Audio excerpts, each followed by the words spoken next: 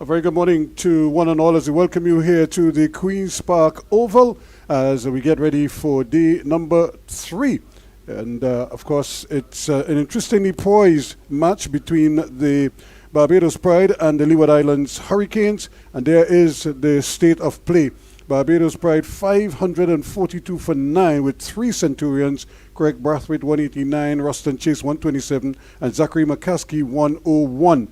And in reply, so far, the Hurricanes, despite being 5 for 1 early on, they've reached 97 for 1, with Casey Carty leading the way with 64. Louis is 25. The man out, of course, Kieran Powell, who made just 3. Just a word here, Rakeem Cornwall, bowling for the Leeward Islands, picked up 5 for 132. Bowled splendidly, despite the amount of runs scored by the opposition. But that is the scenario here. The 2 batsmen are out in the middle, and no doubt we'll be looking to continue this good work that they've started. Of course, Louis again, not all 25, uncharacteristic from 101 deliveries with just 3 fours, but it's the man at the bottom there, Casey Carty, batting at number 3, 64 from 117 balls with 5 fours to his credit so far. Just the 1 wicket, that Raymond Rifa, and of course it means that they have to really start regrouping here, if you know what I mean, start all over again as batsmen. And on the other side of the coin, Barbados will be looking for some early wickets, and they go back to Raymond Rifa, who started it all for them yesterday. As I say good morning to Colin Murray, as he's my good friend today. I don't know how things might change good morning tomorrow. to you, Ruskin. Good morning. A very pleasant morning to you. Beautiful sunny conditions here at the Queen's Park Oval in what should be a very interesting day's cricket. As you quite rightly mentioned, Rifa is going to start the attack. And he's bowling to 2 of the most successful batsmen on the Leewards teams. When you look at Louis, this is his 11th innings in the tournament so far. He scored 442 runs, which is just 1 less than Craig Brathwaite, who's the leading run scorer in the tournament. And of course, with that 189 Brathwaite made, he's pushed himself right up to 443 runs. But the important thing is, Louis, he's got 200s, 250s already in the tournament. And Casey Carty at the other end, he is on 64 not out, which is in fact his highest score of the season. Surprising. But he's got, this is his 4th half century. Mm-hmm. So you look at him, he's scored 299 runs already, including the 64. And that's the point I was making yesterday about him. He gets starts. He gets to 50. Sometimes he gets to 30. He gets to 40. But he gets to half centuries. And he's not able to carry on. He has to convert some of those. That's a good shot. Just a single. Yeah, he's got to start to convert. Now, does this single put him level with Craig Brathwaite? Yes, it does. So he's 26 now. And it's 443. 43. Yep. Puts him level with Craig Brathwaite as the leading scorer in the tournament thus far. And the way it looks is if he can continue. Now, I had a look at the pitch, Ruskin. I don't know if you went down and had a look at it as I was passing, coming up here. There's a lot of scuff marks at both ends, but in particularly down at the southern end. Yeah, where the left-hander could have some problems if the ball pitches in the rough. And I would expect as the day progresses, it's going to get worse. The spinners should come into their own today. I think they're going to be some turn. Leacock could do some damage. I like the look of Leacock, actually. Yeah, I like the look of Leacock. It's his debut. He's making his debut here, both himself and the wicketkeeper Richards. It's their first game at this level. But he looked comfortable with his leg spin. Is the partnership 93 from 213 balls. Of course, they came together with a total of 5 for 1. But is it that the marks, the scuff marks, are the good length if the left hand is out, or is it close to the bat so that even if he stretches, he might cover that area? That means the bowlers have to pitch it right up you would. I'm afraid to tell you certain things, Ruskin, because you interpret things how you want to interpret them. That's another single, so the total goes to 99 now for one. Yeah, yesterday, when I was walking and I looked at it, I actually went and I stood up in my usual stance as a wonderful left-hander, and actually it was right there in a good length. It was, for me, and I think I'm average height, I would have had to step out of the crease to cover it. Yeah. Okay. So it's going to be interesting when we do see a left-hander. The thing with the Leewards, when I'm looking through outside of Hayden Walsh, they don't have too many left-handers. This one is in the air a bit, but falls well short of the fine leg. And that's the second time we've seen play that kind of delayed pull shot, almost like if he's watching the shot. And on both occasions, he didn't really hit it hard. Remember the one that just scooped up and came finer? Yeah. This one went a little bit squarer, but he survived all the same. 100 on the board, 100 for one. Yes, at the end of the over.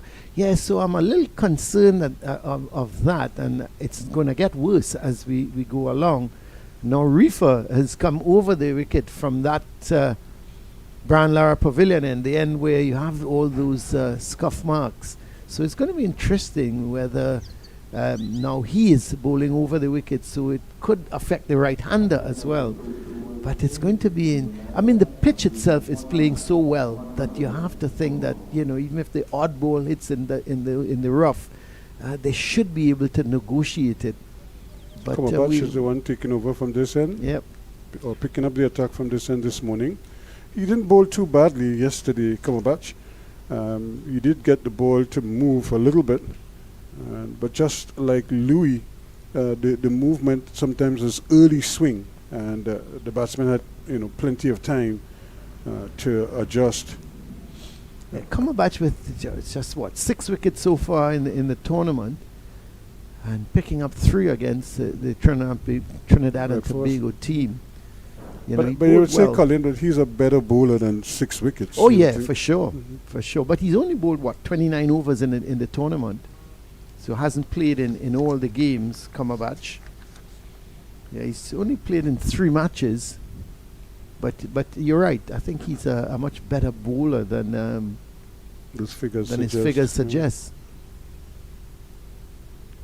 It's really another beautiful day here at the Oval.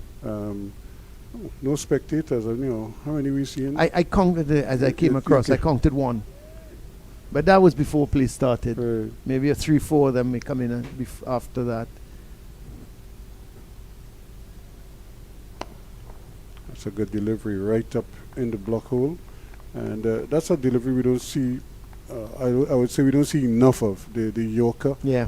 A lot of seam bowlers tend to go away from it. I'm not sure why, but I suppose now with all the statistics and you think of the probability of getting batsmen out and all the analysis that is going on, they have other things on their minds. But I still think the Yorker is probably one of your most potent deliveries. And it's twofold because very few batsmen can score for Yorker. Oh, yeah. So you're not conceding runs, and at the same time, you're giving yourself a chance of getting a wicket. Yeah, because it's really a defensive from a batsman perspective. It's just to keep it out. Yep. And sometimes you're able to keep it out, and it deflects fine or deflects past the slip area or gully. That's the only way you really get runs. But you really see anybody driving a Yorker or going back over the top. That's well bowled. He's bowled a good line so far. I think he's concentrating on that off stump. Even though he's got 3 men on the onside in very close positions. You look at that mid-wicket, he's pretty short at mid-wicket, almost in a catching position. On a leg gully. Is that you always traveling? Is that Caribbean Airlines? Yep. Oh, I know you know your planes because you're always on a plane every other week. But I'm not a flight risk. Well, so say you. I will take your word for it at this point in time. I have no other evidence. Trust me. I'll take your word. Hey, coming back, you look at the field. It's a interesting field. It's a 4-5 field. 4 men on the off, 5 on the on.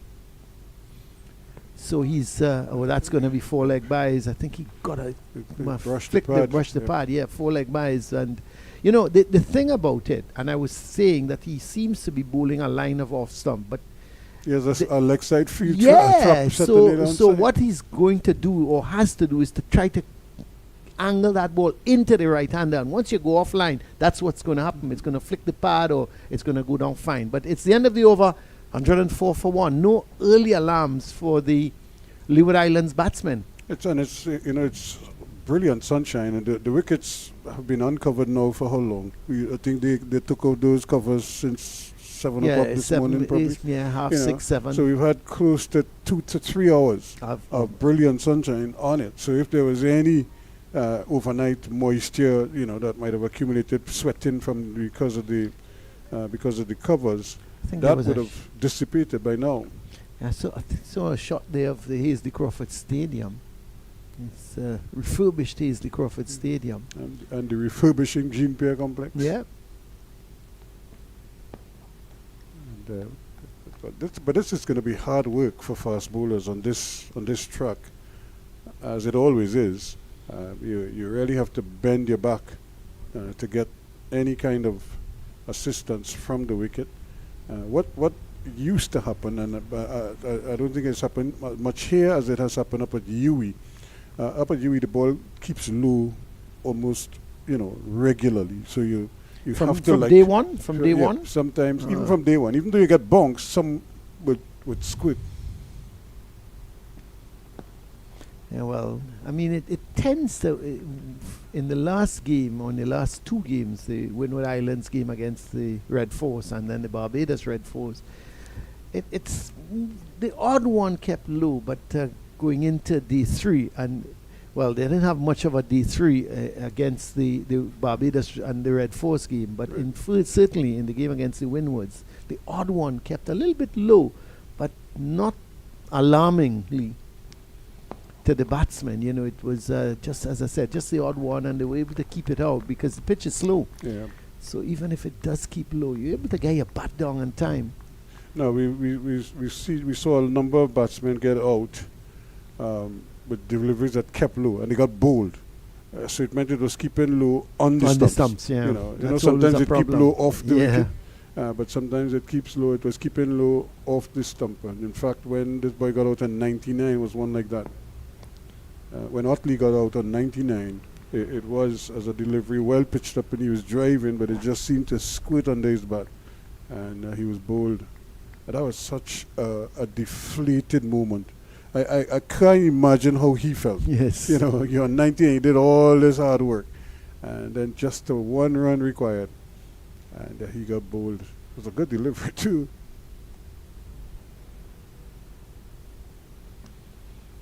Well, the pitch certainly seems to be playing exceedingly well up there, because Trinidad and Tobago 591 for 7 declared, and the CCC 109 for 5. Funnily enough, some late wickets. Yeah. And you look at that last delivery. That one, I think he was expecting better bonks from that, and it didn't come up. So he's trying to go across it, and missed it completely, and he missed it because of the lack of bonks. Even the keeper, Richards, had a little bit of problem taking it on the second bounce.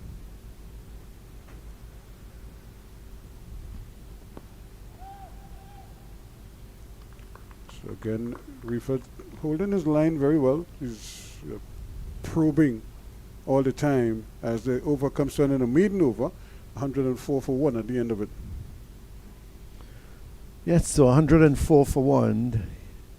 Reeford's bowler started well his first 2 overs. He's on line, bowling a good length. I think not giving away any loose deliveries, because you don't want is these 2 batsmen to get a good start. You want them to struggle a little bit, and struggle meaning not able to pick up runs easily. Just struggle, push the ball around, can't get any boundaries and things like that. So you want to put them under that kind of pressure, So then they may then look to play shots to deliveries that are not there.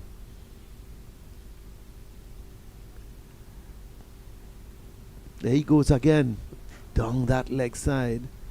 So it's I would much prefer if they took out that leg gully, put him on the offside, maybe even put him in the slip, and tell the bowler concentrate outside the off stump. That off stump. And if even if he moves it back, Ruskin Burks, it moves it into the right hander. If he starts it from outside that off stump, then that extra is brought up the 100 partnership. So it's been a good battle for these two. Yeah, because once he starts thinking of that, utilizing those fielders on the onside, seems as if his line just changes drastically. Well, that's Carty for you. Nice timing, getting on there. That was so well timed. Should get a third easily. Yeah, they're going to come back for 3, but that was superb timing, wasn't it? He just stood there and pushed it, and that ball was a meter from the boundary rope. Yep. Absolutely wonderful shot. And that's you look at Casey Carty and you just say to yourself, hey, this guy should be doing so much better at international level. And you wonder why he's not, and even at regional level, the man has got dominant. He's got 4 half centuries. So it shows you the talent he's got, but just the ability is not there to carry on.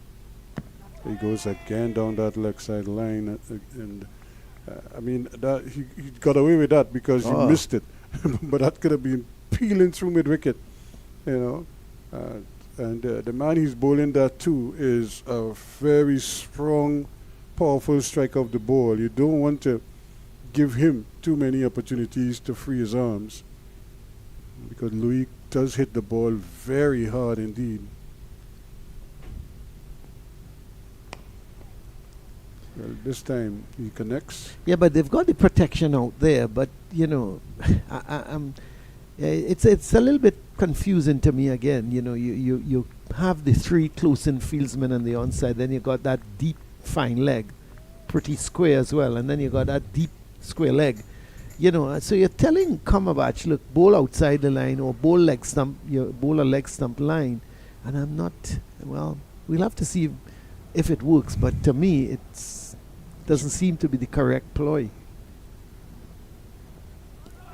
He asks a question going down the leg, but not out, says the umpire. Is he bowling?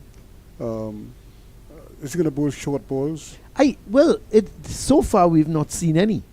And even this delivery, let's look at it. It's outside the line of the leg stump. Now the appeal went up, because what are they hoping? That he tries to flick it and it comes off the edge of the bat, the gloves,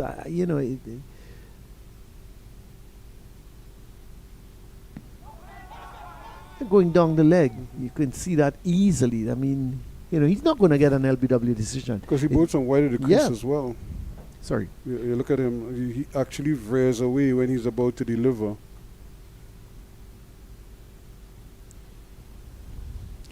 So at the end of another over? Yep. 109 now for 1. And Barbados has to be careful here, because you don't want the 2 batsmen to get their eyes in, and you don't cause a few nervous moments for them, or a few anxious moments. But so far they've been negotiating everything fairly okay, and they've been able to score a couple singles. And to me, that is probably the best approach for them. You're not going to come and beat this attack to the ground, but what you have to do is to milk them. And the best way to do that is to pick up singles. And if you could do it early, it kind of frustrates the plans all the time. And but to Bradford's credit, he's been setting good enough fields to kind of limit scoring. Goes again with that pull shot. He's pulling that off the front foot. Yeah, but I don't think that shot was for the type of delivery that we saw, because let's have a look at it. This was It was short, yes, outside the line of Kept the off low. stump. It kept a little bit low, else he may have made connection with it. He's got to be careful because they've got that man out at deep square leg, just in front of square. Obviously looking for that pull shot that Louis tends to hit it in the air. So, but he's got to be careful. And this time it goes the other way. Well, hit the back of the bat. Got into the shot a little too early. But you can see the ploy now against Louis, where The umpire is coming down. Wow. this is interesting. Calling the ground staff. I'm not too sure. Not the ground staff. Physio, Sorry, the yeah. physio. Maybe Yeah, he got hit on maybe the he hand got or hit something. on. Yeah. Or the So did it helmet. come off the helmet? Mhm. Let's have a look. Yeah, off the bat from the bat to the helmet. Yeah. So once that happens, there is going to be a check. I immediately called for the physio because it's he likes to play that. He seems to be a compulsive hooker, Ruskin. Yeah, once it's short, yeah. Yeah, he gets he tries to hook. He's not gonna doesn't give you the impression that he's just gonna allow it to go through. So I would expect they're going to test him quite a bit here today with the short ball once he survives.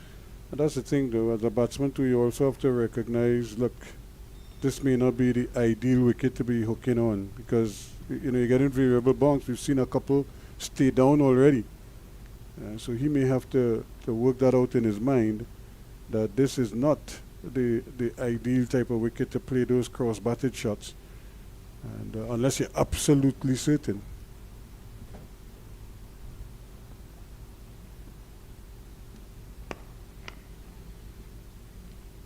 Mm-hmm. I think that's where now that is another shot that we saw him play yesterday a couple of times and played on miss a couple of times, coming onto the front foot and driving because he tends to kind of throw the bat at the ball, and sometimes the bat isn't close to the pad. He's reaching for those deliveries away from the body, and to me that is one of the areas that I think he's probably most acceptable. Sometimes I get the impression he's a little frustrated, that he's not scoring as quickly as he would like. Because when you look at it, 28 from 117 balls. Well, that's better, but it was a very poor delivery. Yep. It was slow and it was short, and Coming back for two. he did well. He kept it down. You could see him actually, He kept his eyes on it. and angling the bat down to keep that ball down. But it was it was a poor delivery from Rifa. He obviously tried a slower one, but the line was bad, and of course it was far too short. No pace at all. Yeah. Mm. But as I said, he's on 30 from 118 balls, and I just think he seems to me to be the type of player who wants to score his runs much quicker than it. He's an attacking type of batsman. And those are the areas that I think he could, instead of trying to play that pull shot, where of course they have the trap set for him, but because like you said, if it's a two-pace wicket, and you could get just turn it on the onside, look at how much acreage you have there between, say, like the wicketkeeper, and now they're putting somebody in at square leg. But as long as they're not prepared to plug that gap, just cut out the pull shot and just drop your wrist on it and take a single. Yeah, well, as you rightly said, they've taken a slip out and they've put him towards that forward square leg. Seems to be in a little bit of a catching position as well. Mm-hmm. Maybe just there for that little flick shot or Short ball. yeah.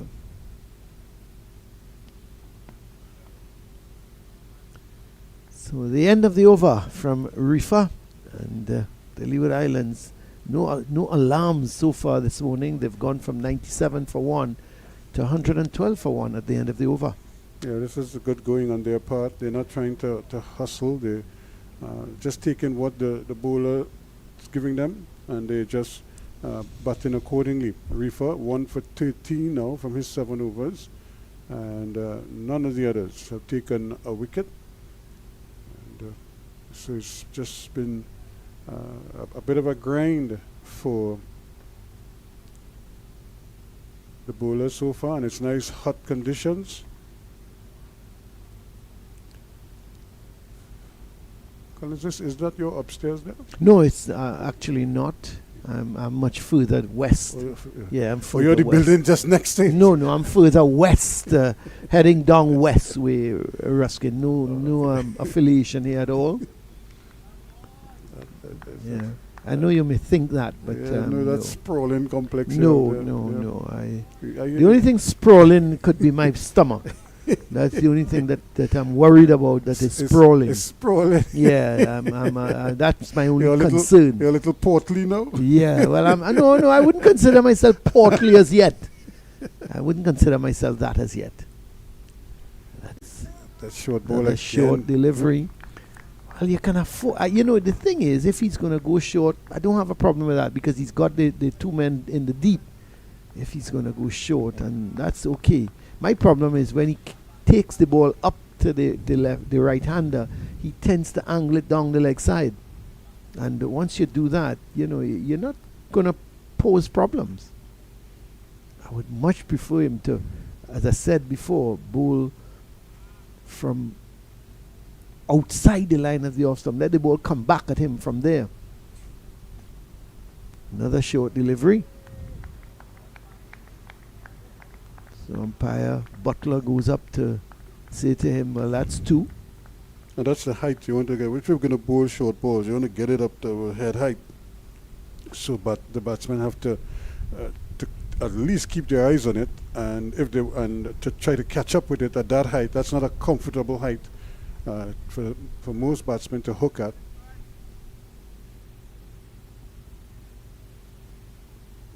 That's better. Good line, good length. Had a little bit more bounce. And Louis is a tall man, so he took as that extra bounce came at him, he was just still able to get on top of it, pushed it out in front of him. That's a much better delivery.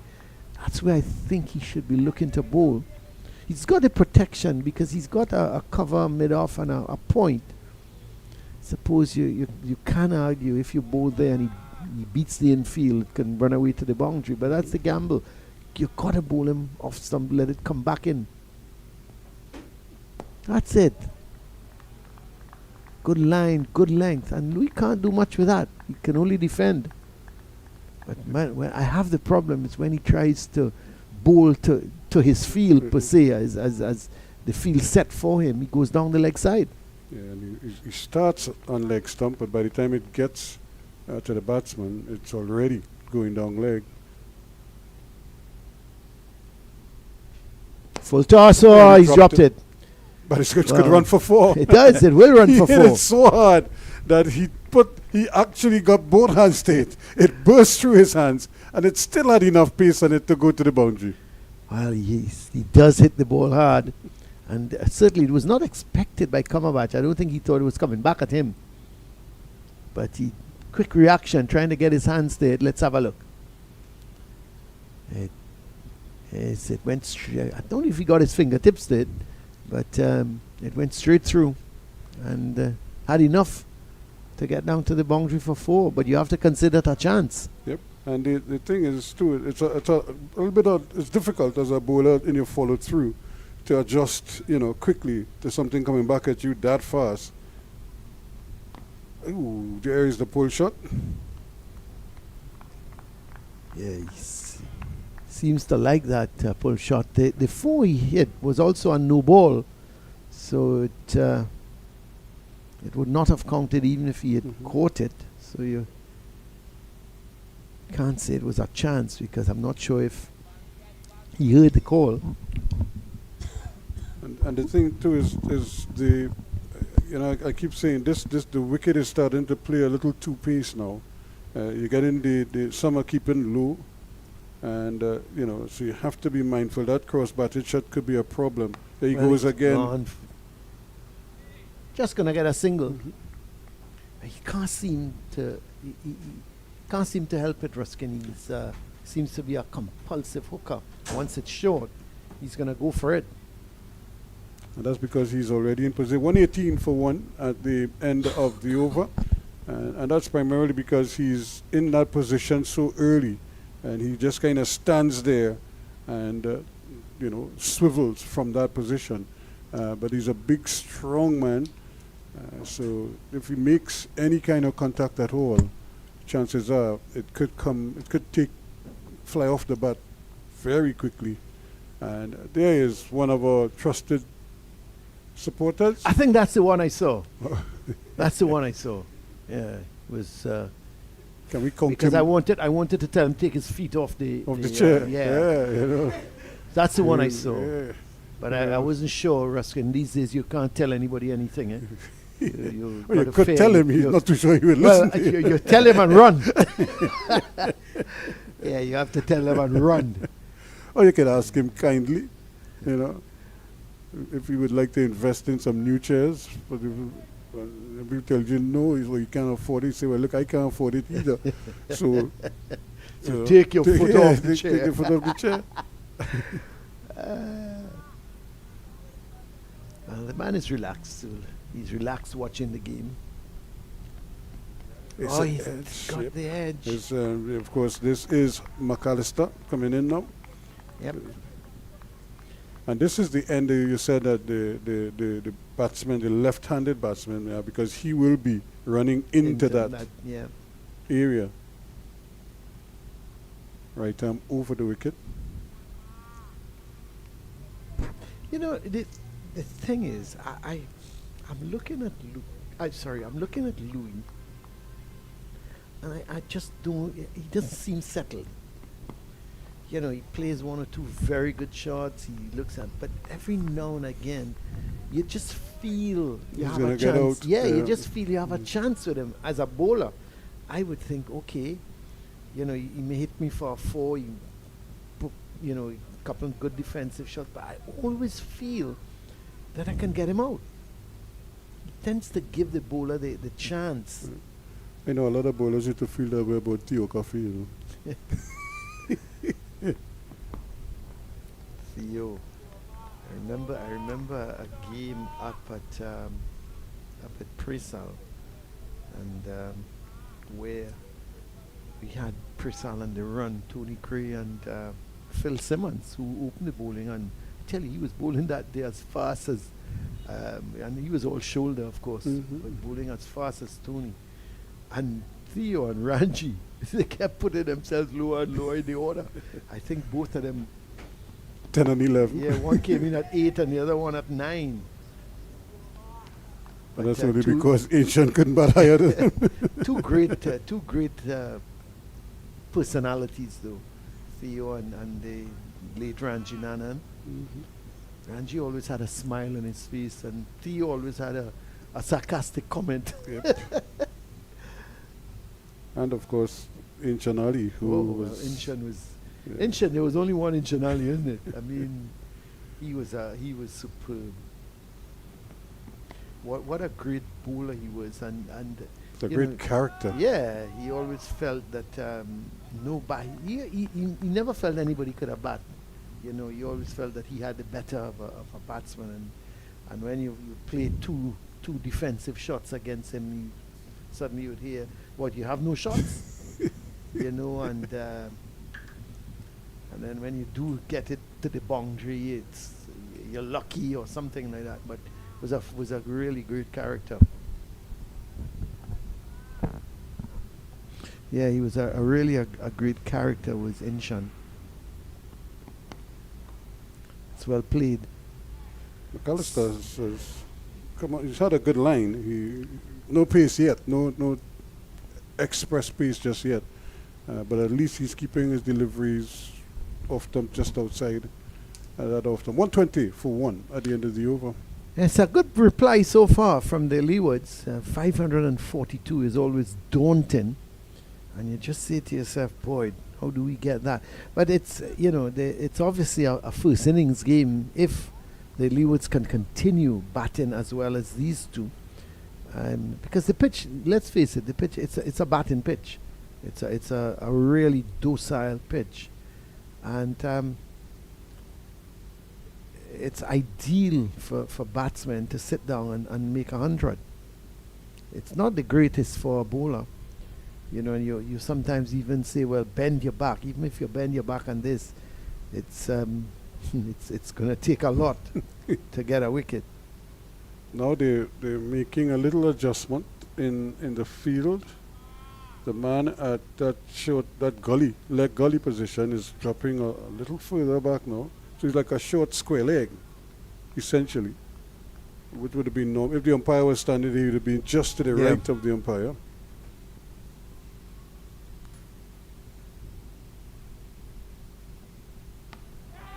It almost got him caught. Again, he kind of held the shot back and didn't really, because the ball is keeping low. And that cross-batted shot, I'll say it again, it is a problem for the batsman because the bounce is not, it's not the consistent bounce. And he almost got himself out there. Yep, he was trying to keep it down, but as you rightly said, Ruskin, the bounce, I thought, did him in that instance. You have to be careful. It's a delay. Now they brought the fieldsman back in now when Louis is on strike. And another comfortable single.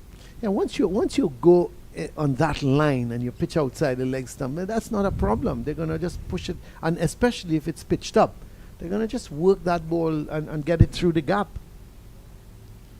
But let's see how he's gonna deal with Carty, because just now he bowled that short delivery to Carty. Now the fieldsman is back in. So I wonder if he forgot to go back. I'm not sure. Down the leg side. Well, it's we talk about plans, Ruskin, and obviously this is a plan that they're going to attack with the three men at mid wicket and that short backward square leg, and then the two men out in the deep at the fine leg, a very square fine leg, and then the man at a deep square leg. So they have the plan, but it's the execution now. Yeah. That's 4 runs. Yep. He's too square. But exactly. And once he pitches outside that leg stump, it comes like nothing for these guys just to work it away. That full, yep. The keeper doesn't have a chance, and the man at fine leg worse. He doesn't have a chance either. He's much too square. So and very quietly, and like I said, without any real fuss. It's up to 126 now for one.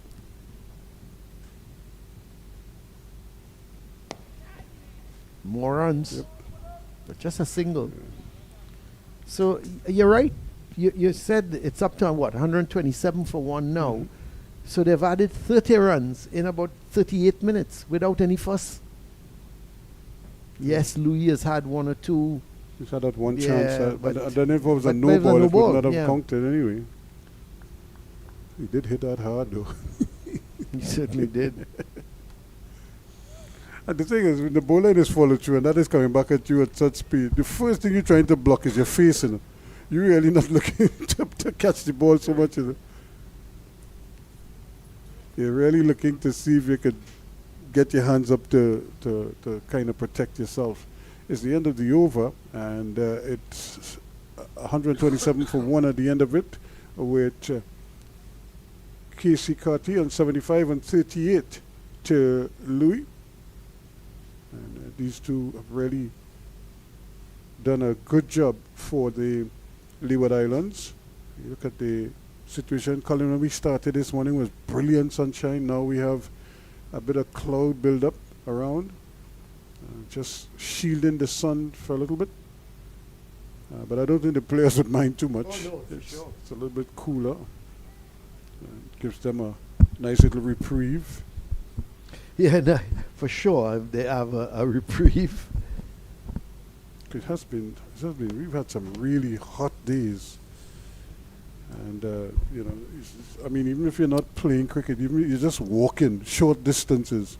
Yeah, you and know, it's taking its toll. the thing is, Ruskin, when you look back on your younger days and played you in wonder this, yeah. how you played 1 o'clock to 6 o'clock. I remember I used to have to take 1 or 2 salt tablets because I was by 5:30 I was cramping up. And not that I wasn't fit, but the sun was beating down on you, and you had one water break, Yeah. and you go in The for other tea interval, yeah. and yeah.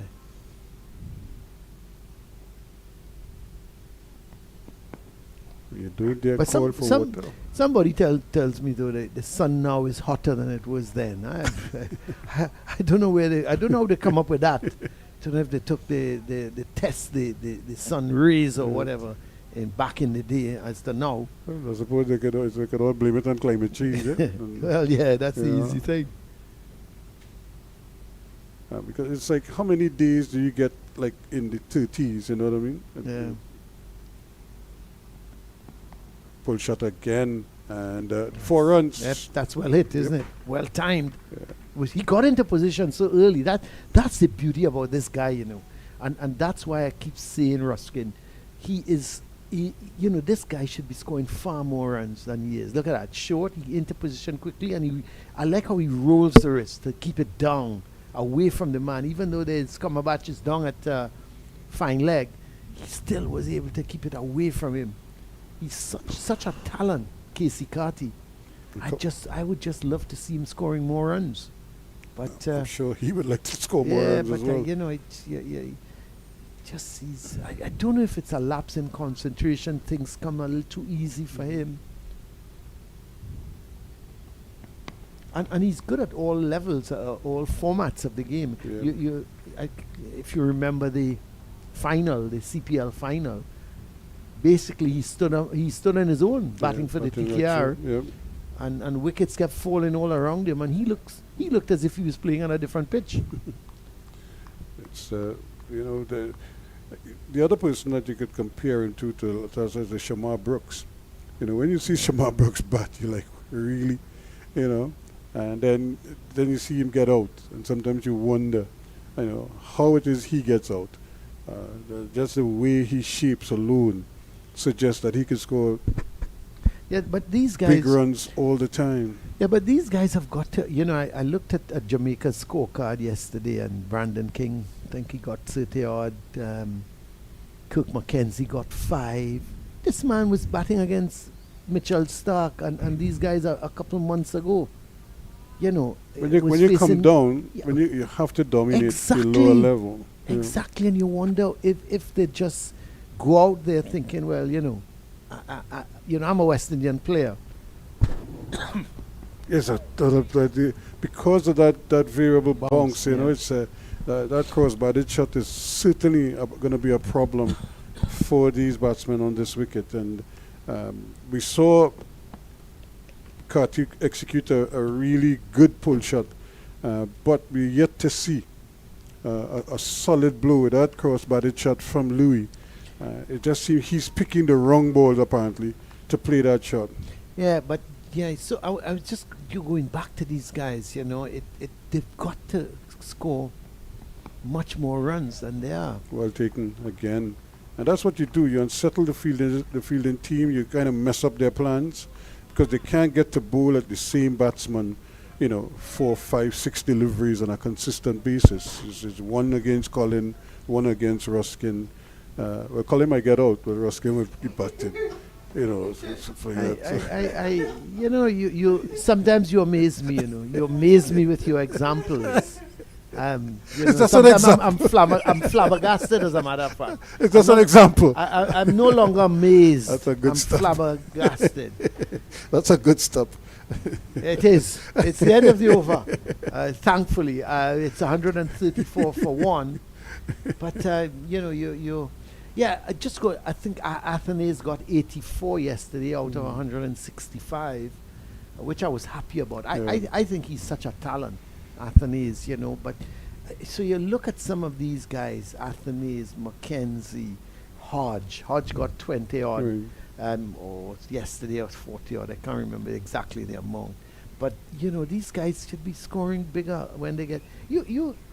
Look at Jonathan Drakes. You're playing against you've come Some out of of the a best series bowlers in the against world, Stark, yeah. Hazelwood, Leon, Nathan Lyon, sorry, Cummins. Cummins, and then you come up here, and no disrespect to the West Indies bowlers, but surely you can't compare some of what you're seeing here to those Australians. And yet, Mackenzie looked so good in a couple of the innings. He got to 50 odd in one, and I just thought, he started to get a little too comfortable and started to play shots to balls that were not there.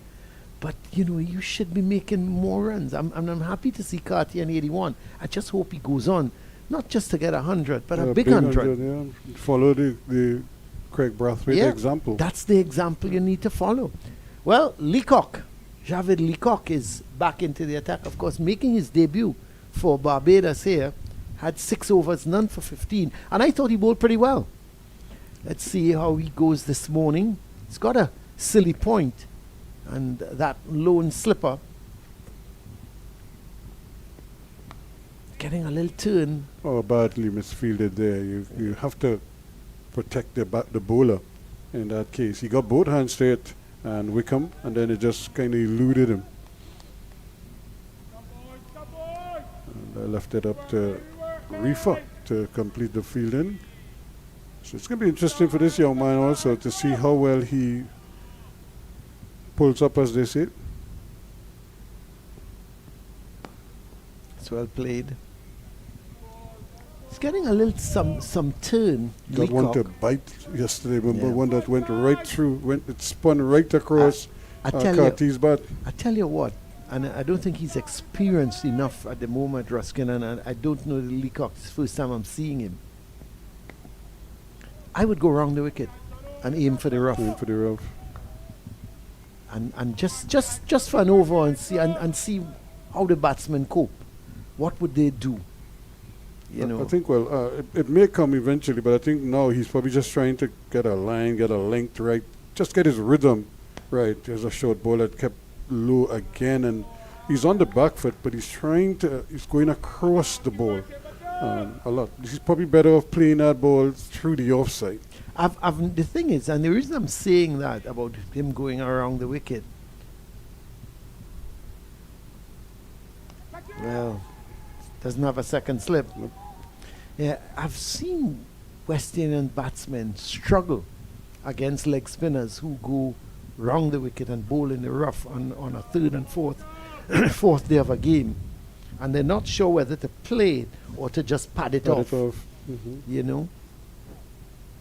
Because that's the thing. When that ball hits the rough, do you play at it, or because it's pitching outside the leg stump, just pad it off? That depends on the degree of turn he's getting as well. Oh, that's well played in the end. That was very well played. A really good over from Leacock. But he had to come down on that quickly. Yep. Yeah, and the ball wasn't that short. But he chose to go on the back foot. Yes, again. I remember earlier, before play started, Ruskin at 137 for 1 now at the end of that over. Your good friend, Mr. Wasson, was saying that a lot of the problems that West Indian batsmen have, they go back on the back foot to spinners, and it's so very true. But when you the coaches will tell you, especially when you go to bat, the first thing you do is try and get on your front foot as much as you can. There's your ship, Ruskin, going with whatever you have on it. Commercial activities and TNT. Yeah, so they always tell you get as much as possible on that front foot, and especially when you see the pitch starts to keep a little bit low. Or the bowler is spinning the ball.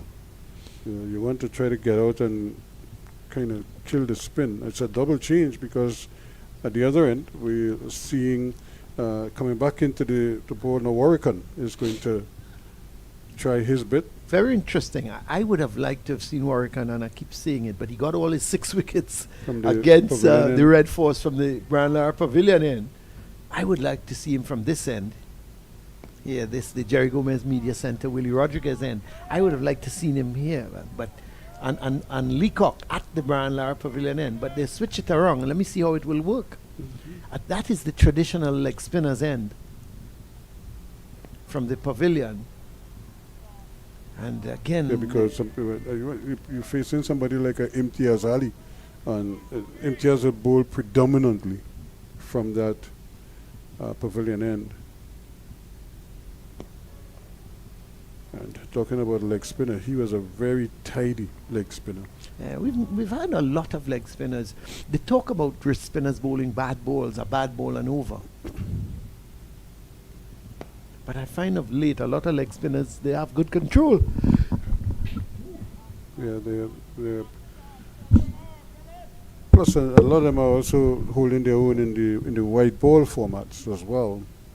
So they're learning how to deal with the demands of the shorter version of the game.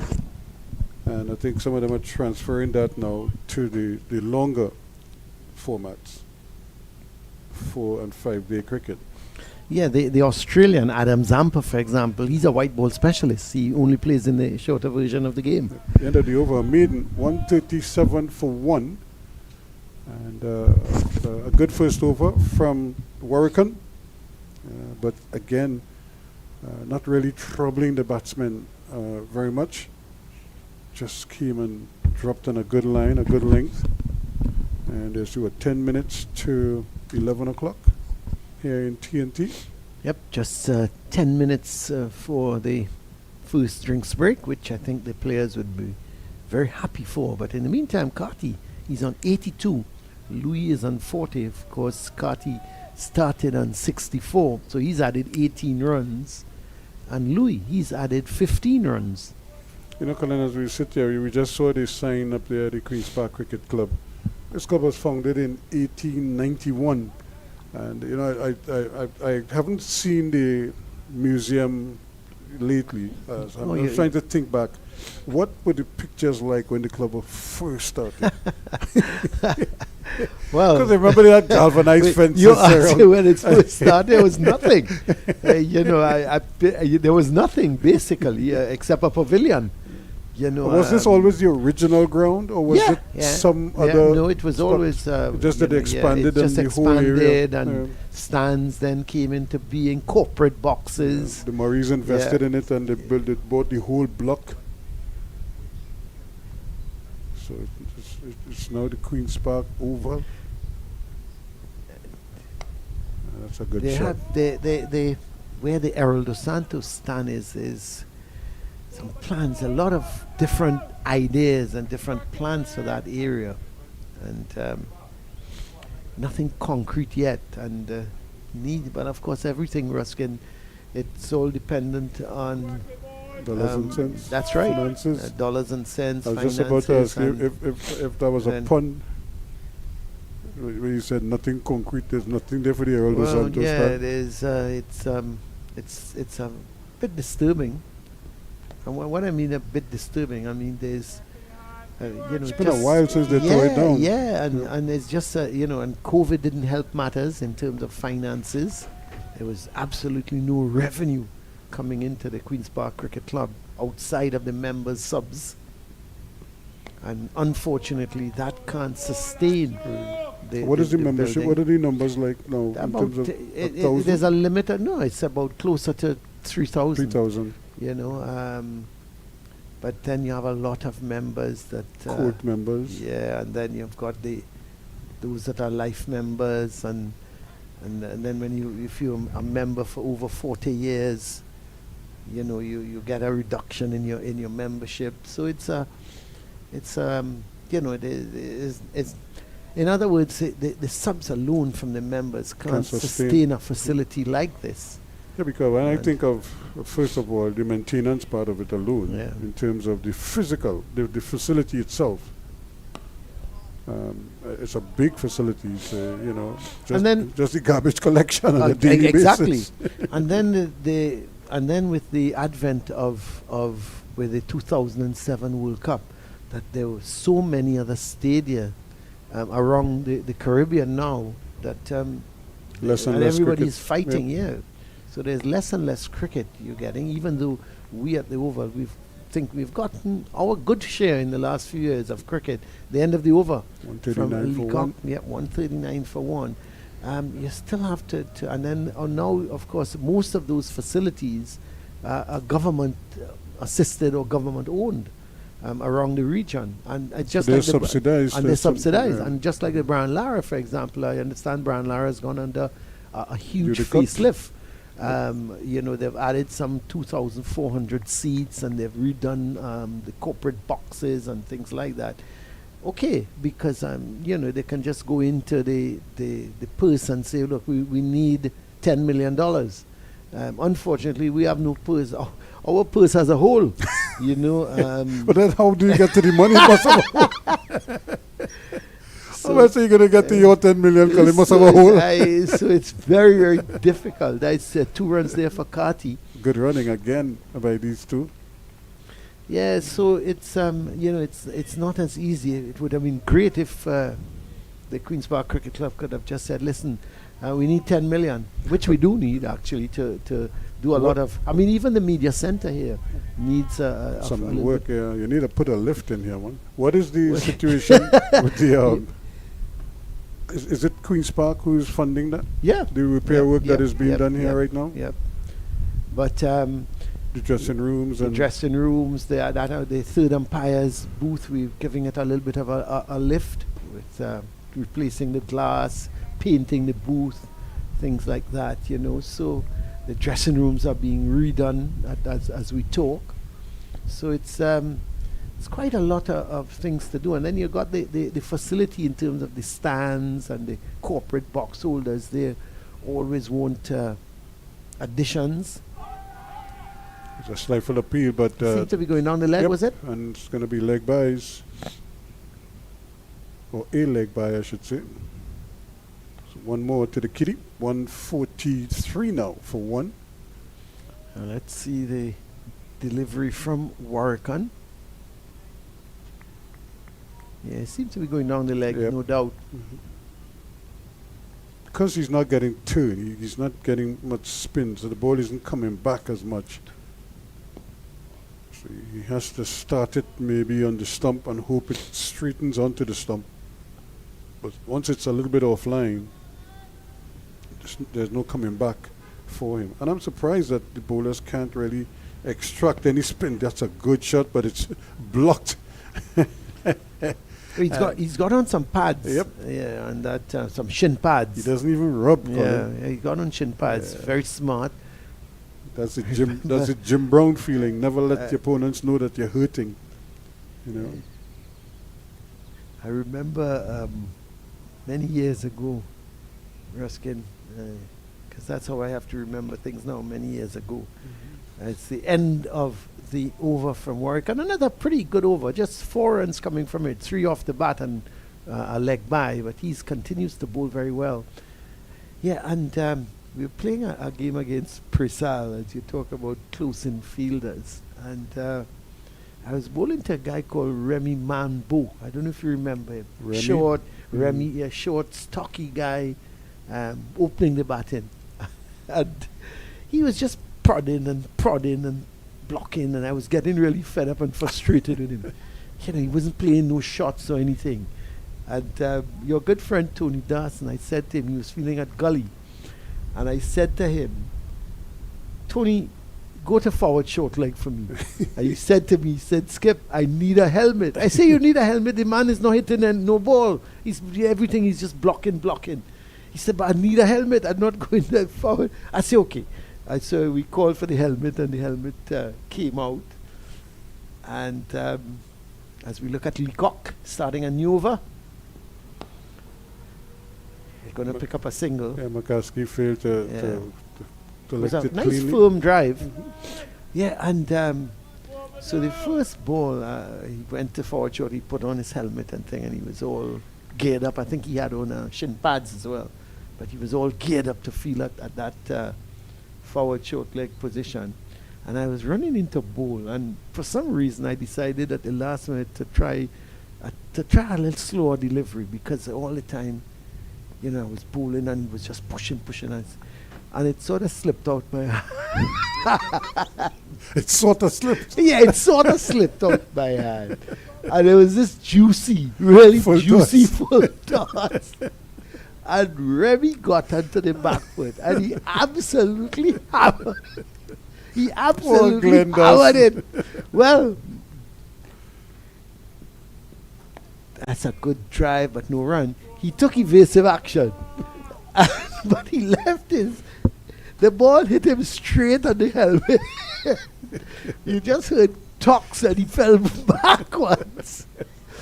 But he was still good enough to get. He said, "You see what I told you?" Before he hit the ground, he might have been telling you. Oh, that. for sure. I was actually grateful too because he wouldn't been with us. I tell you, he wouldn't have been with us today if If he didn't have on if the he didn't helmet. have on that helmet. I tell you what, Glenn Dawson, boy. what a character. And of course, Glenn, he has this stammer. So when he talks to you, Yeah, he stammers. talks So fast. Eh? but when he talks fluent Bajan, eh? He talks.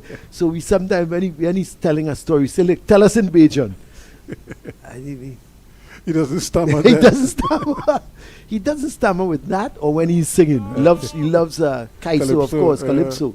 So when he's singing any sparrow rendition, he doesn't stammer. And when he's talking Bajan, but other than that, where you But that take is- about 10 minutes to get a 2-minute story out of him. But that is normal. Kitchener stammers badly, but sings fluently. Kitch Yeah, was like that, yeah. stammers badly. And The late Lord Kitchener, what a great man he was. At the end of the over from Leacock, Think we're and gonna I have a think it's water going to break. be a drink break. A Mhm. drinks break now. 144 now for 1 at the interval. We'll have a break up here ourselves, and of course we'll come back when play resumes.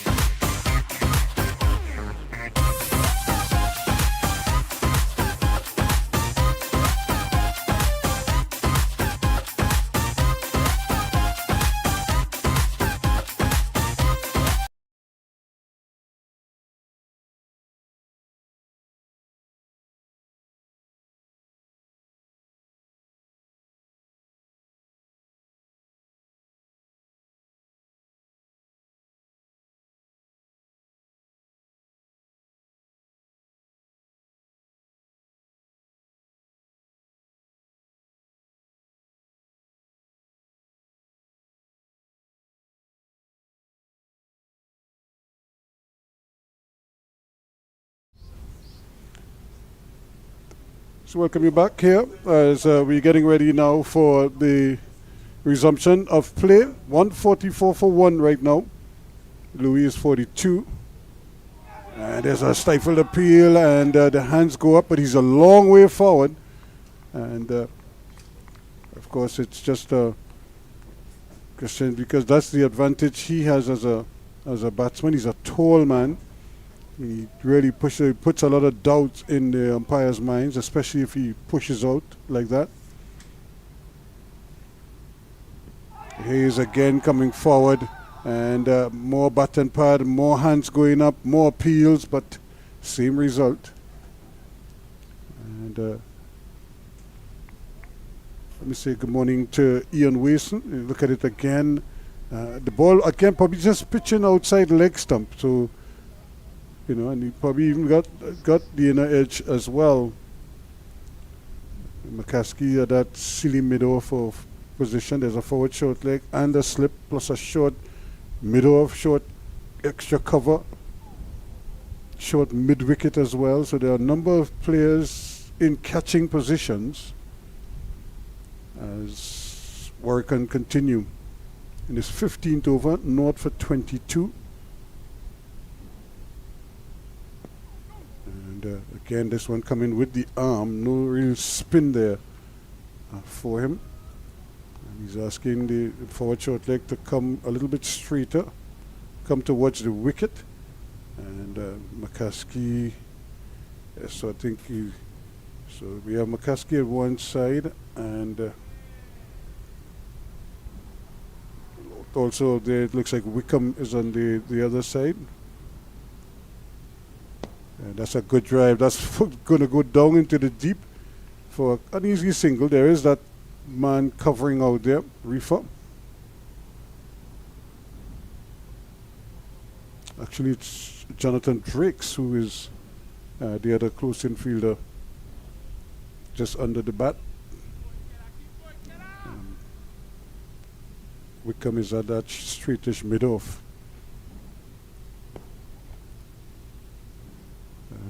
Good flight, generous flight given there by Warwican, but the end of the over, it's still 145 for 1. And it's very good going by Casey Carty, who's on 86, and Mikhail Louis, who already scored 2 centuries earlier in this series. And another century, if he can get to another 100, that can certainly... hey, look, Teddy is there. There's Ted, but Ted is very prominent. Yes, and Ted has been around for the duration of the tournament. Play, Ted has been very...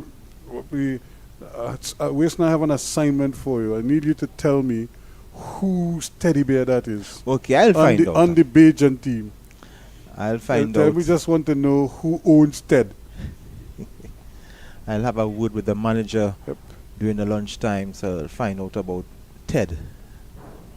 Nice turn, but it's slow turn. It's not like prodigious spin.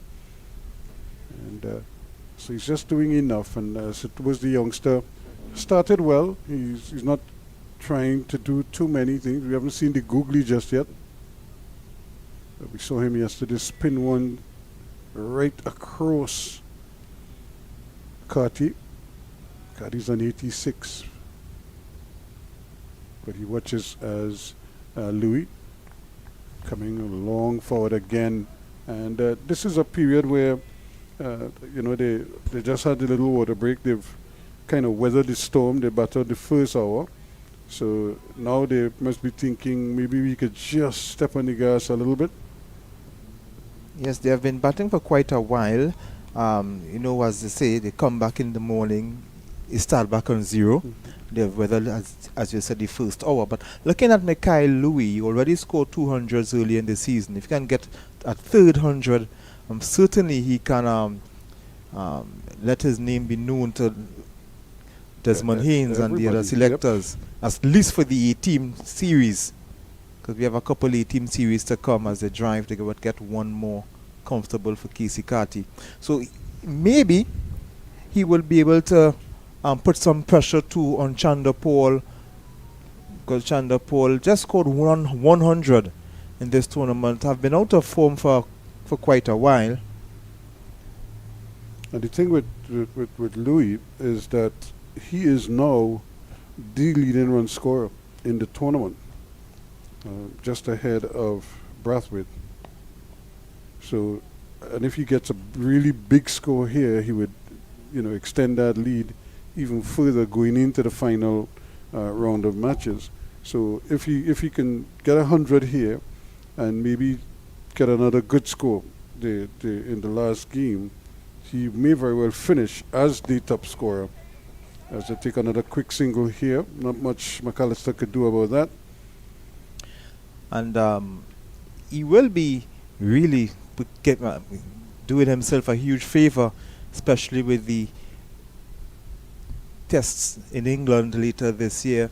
Maybe not going to be a very hard task to displace the current openers. But of course, they are the 18 series. You still have to put your name in the hat, if you know what I mean. Of course. Yeah, and I remember having a conversation with Desmond Haynes, and he indicated to me that there are over 100 players playing first-class cricket. Why pick the same 15 players all the time? Mm-hmm. So there are new players who will be getting chances. And when you look at the series in Australia, where the first time the West Indies would have won a test match in over 2 decades, they were not seasoned players there. They were young, 7 debutants on that series. So there's nothing wrong with picking new faces. Players who came out of the regional tournament, and their excellent performances were rewarded. And there was almost a collision. Well, there was a collision, I should say, at the non-strikers end because Carty was trying to run. Warwick was trying to intercept the ball. So he ran right across his path. And it's almost like Carty had to fight him off to get the single once the call was made. So he had to really hurry. You look at it there, they just got in each other's way. And then Carty... I'm glad that everything ended well for them. And that happens a lot in the game of cricket. Then the bowler has every right to go for the ball. That's a beauty, but it just hit the edge and dropped down there in front of the slip fieldsman. So not much that Chase could have done about that. It went down and bounced in front of him. Batsman did well to keep it down. Can tell you that much. But that's a good delivery. That's one of the first ones that actually hit the edge of the bat this morning. So he's still plugging away there. 149 for 1. And, but he's 14 runs away from 100. And it's so deserving because he's batted well. He's really played each ball on merit. And now he's going to pinch another quick single, and that's excellent running again from these two. And not much the youngster Leacock could have done. But we have seen a lot of hundreds in this round of matches. We have a double 100 as well. We have a double 100 from Amir Django. We have had centuries from Kamal Savory and Tevin Imlach as well. Craig Brathwaite, Chase, and of course Zachary McCaskey. Yep. Jason Mohammed got 100 as well. So there are a lot of hundreds in this round of matches. And this is something that you want to see, especially from the players, the West Indies players who are playing for the West Indies. As I heard the conversation that yourself and Colin Murray had, where the players who are playing for West Indies, they should be dominating. Yeah, it's 150 on the board, which is another milestone. Remember, for all intents and purposes, the first target for the Leeward Islands would have to be 392, which is the follow-on target. So they have to think in their minds, let's see if we could get to that. And, and if it takes us all day, part of tomorrow, but try and get to that marker first and then see where we are after that. But I think essentially this is shaping up to be like a 1 innings match, if you know what I mean. And of course, with the Leeward Islands and at the top part of the table, they of course want to accumulate all the whatever batting points and bowling points they can get. Because the Windward Islands, they are very close game right now with the West Indies Academy. It's a low-scoring game. So anything can happen in that game still. So, of course, the Leewards would want to accumulate whatever bowling points, batting points, match points to keep pace with them. Because this is the first a real good chance for them to claim the title. They haven't won in over two decades since the era of Kirtley Ambrose and those players. So they don't want to let this to slip. Yeah, I think that game was, 162 and 158. It was a close thing on first innings. And, so, a lot of those scores, I was surprised it was such a low scoring game, because I don't think the wicket was, I'm not quite sure the state of the wicket, but it must have had some juice in it for both teams to bat so badly. That's another powerful hit. He really does hit the ball hard, Louis. And even though the fielder got both hands down to it, it kind of just broke through. Again, Jonathan Drakes.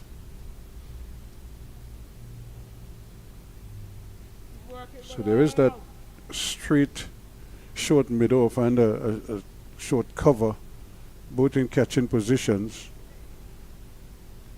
But these two are doing very well. They're just milking the bowler. They're not making any big expansive drives or anything of the like. But they're still finding ways to, pick up singles. And they have 3 already in this over.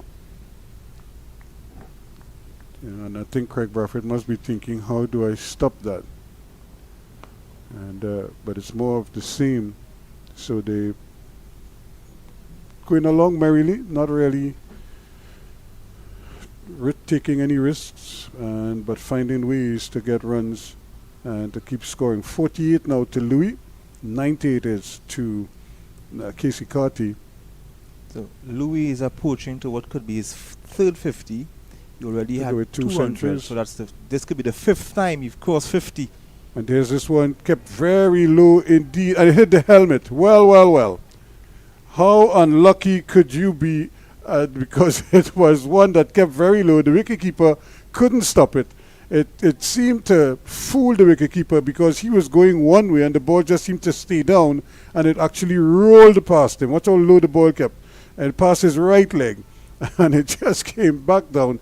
And that is some of the rough that you all might have been speaking of, because that ball would have turned and just straightened on pitching, and it actually went and hit the helmet. So that's 5 runs added to the score. So it's 159 now for the loss of 1 wicket with that over coming to an end. And that rough proving that there's a lot. That rough there, if it were left-handed batsman, would have been in some serious problems. But most of the rough on outside the left-handers off stump, I think, but not much left-arm fast bowlers to produce the rough on the other side. Most of the Unless rough they would bowl come from around the wicket. Right, so not much of the bowlers would have bowled around the wicket. So they would have been right-arm bowlers bowling over the wicket. Here they get another single. Chase, no pun intended. Chase giving chase. Chase chases the ball. And he did bat very well, though. He was very positive. Roston Chase played a very, very competent.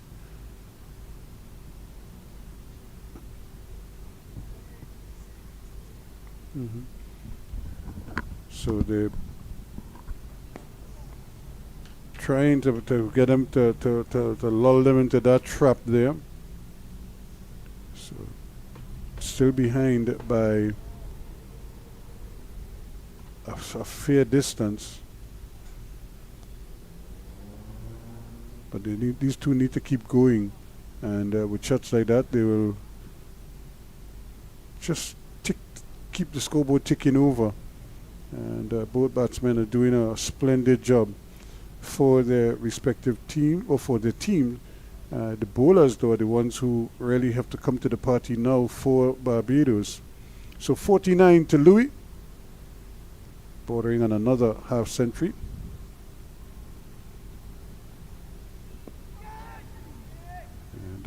comes off the bat just a little bit awkwardly, but the fielder who is encroaching there, Drake's, has come even.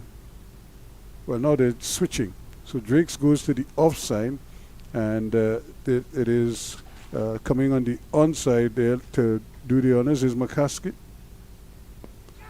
And again, just a little uncertain. He just seems a little bit nervy right now as he's approaching this half century. But 2 men under the bat, a slip, plus a man in front of him there in his eye line at that short mid-off position. And doing well to survive. 161 for 1 at the end of the over. 49 to Louis. Carty is 91. They're doing quite well. Good to see Carty getting among the runs. Good to see, especially since he's playing white ball cricket for the West Indies, so it's good to see him among the runs for the red ball. Love to see him play test matches as well. I really think it's really only a matter of time before he does that. As you look at the little bit of cloud cover, it's not the brilliant sunshine that we had when we started play this morning, and that seems to have been the pattern each of the 3 days so far. We start in brilliant sunshine, and then the clouds kind of roll in, and takes a little bit of the sting out of the, take a little bit of the heat as well away, and I'm sure the players will relish that. So it's nice and cool now at the Queen's Park Oval. No immediate threat of rain, although yesterday we did get a slight drizzle, but I don't think it really impacted play at all.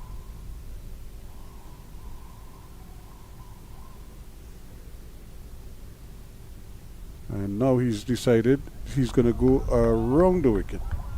So Leacock, now Colin had suggested that he go around the wicket immediately, and I was saying because he was trying to at least find his length and get his lines right before doing it, but now he feels that he probably has his rhythm up, so he's venturing now to go around the wicket, and it's just he's having a problem now with the run-up because there's like a little mound there before he actually gets into there, and he's probably now trying to figure out what his foot path is to the crease.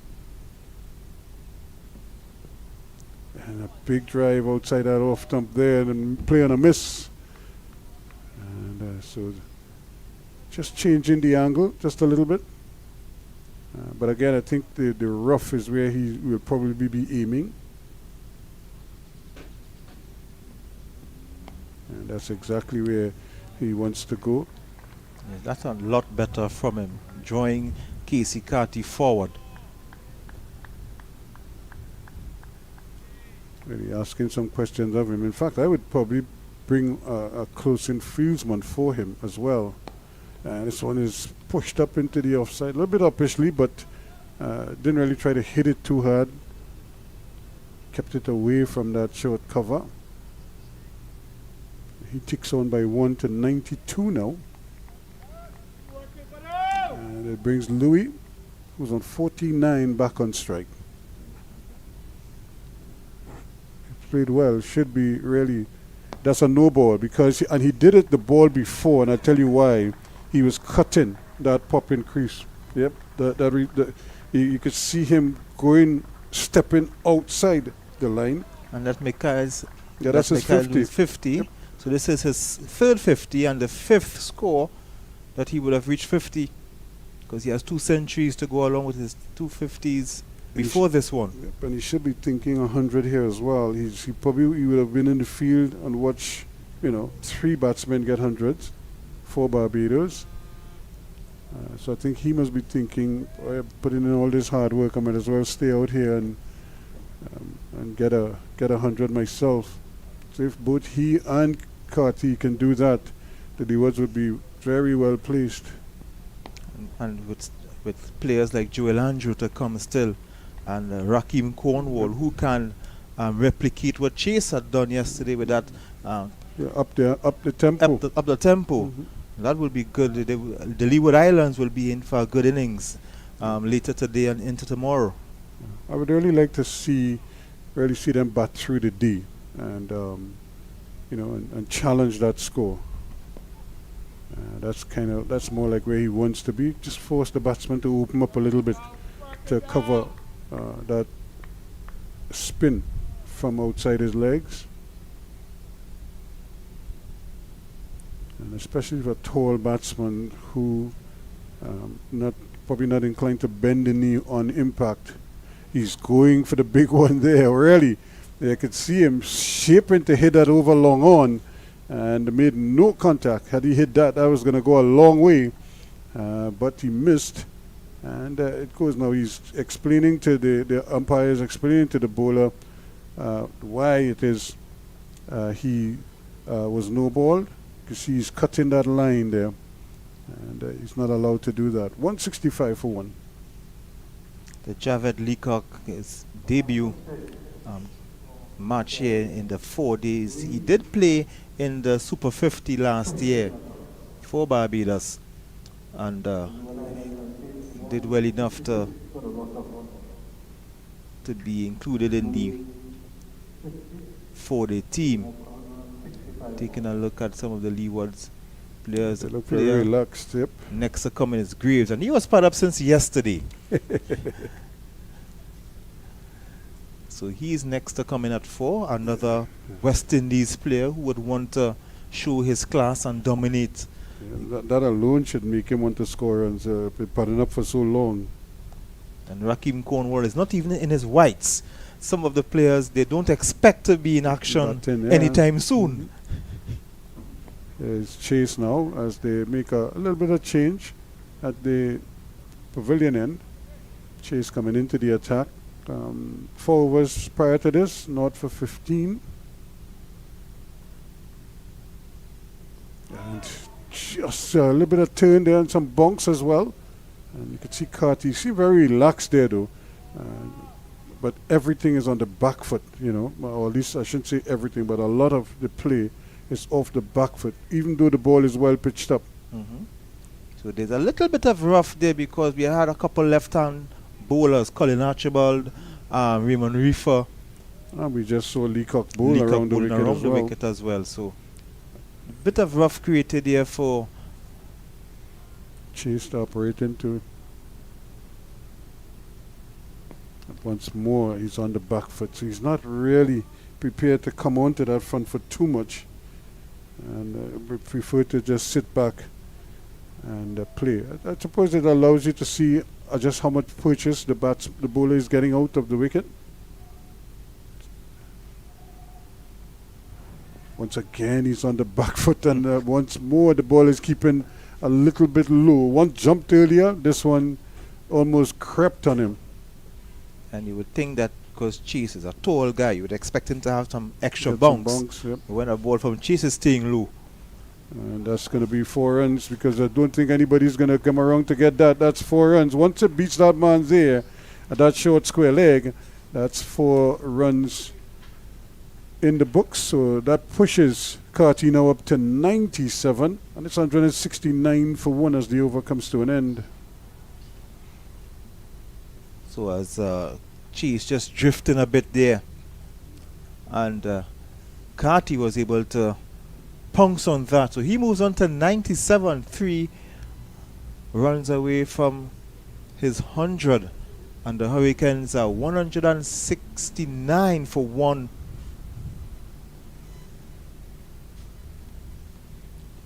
So now the question is, does Leacock persist around the wicket?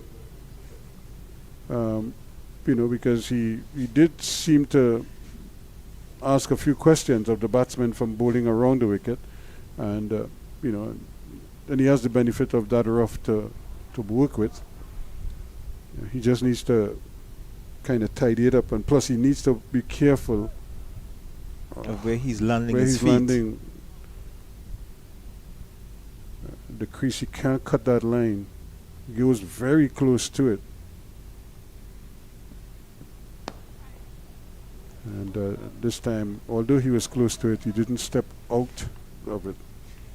But I think that's the discussion he had with the umpire at the end of the previous over, that he cannot drift over it before delivering the ball. The two batsmen looking really comfortable Quick here. single again, yep. That has been a feature of their running. They've been running well between the wickets, those two. The communication is good. The calls are early, and they're very decisive with their running. And nice overcast and cool conditions to bat in, Ruskin. Conditions you would have enjoyed when you were playing. Oh, that's a beauty of a delivery, just touching down and beating the outside edge. A little bit of bounce as well for him. I think you might, in the background, you might hear some static in the background there. Emanating from one Colin Murray. He's going to come in after the end of this over. Because he's asking if you ever batted. Yeah, he's going to tell you about his prowess as a batsman. But this is good bowling from Leacock. He's just doing enough to cause the batsman a little anxiety. He's probably just not ripping the ball as much as he. I suppose once he gets bigger and stronger, he'll learn to do that. But he's still doing enough just to keep them honest. And well lined again. But everything is so, it's so slow. It's almost like I really like to see him run up and just rip one, just let it go, and see, if it takes off on pitching.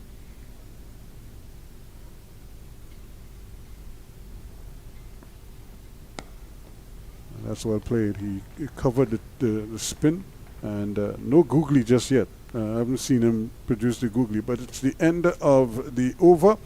Louis has moved up to 52 now, and Carty's on 98, 172 for one. And after some comments from Ian Wason, it's going to be Colin Murray.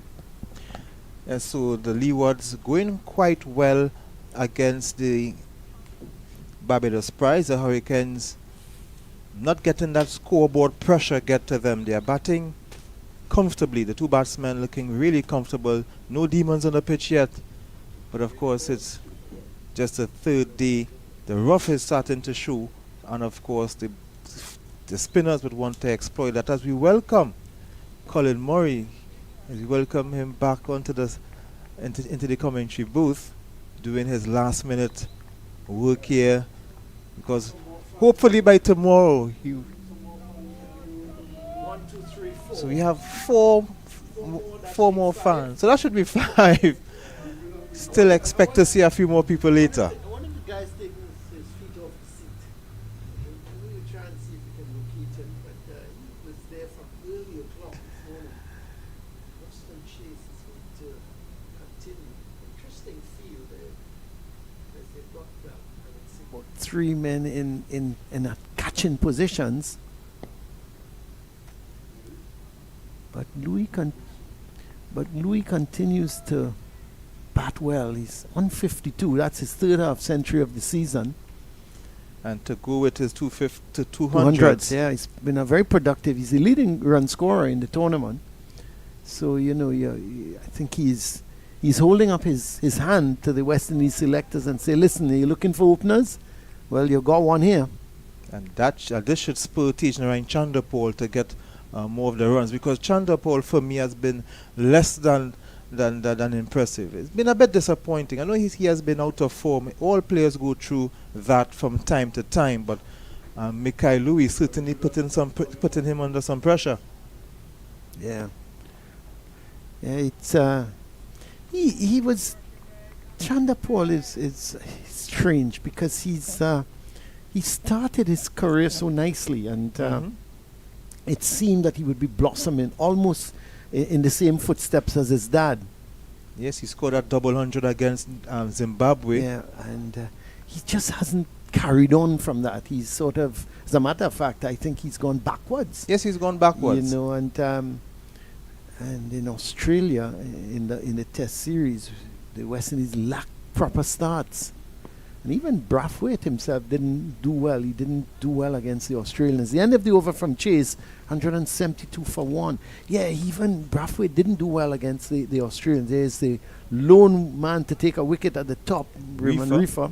That seemed ages ago. Yes, that's right. 5 for 1 at that point in time. So these two have added, 167. Yeah, but, so, and you found Mackenzie, who I was making mention with when you were off air, that, I like the look of Mackenzie. He came in there against the likes of Stark and Hazelwood, and he was very positive, playing his shots, and now he's come back into regional cricket.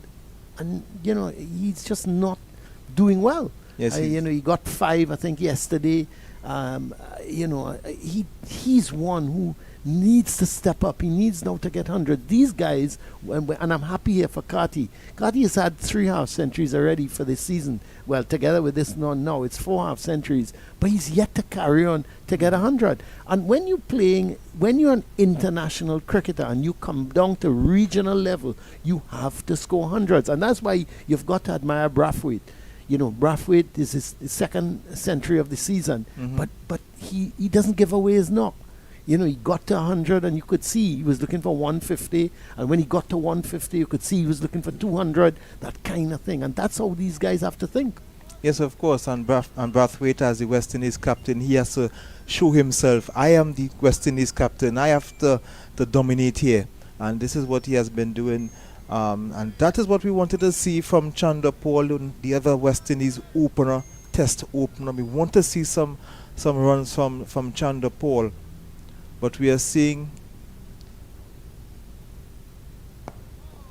Warwick continuing. He's now bowling from the northern end, or the Jerry Gomez Center end. So he would have switched from the pavilion end. So they would have listened to you. Yeah, well, this to me, I've always liked. Well, there are two things. I like Leacock going round the wicket. I thought he would be aiming for that rough outside the leg stump. He's just not experienced enough. Kind of half-hearted appeal there. Yeah, I think they're looking for anything now. The fields as well. And when you're in that sun for an hour and 40 minutes, and nothing is happening, you try to get anything that the slightest ball brushing the pad or whatever. If you you're just appealing. simply beat the batter. Yeah, you're appealing. You say, the umpire is there to make his decision. Umpire Dayton Butler is the man at the presiding end, and Patrick Gustad is at the square leg. Yes, Butler, the former left-arm fast bowler for West Indies some years ago. And Windward Islands. So it's nice to see him graduate into an umpire. A lot of the English do that. We don't see it very much with West Indians. No, and we've seen that with Paul Rifle. Yep, that's right. Kumar Dharmasena. I remember Dharmasena as a spinner here some years ago. Now he's an umpire as well. And he's turned into a very, very good umpire. No, that's 4 runs, and that's the 100. That is it. He got a bit of an inside edge. No, was not the way to get to 100, but he will take that. It was beaten. He pushed at it. Seemed to have got an inside edge, and it beat the stumps, beat the keeper, and went down to the boundary for 4. So he gets 102 now, his first 100 in the tournament, to add with his 350s. So it's been a good knock from him. Outside of that little blemish there, he's looked in control, hasn't he? Yes, very good knock from him. What he should do now is start over from 0 and try to get to another 50. So good knock from him.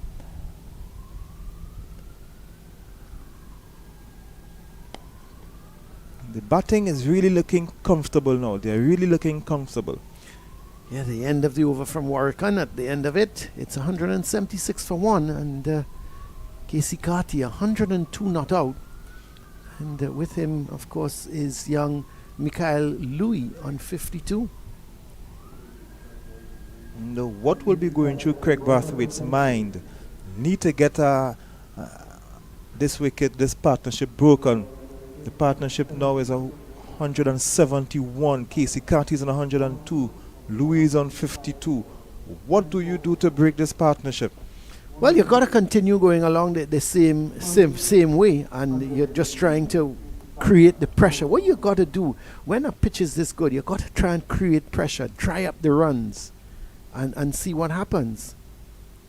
But, The faster bowlers were not causing much problems, because when you look at McAllister, even Mackay Louis was playing McAllister comfortably, and he is regarded as one of the faster bowlers in the Caribbean.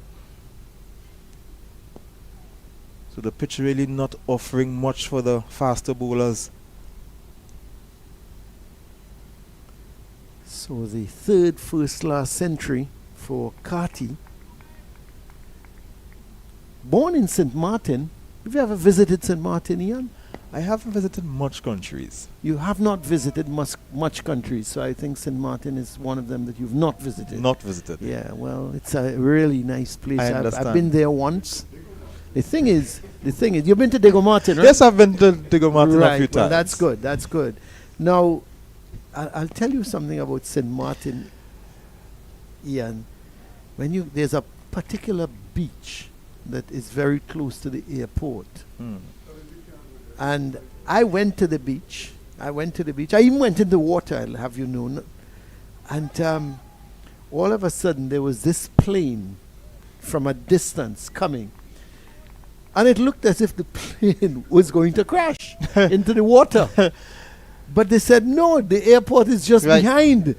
And this thing, I mean, there were people jumping up, crazy people jumping up, because the plane was looking as if you could have really jumped and touched it. And the plane there's this fence. And even when the planes are taking off, people hold on to the fence. Mm-hmm. And there's a sign saying, please do not hold on to the fence when the plane is taking off.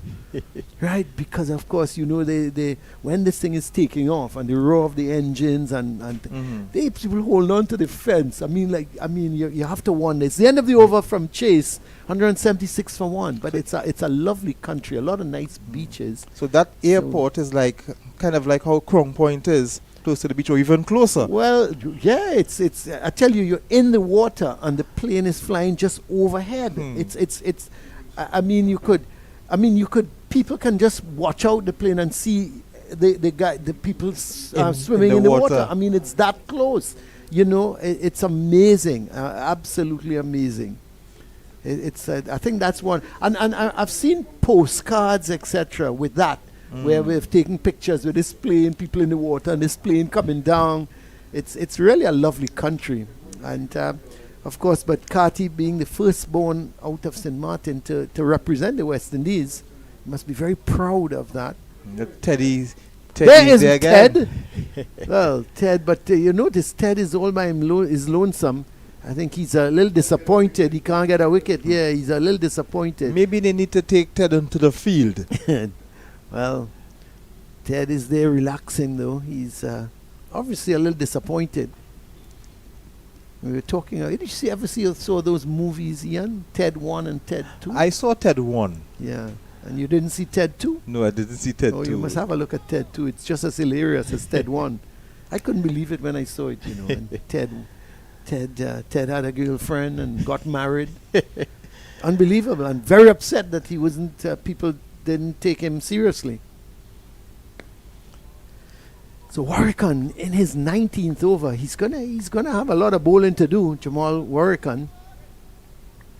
But you just have a feeling that they just need to get this breakthrough before lunch. And if these two can survive, it'll be a great morning. That's a really good shot. Badly lined. You could see that just going into the leg stump, or going down the leg side, I should say. And all Carty did was to get over it sweetly, and he timed it nicely and was sweeping it all along the ground to deep backward square. That's a really good shot. Badly lined outside the leg stump from Warrican. You very rarely see him bowling bad deliveries, but that was a bad delivery. Yes, it wasn't lined how we wanted it.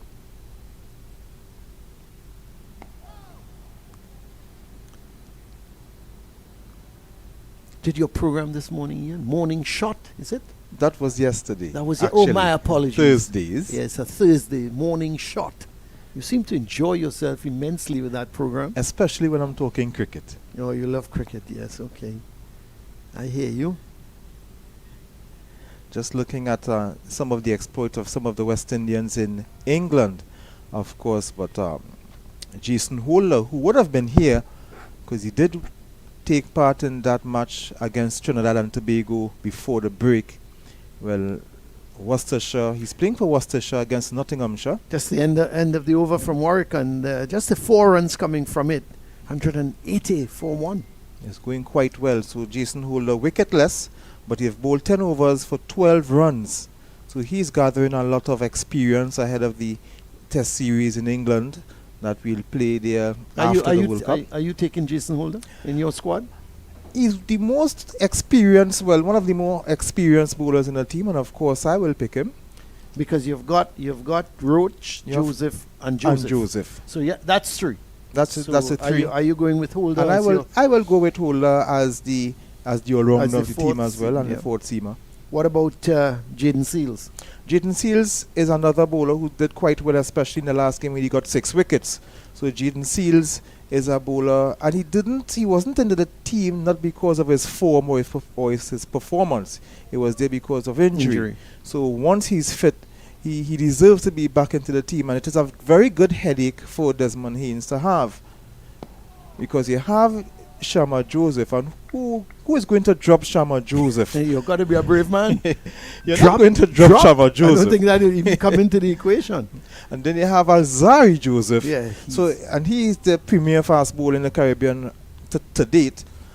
So it's a very nice headache for him to have. And when you look at Anderson Phillip, did quite well for Trinidad this season. He has 24 wickets. Well, before this round, he too is raising his hand. But it's a very good headache to have. And you got the old man, Kemar Roach, and you have who is still performing. Who is still performing at a high level. So it's a very good headache for Desmond Haynes and Andre Cooley to have. It's a very good headache for them to have when they're going to pick this team. Yeah. So you would think the first Test team, well, I think the 2 Josephs and Kemar Roach pick themselves more or less. Definitely. I can't see it dropping any of those 3. So the question is, Holder or Seals, but and you'll probably go with the all-rounder in Holder. Exactly. Holder has the ability, because if you pick Holder, then you have the freedom to pick a spinner. Holder is the all-rounder in the team, so definitely he will be there. The loud appeal is gone! Mikhail Louis looking to go across the line, goes for 52. So Roston Chase strikes. Wow, not a great shot. 180 now for 2. And Louis' vigil comes to an end. Let's have a look. Where was this? Well, yeah, you're seeing the leg stump. I suppose if you want to argue anything, you may say height. But you're seeing the leg stump exposed. So it could be, if it's not going over the top, it could be very well hitting the leg stump. So you have to. So umpire Gustave must have said, well, that's going on to hit the stumps. The height wasn't an issue, and not a good time to lose a wicket. Just about 10 minutes before the luncheon interval, and Mikhail Louis goes LBW chase of 52. A partnership of 175 between these 2. A really good partnership. And but as they say, all good things come to an end. And he goes back to the pavilion. And it means that Justin Graves comes out. So Justin Graves, a pretty attacking batsman. Again, one who was involved in that Australian tour. Yes, and of course, as we were talking about the England series, you would want to reward those who were in Australia. And it is very good to see that these players who came into the team grabbed the opportunity. So the players who would have declined would not have the luxury of just walking back into the team. They have to work for their spots, and just Graves is one of them who will ensure that he is on the plane to England. He did have a very good 2023 Super 50 tournament, finished just behind Darren Bravo in the most runs, and of course he would want to continue his good run. So he would want to get among the scores as well, seeing how comfortable the pitch is playing. Yes, he's. But Carty is facing up to a new over from Warwickon. And Justin Graves, he's only played 3 games in the tournament this year. It's quite a healthy average of 82, and with he's got 3 half centuries. He's another one, 94 not out being his highest score. But he's another one with getting into the 5th days, 6th days, and getting out. He's got to carry on today, and especially on conditions like this. It's a good pitch for batting. You would think if he gets going, he should score. The thing with him is he scores his runs quickly. He's a pretty attacking type of batsman, and I would expect that if he gets going today, he will score his runs quickly. Yes, so I would love him to get among the runs. Another player who is playing for West Indies and who would want to dominate at this level. We need players who can average. We can't have players averaging in the 30s in first class cricket, because we know they're not going to average 40 in tests. That's right. That's right. So we need players to get their averages close to 50, mid 40s in first class cricket. Because when you look at the opposing test teams that we are playing against, a lot of their batting, the batters 1 to 6, they're averaging 40 and up. That's correct. So how can we be competitive against those teams when we have batsmen averaging in the mid-30s? Yeah, he's. You look at Graves, and he must be one that the selectors. I can't see him not going to England. He definitely should be going to England. Now, he's going to be obviously again competing against Jason Holder for that place in the team, and of course with the experience with Jason Holder. And Jason Holder, you would expect that Holder, especially in English conditions, he is going to hold his hand up before Graves for a place in the team. And of course, Jason Holder is proven. Of course, we can't not forget that double 100 against England a few years ago. And at one time, he was ranked the second highest bowler in Test cricket. Number 1 all-rounder as well. And the number 1 all-rounder. Yeah. So Jason Holder is proven and definitely should be on that plane to England. He should be checking in the Gatwick International Airport. He should be. Or are they going to go Heathrow? You know the itinerary already, and I'm very proud of you. 182 for 2 at the end of the over. It's most, of course, either Gatwick or Heathrow. So the 2 batters here in Graves just looking to play out until lunch. Don't think he's going to do anything silly. Whereas Carty, well set on 107. He started the morning on 62. So he's added, 43 runs. And Louis, he added 27 to his overnight 25 before he was out. So Chase, being successful, is going to try to put Graves under some pressure. I thought they might have put, just for this over, maybe a silly point, man in front of the bat there on the offside. But they've opted to stay with the same feel, an attacking feel, however. Of course, Graves being Barbadian would know those players quite well. They would have played, I'm sure, against which each other in the first class, not just first class, but in the club cricket in Barbados. For sure, they would know Graves as well. They would have done their homework, his strengths, his weaknesses, and of course, going on that tour to Australia with Craig Brathwaite as the captain, he would have seen certain deficiencies in Graves to work on. And I'm using the word deficiencies more meaning that any weaknesses he may have had.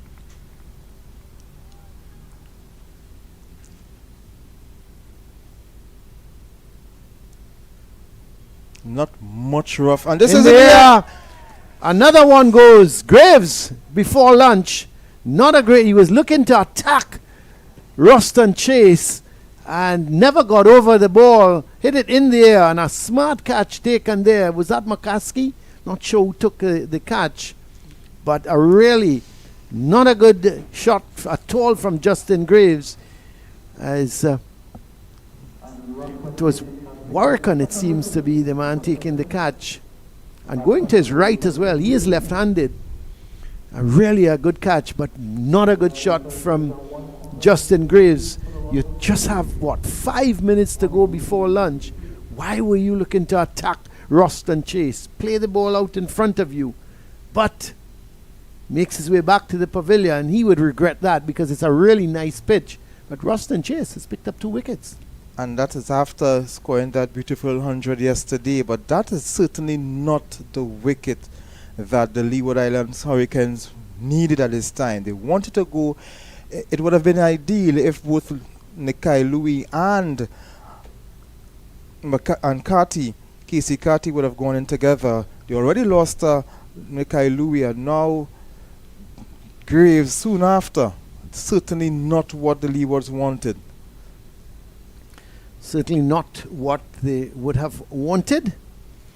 And the worst part about that is you have now exposed another batsman in Joel Andrew. The young under 19 West Indies player, wicket keeper as well. He got 87, his top score in one of the games, just averaging just below 30 at 29. But from 7 innings, 205 runs, played in the domestic competition here. With And, marching Patriots. I saw him against Queen's Park, and I was hearing so much about him. I wanted to see him bat. Didn't get many. I think he got 15 or 20 or thereabouts. As you mentioned, Queen's Park, the third round of the 50-over competition continues tomorrow. Queen's Park will be playing against Presal, and while they should fancy the win, Presal as a team just cannot Underrate them. because they did beat Clark Road in their first game. It's interesting competition going on now. It's the end of the over. A wicket maiden over for Ruston Chase, so he's having a good game because he's completed 9 overs now, 2 for 19. So he's really having a wonder. This is his first game in the tournament, so you have to say, well, Ruston Chase, he's held his hand up. He's averaging 127. Not a bad average. A very good average. Yeah, that's more like Ruskin Mark's bowling average. But he's done well. He's done very, very well indeed. And coming in here and also picking up 2 wickets, he's pretty good. Yes, and he's one of the players. He wasn't in Australia, and you would have thought that with the regulars not in Australia, he should have been considered. But of course, that 100 yesterday was just to let Desmond Haynes know that I'm still interested. I'm still around. I'm still interested in playing Test cricket.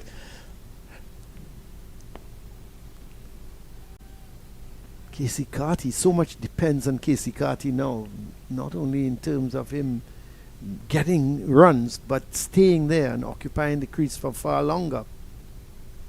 The Carty has long been touted as a future for the West Indies, and certainly not just in the white ball format, but he's an all-format player, and he's proving that today. I was mentioning the knock he had in the final against Guyana in the CPL final. He really stood tall, and he was the only one for TKR. I think he got out in the end, just trying to hit out, but he was the only one who looked capable. It was an innings where I was very disappointed with some of the senior batters on that TKR team. When you look at the innings that Russell played and Pollard played, they were not able to adapt their big hitting, and this is a nice shot. Wouldn't go to the boundary, but they will just get 2. And they were not able to adapt to the match situation or to the pitch. They still tried to hit out. But then you saw Casey Carty playing differently. That's right. He batted to the match situation and to the pitch. Yeah. Dwayne Bravo had come in with him and was trying to stay with him, and the two of them seemed to be just turning it around slightly. And when I say turning it around, getting a score that might have been competitive, and then Dwayne Bravo got out, and that was the end of that. But as we say, that's the end of that. The players turn and walk towards that Brian Lara Pavilion. It's the end of play here for the first morning session until lunch. It's 184 for 3, the Leeward Islands Hurricanes. They started the day on 97 for 1. So they have added 81 runs this morning, but more importantly, from a Barbados perspective, they have been able to pick up 2 wickets. The wicket of Mikhail Louis for 52 and Justin Graves for 1, a very important wicket because Graves has been in pretty good form. Ruston Chase coming this morning and picking up the 2 wickets. It's been a very productive morning for Barbados, and when you think of that daunting total of 542, you would have thought that the Leewards needed to go to lunch with both Louis and Carty still there, but just about 10 minutes or so before lunch they lost Louis, and then 5 minutes after that Graves then went. And it's just given Barbados that little bit of a lift. I think they're going to have a much nicer lunch than the Leewards, because they now backs a little bit against the wall. Yes, Casey Carty is still there, but Joel Andrew has come in, a youngster, and they must be thinking if they can get Carty out, they can really get into the Leeward Islands batting. Yes, of course. So these two need to stay until tea, but they have to take it session by session. Let's go to drinks, and of course, maybe the tea would taste a little better than the lunch. Yes, well, let's wait and see. So that's the situation from us here at the Queen's Park Oval. It's lunchtime here as the Leeward Islands Hurricanes, they are 184 for 3 in response to that imposing total of 542 for 9 declared by the Barbados team. So the Leeward Hurricanes, they still trail by 358 runs, and you just have to think they've got to bat really well in this second session.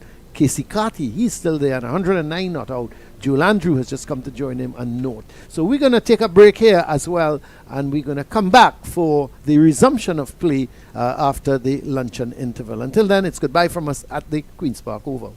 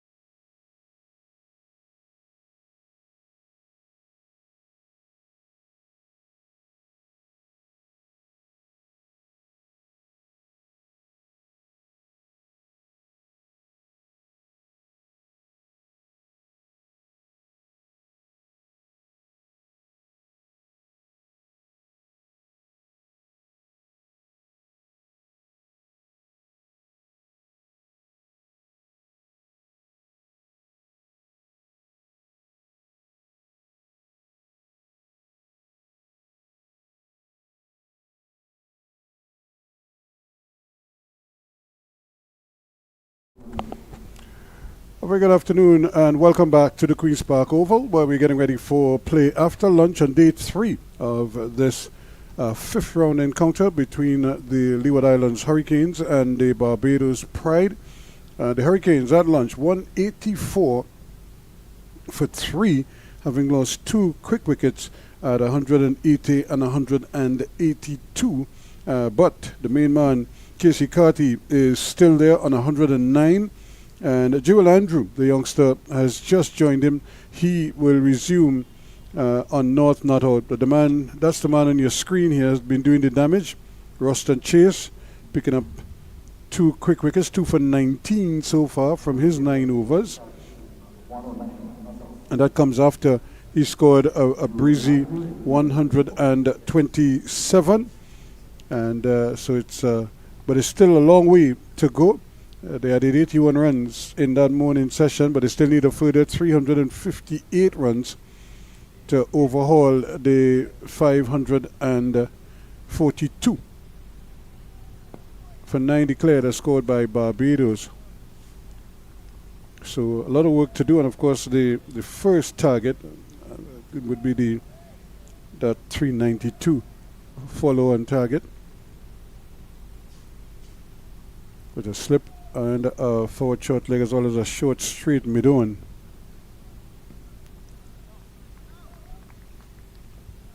There's also that short square leg just behind, just to the right of a couple of meters to the right of the umpire.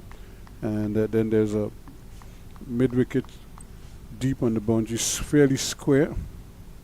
And that is a good shot. That's going to run close to the ball. That's going to go for 4. Nobody's going to catch that, as it basically raced across the turf and sped into the deep backward square boundary. It was a long chase there for Javid Leacock, and but he couldn't get to it.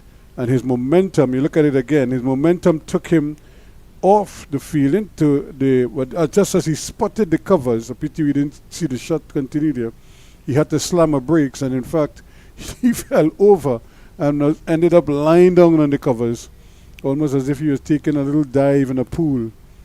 But it's 4 runs, so Andrews off the mark, driving again, and this time not getting fully to the pitch of it, but still went through with the shot.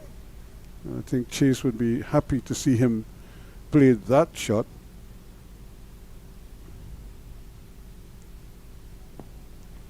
And trying to just prize out wickets here now. That's the Barbados Pride outfit. They've been very disciplined. There were periods when, especially when Louis was batting with Carty, they were just taking singles, almost 4 singles per over. Just rotating strike as the scoreboard ticked over. But that's the end of the first over. After the interval, it's 188 for 3 now. Chase 2 for 23. Continues to bowl well. Casey Carty is 109. And of course 52 to Louis. Mikhail Louis. And Casey Carty, the main man, with 109. So really an interesting scenario right now. The pair of Louis and Carty actually put on 175 runs for that second wicket. A splendid partnership, and I think the Leeward Islands will be asking for a couple more of those, just so that they can try to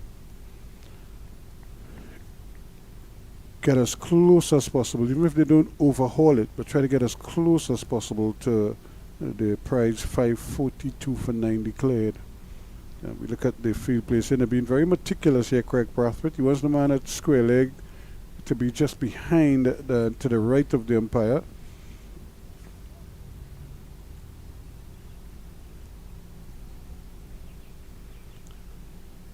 But it's going to be Warrican who is going to continue the attack. Outside the legs it goes, and he's sweeping at it. It makes no contact. There is a forward short leg and a leg slip, as well as a first slip. on the offside. Outside the leg, it goes again. So the whole line of attack, as I welcome back Colin Murray here, the whole line of attack, Colin, seems to be leg stump, outside leg stump. Yeah, that's where the rough is, Ruskin. As I say, good afternoon to you and good afternoon to all our viewers. And even Warwickon now is trying to hit that rough, because when you look at it, there's a leg slip and a forward short leg. Yep, so that's kind of like where he wants to be, just to create that little bit of uncertainty in the minds of the batsmen. Yeah, that's what he needs. That's what he wants to do, because Carty is not going to be. He's looking at that rough and he's probably going to have to say to himself, "Do I play any shots there?" So it's going to be interesting how they cope with it. Does he sweep? There's a man back there at deep square leg, but does he go for the sweep shot? And that's pitching outside leg stump. Yeah, that's pitching outside leg. Worth a shout, but Carty all of a sudden has become a little bit apprehensive in his stroke play. You hope it's just trying to play himself back in, and after the interval. Now I'll tell you what, I would have had a mid-off, and I'll tell you why. You know, it's the end of the over with that single. 189 for 3. Yeah, I would have kept the pressure on. You know, don't let him just, because once you stray a little bit away from that rough, he's going to push it. He's going to play a shot. So I would have just said to him, you know what? Go over the top. I have no problem if you decide to go there, Ted. Yeah, I'll have no problem if you go over the top, or if you look to drive and you find the gap. That's fine, because 5 out of 6 balls, I'm not going to bowl there for you to be going over the top or getting it out to long off. It's just the thinking, and remember, we're trying to read the minds of the captain, the bowler. I understand he doesn't, but you got 542 on the board. If you give away a 4, so what? You remember yesterday we saw one ball go through mid-wicket. It was a badly lined delivery that was clipped through mid-wicket, and the captain withdrew the second slip and plugged that gap immediately, and you still had the new ball, in operation. Yeah, I just think that you can't. You've got Warwickon bowling that line just around leg stump, outside leg stump, trying to hit the rough. But yet you're bowling but you got a long off. So if he strays off of line a little bit, all Carty needs to do, and which is easy, just push it out to mid off and get a single. Yeah, now, if that happens the second or third ball, you don't want that. In that over, it happened with the final delivery. But if it was the second or third ball, it means you've relieved the pressure. Because you have a forward short leg, you've got a leg slip, you're bowling in that rough. And you give him a get out. And then you give him it doesn't make sense. But we'll wait and see how it works out. You just have the slip and that forward short leg, plus that very straight mid-on, close in. A quicker delivery, a little bit of bounce as well there for Chase. And but the over comes to an end. Maiden, 189 for 3. Yeah, Chase has bowled well, actually, 2 for 23. I like his line, his length. He's mixing up his deliveries nicely. He's a quicker one. Some he giving a little bit more air. You're not getting much turn, but he's never... Roston Chase, in my view, has never been a big turner of the ball. There's the Leeward Islands dressing room. They're probably not as relaxed as they were before lunch, 10, 15 minutes before the luncheon interval, where they were just cruising along. 1 wicket down, and the pair of Louis and Carty, looking untroubled. But now they've lost 2 quick wickets. Yeah, they lost the 2 wickets with just about 10 minutes to lunch to go. And you would have thought, well, they would have been playing for lunch, one. And secondly, when Graves came in, you figured, well, he's just going to bat out. And he was playing this on drive, uppishly. And that was the end of him. There's an appeal for a catch down the leg side again, just going with the arm. Nothing Are you surprised that he's not getting the ball to turn back much? Yeah, it's not. He's not that I'm surprised, but I think. Yeah, I think he's a little too flat. I would like to see him go up a little bit more. But notice the difference now in the field placing. He's actually very much orthodox now in attacking Andrew just on or around that off stump. There's a man feeling there at that silly point position, silly mid-off, and He's got the shin pads on. Yep. And it's still risky business, isn't it? Oh, yeah, of course. That's why they call it silly mid-off and silly mid-on and silly point. With the emphasis on the silly. Yeah. I wonder how they came up with some of these field placings and the names. Amazing, isn't it? Cover, extra cover, Yes. mid-off. Backward point. And that's well played. It's going to get a couple. I don't think rephrase after it's nowhere close to the boundary. And reefer, like me, probably can't throw the ball over arm, so he kind of underarms it. Jewel Andrew. Top score of 87, that 1/2 century years. But a young player. A lot of promise. I was telling Ian Wasson a little earlier that I saw him here playing against Queen's Park in local competition. And didn't make many, got about 20 before he was dismissed. But I was looking forward to seeing him because I heard so much about him. The over comes to an end. It's 191 for 3. Andrews, as Colin said, is just starting his innings. He's on 6, 14 balls faced. Carty, though, is the man of the moment. He's on 110 from 212 deliveries. And I suppose, Colin, you will be able to facilitate some cooking. No, that's actually, I think they're there for all out. The pub? The pub in the back. So you do no cooking in the pavilion? Unfortunately, I don't do no cooking in the pavilion. There's also the cooking being done in the pavilion. There's cooking vibes. They have a little restaurant thing there. And after this, I'll tell you what. This is a good hit. That's cleared the head of the inner ring, and that's gone for 4. Now, the question is, are you going to take the mid off and push him back? I would leave him there. I'll leave him there for a ball or two. Ask Let him to Cartley play. do it Play again. Yeah. You know, because it's once you go in the air, it's a risk. If you're not to the pitch, yes, he was to the pitch of that. It was a good shot. And when you play a good shot, it deserves to go for 4. He got to the pitch and he lifted it. And I'm happy to see that the man at mid-off has come right back into that position.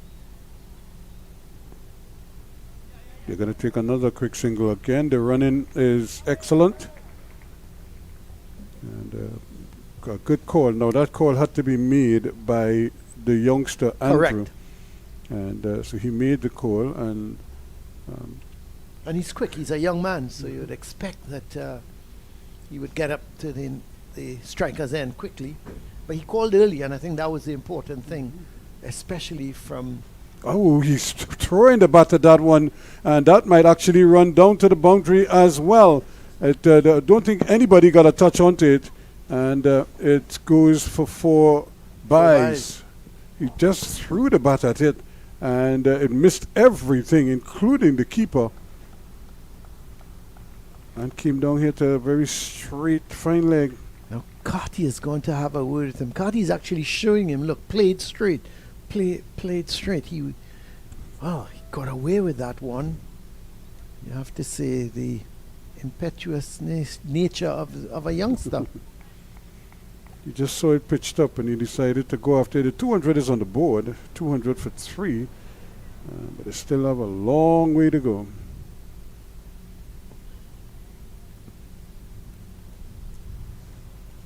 But I'd like to have seen that again if possible. The shot he played. Oh, he just threw the bat at it. Yeah, he just put his foot and had a go. He goes again with it, and this time it's much better play. That's the shot he was trying to play before, and he missed everything. And luckily for him, the ball also missed everything. This time, No mistake about it.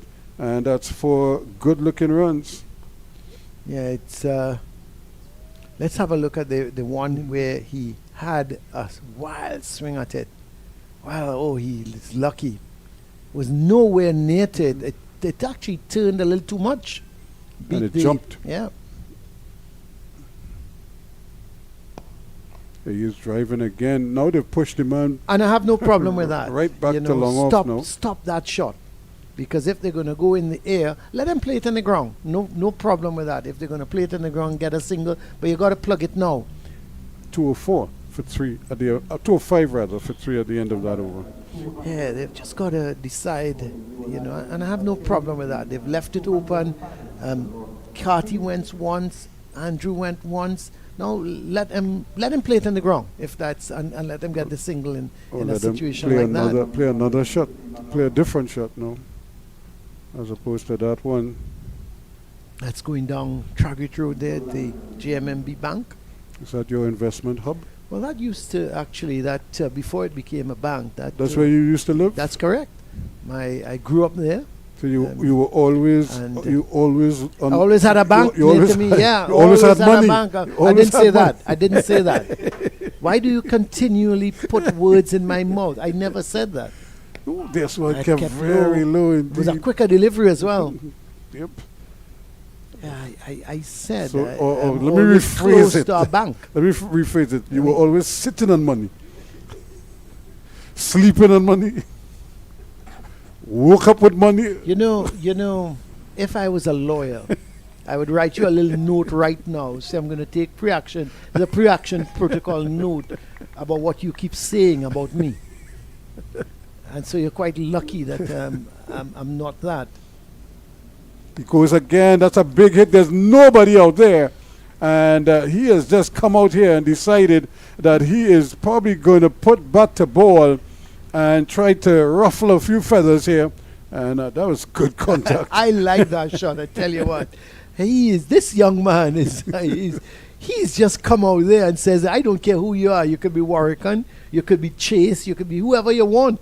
I'm gonna go after you, and he's picked up that nicely. He's got to be careful though, because you don't want. He's picked the right one so far. The one over mid off from Chase. This one off of Warwickon. They're going to leave the field because they're right. Say, okay, you've done it once, well, do it again if you're that good. But he's got to be careful. He goes again, and this time he goes through the offside, or goes over the inner ring, and that's 4 more. Well, who is this young man? True Andrew? I said, if they don't know him, they're gonna be asking questions now, because it's another very good shot actually. He just gives himself the room and he seems to favor that shot. I think he's got Warwickon thinking now. Yeah, Warwickon may have to go a little bit flatter. Now they push the man back at deep mid wicket. Well, and they've taken out that deep backward square leg. He goes again. This time it could be it's wide of the rim mark again, away from the man. Yep. Well, McAllister he thought he had a chance out there, but it was not to be. Yeah, 4 more. So he's really, what is this happening here? This guy's just come out and is playing these shots. Yep, actually it was Cumberbatch down there. Yeah, Cumberbatch. Thought he was in business there, but then you look at him, he's just jogging to retrieve the ball. Well, I think he's asking. Let me see. Is Cumberbatch? No, he's asking pushing Cumberbatch to go a little wider. Yeah. And he's bringing him in. He's bringing him 3/4 of the way. 219 for 3 now. And he's on 25 already, Andrew. And you can see him rehearsing that sweep shot. Now, I think if he had realized that the man, there was no backward square, he would have gone probably would have gone for it one time. But it's 219 for 3 at the end of the over. Very expensive over that. Yeah, 219 for 3. So they've added some 35 runs since lunch. And of the 35, Andrew has got 21 of them. Oh, sorry, he's got all 25, did he? Yeah. Yep. Because he went to lunch, didn't yet score. So I think didn't Carty get a single? Carty had a boundary as well. Yeah. Yeah. Carty was on 109. Yeah, it was on 109. So he's added 6. Yep. While Andrew is on 25. Mm-hmm. Unbelievable. Chase But now. I must say, Ruskin, I like his approach. Very positive. But it just adds some spice to proceedings now, because now the bowlers know that they can't just, Run up and toss the ball up. and throw it up. And now they have the long on in position, and the long off is 3/4 of the way back. Even with Carty. And that's a good shot. Yeah. He had to play it well, though. Yep, he did. It was slightly airborne, but he got it in the gap, and you could see Warwick just having a little glance to his right and saying, how close did that pass to me? Could I have attempted it? But the fireworks has started because Andrew is back on strike. He goes again. This time he's going to drop safely. McAllister is out there. And I tell you what, Ruskin, he's got to be careful now. I think he's made his point, if you catch what I'm saying. He's hit the ball over the top. Now they've deepened the field a little bit. He's got to be careful. Play it along the ground now. It's really a situation where you've got to analyze and read the game. 2-2-1 for 3. And more runs. And they might get a couple here. Actually, they have decided against it, and that's a good decision too. Andrew was not interested, although Carty seemed bent on coming back for a second run, but he was sent back. Yeah, Carty was looking definitely for the second run, and I thought in the end Andrew decided, hey, it's going to go to my end, and I'm not sure. Good decision. 2-2-2 for 3. And this is what the game is missing now. You only had a crowd here. He bowled that delivery and he played down. The crowd would have been on Ruston Chase case. Tell him he's flighted, throw it up. And there he goes again. He's getting it for 4. Well, he is not. As you throw it up, he is going for it. This youngster is really. Let's have a look at this, because Ross and Chase gave it some air, but it was badly lined. Yep. And he absolutely smashed it. So he's under 30 now, isn't he? 226 for 3. Oh, yeah, he's under 30 and really looking good. This young, I'm a little concerned about it though, because he tends to play these balls in the air. Maybe short-lived. He's got to, I think he's got to 30 off 27 balls. I think he's surprised the Barbados attack as well in Warwick and Chase, because he's absolutely has no respect for either of them. But in so doing, you've made your point. Now you've got to be a little bit circumspect how you approach it, because they've realized what you're trying to do, so they're setting the field for that. So he's got to be careful. Yeah, but in a lot of ways, both of these the innings are kind of mirroring each other. We had a good opening partnership. We had a good second wicket partnership here in this one. We had 300s. Now we have a batsman. One of those batsmen came and just took, Chase just came and took the attack to the opponents. Here, Jewel is probably trying to play that Chase role. Here is a sweep shot. There is a man out there. So because the unorthodox feel for Carty. It's pretty unorthodox for Andrew. Well, now let's see if they leave him backward the square, if they bring him to mid-wicket. Or they look like we're going to deploy both of them, or at least a square leg. Actually, no, he's just going for his hat by the umpire. So let's see. He's coming to mid-wicket. Right, because he's got no deep backward square leg. He's got 3 men on the onside. There's the deep mid-wicket, the orthodox mid-wicket, and a long on. So he's going to bowl around the wicket. And he has a long off and a deep extra cover. So he's going to bowl outside the line of the off stump. Probably give it a little bit of air and say to Andrew, well, if you want to go over the top, go ahead. Yeah. Now the question is, his line has to be good here, because if he drifts on his pads and he sweeps, it's almost a given that it's like a free hit if you bowl on his pads now, given the field that you have. So it has to be more or less on the stumps or closer to the off stump. That's a good shot. That's well played. That's the idea. Was give him some air. Hit it all along the ground because there's protection out in the deep. There's a trap Yeah. set for him out in the deep there. So, but I like the idea of Warwick and just tossing it up a little bit and probably saying to the young man, well, go ahead. If you want to hit it, hit it. Make But, my day.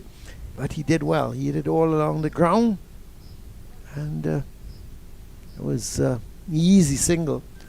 So, Wouldn't it be great if he bats for 30 overs? well, we're going to have some fireworks. There's no doubt about it. And he gives me the impression, Ruskin, and we'll have to wait and see. But he gives me the impression that whether you have a guy in the deep or not, He's still gonna if play it's it. there to be hit, he's going to hit it. He's He not times going the to. ball well. Yeah, he does. Carty, though, is the mainstay. He's 118.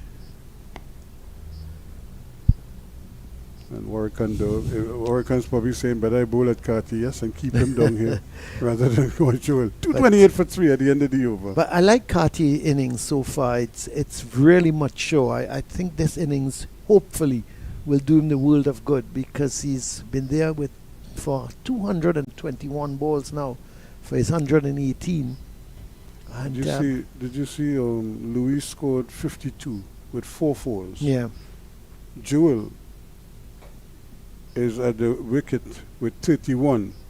5 fours and a 6. yeah, he's that's it. That's the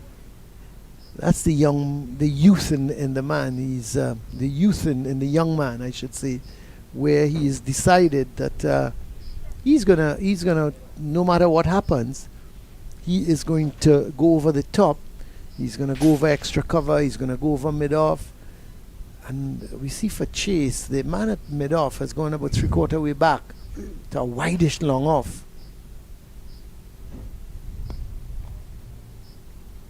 Chase is just trying to impart enough spin and just to give it enough flight. You don't want to give it too much so you could easily get under it. But if he hits straight, he might be safe because the mid-off is wide, the mid-on is wide. So I think he has to be aiming, if it's going in the air, just to clear the head of the bowler. And he'll be in business. Cutting That's away. a good shot. Yep, that's he backed away, give himself room, saw where the gap was, and made full use of it. 4 more. That's his 6th boundary. I really I am appreciating this knock because there he gave himself the room, backed away, and he slapped it square where there's a huge gap. There's no one out there. So once he made proper contact, you knew it would have run away for 4. But that's a very interesting shot again from him. That brings up the 50 partnership. And, And he's on leading the way. 35. Unbelievable. And when you think about it, he's on 35. The 50 partnership is up. And the man who has 118, basically, you have added just 9 runs since the luncheon interval. He's really kind of brought a whole different look to this innings and to the game in essence, because he's really come here. He's increased the scoring rate tremendously since his arrival, and he's going to get more runs here now. At least a single. He might get a couple. He's going to get 2. Because and in a way, he's manipulating the field. Yep. Because they're trying to plug gaps, and everywhere they put, he's just moving them around. 234 for 3 at the end of that over. He's on 37 now, and it's 118 to Carty. Tell you, I would chance the leg spinner against him, and 2 youths. yeah, they Leacock and said, look, get at him. And I don't think he can resist going after Leacock. But Warwick and Chase, they're going to be a little bit more, how should I put it? They're going to try and work him out and put the ball in front of him and say to him, hit it. Whereas Leacock is just going to run up and bowl the leg spin. And I think Andrew is going to try and go after him.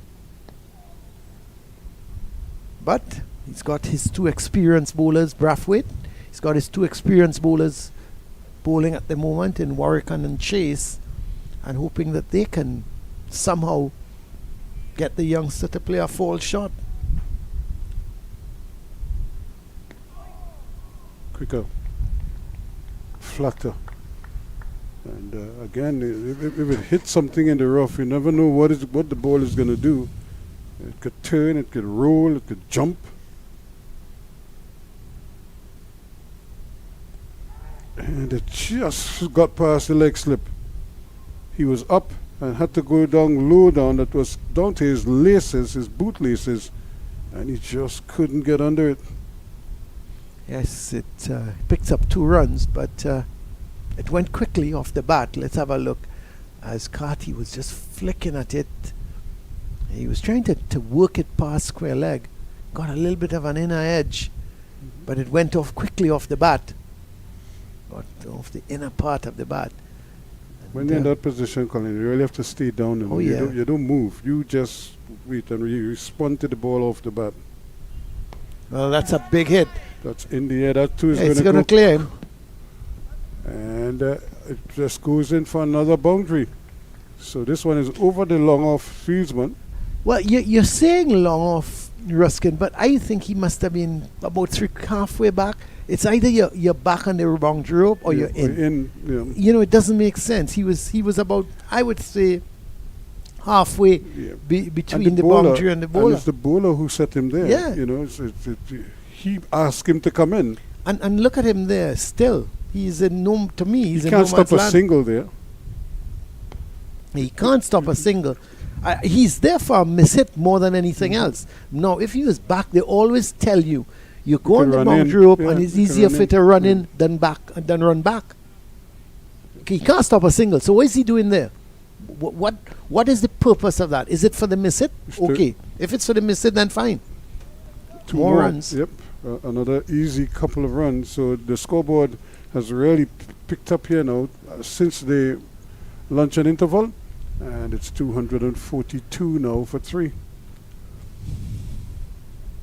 126 now to Carty. So after Joel had his little onslaught there, now Carty is picking up the attack. So they're taking turns. I'm wondering if there's a change in bowling. They're bringing on Reefer to see what he can do. Maybe bowl a few short balls, see if that might ruffle a few feathers.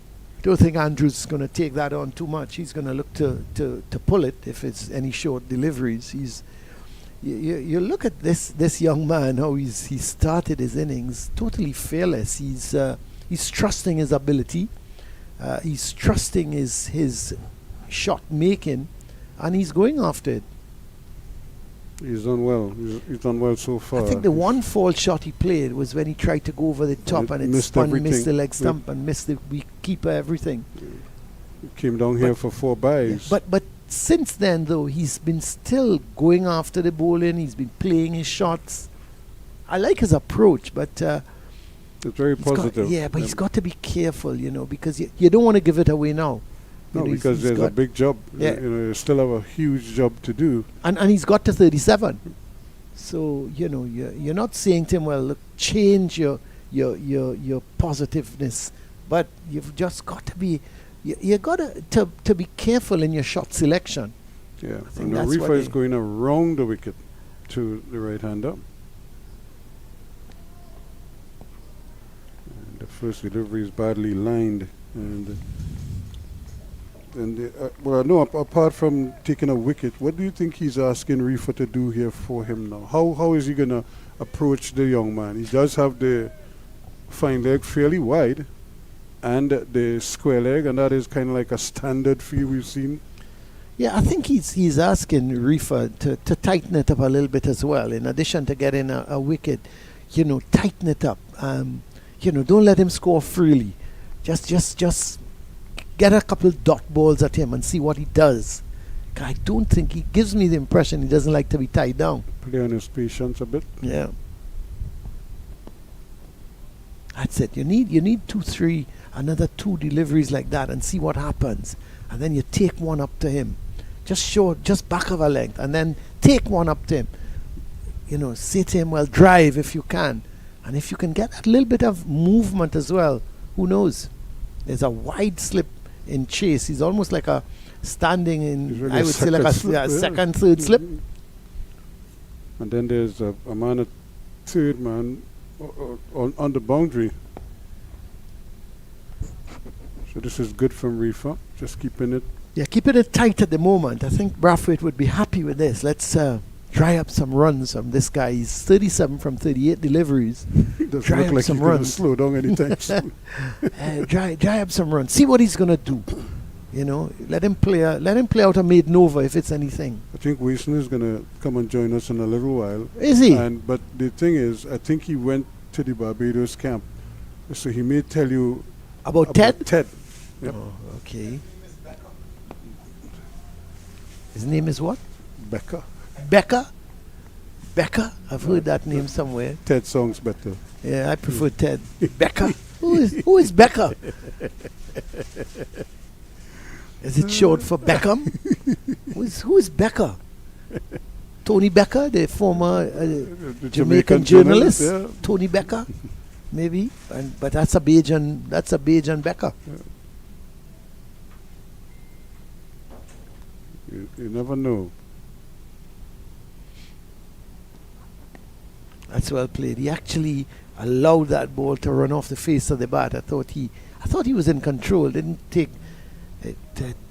I was thinking maybe it came off the edge, but I thought he was right forward to it and allowed it to sort of run off the face of the bat. So that's good so far. He's hasn't been trying to play any big shots off of Reefer. The 300 runs behind now, exactly. Ruskin? Yep.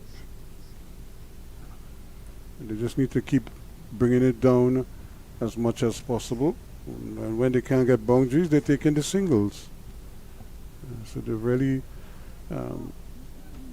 going about this in a very positive way since the lunch and interval. It's 2:44 now for 3. I would like to see Leacock back in the attack, but I don't think they're going to chance it with Leacock. He's had 13 overs, none for 35, which has been excellent figures. Especially for a leg spinner. Yeah. You know, it's pretty good.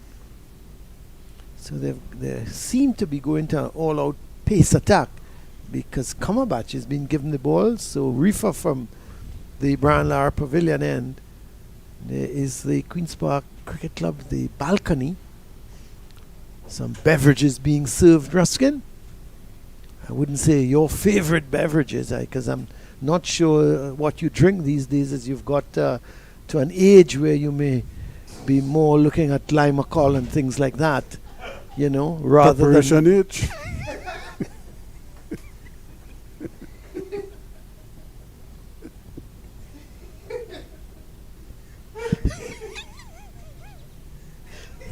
I'm serious, you laugh. preparation age. Okay, Ruskin, I hear you. I hear you. Preparation age. I suppose that's a pretty good beverage, is it? I'm not sure what preparation age. You can have it in liquid form or tablet form. I'm really not sure because I was dealing with a liquid aspect there and then preparation age. So I have to believe you were talking of the liquid form. But which is nothing is wrong with that. I mean, to each his own. Yep.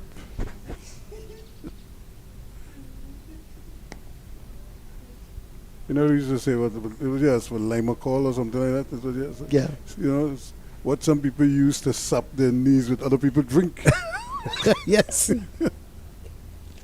Very true. Yep. Very, very true. You just don't know. But, but I think there's this label that says not for consumption. So you've got to be very careful with some of them. True. Well, That's bowled. a good ball. Yorker length. Carty looks very how should I put it? He seems almost not interested now with the way he's playing. I mean, and what I mean by that, he looks so casual and so calm in how he's going about his innings now. Well, he's an elegant player. Yes. And, sometimes he gives you the impression that he's disinterested. That's not. Whoa, Well, probably one of the worst deliveries that he's bowled, but he's gotten the wicket with it down the leg side. 244 now for 4, and Carty goes for 127. Well, what a way to get out. And you almost had to think that this is what they were trying, because we've seen him and we have been sort of critical that, he's going down the leg side, he needs to maybe start on that off stump. But Carty, it's almost as if Carty had gone into a shell. And I was making the point that he was not looking himself. He was just playing the ball. Look at this. That is a poor delivery, and outside of his legs, he was just trying to help it. And what a way to get out! It's so unfortunate. He batted so well, however, and 127, being a super knock from him, and it's Jamal Hamilton coming now to the crease, but. I think with that dismissal, I think I'm going to dismiss myself as well, Ruskin. And going to see if this gentleman comes and could enlighten you or enlighten us a little bit about preparation H. Because I don't know if he uses it at all. Because when you're a fast bowler, you would know that these aches and pains and all sorts of things afflict you, and you need to get certain medication to keep you going. I'm not sure what he uses, but I'm sure if he uses preparation H, he will let you know. Yep, probably. You never know. Yep. I'll find out for you, Colin, don't worry. So, the new man, Jamal Hamilton, is at the wicket. And he joins Andrew.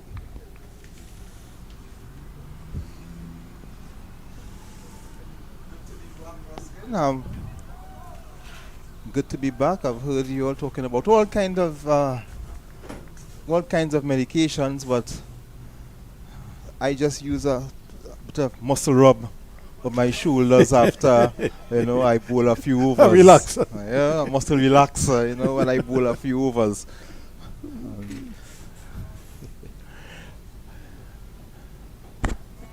Well, I think almost we all rub with something,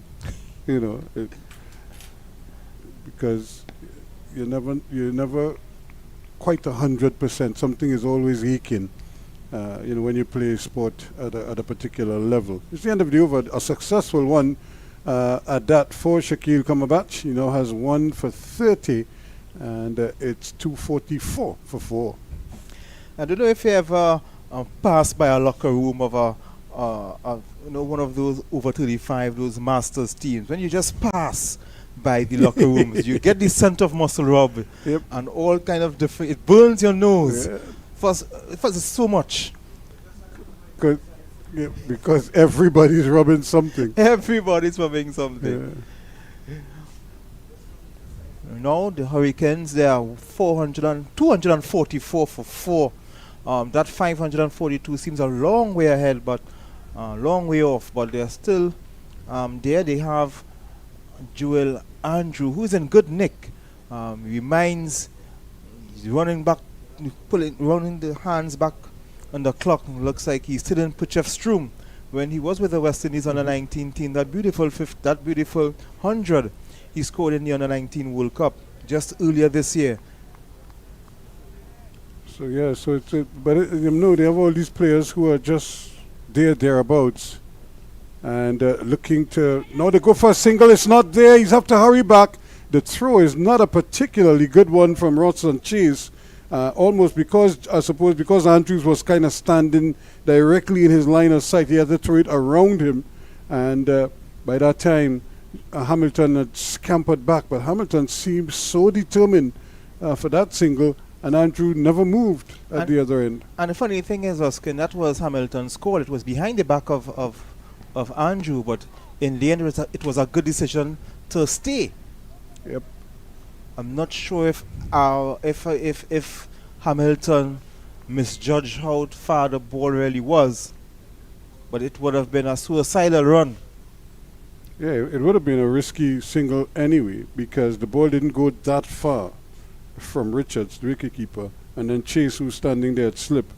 So it was still in the general vicinity of both of them, and but he was hell bent for a while on coming down to get that single. Luckily, he made it back, and Reefer continues to bowl a good line here. Jimmy Hamilton is one of those cricketers, though you have to like him. He's as determined as they come. He's a real crisis man. He will come in and he will just do what is required for the team.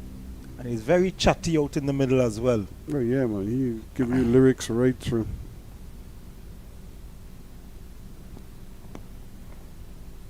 But he's such a fighter for the Leeward Islands. He's a real stalwart of sorts for them. And he's been a productive member of the team as well. It's one thing to be in the team, but he, year in and year out, has been able to contribute some useful runs. Of course, his wicket keeping is excellent, and continues to impress behind the stumps. Yes, Hamilton did play a couple tests for the West Indies as well.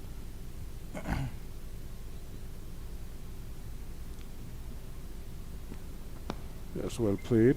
Can't get a run. Does have a little bit of Viv Richards in him. You look at his mannerisms. He's a strong man. You look at his shoulders, and he's built like a tank.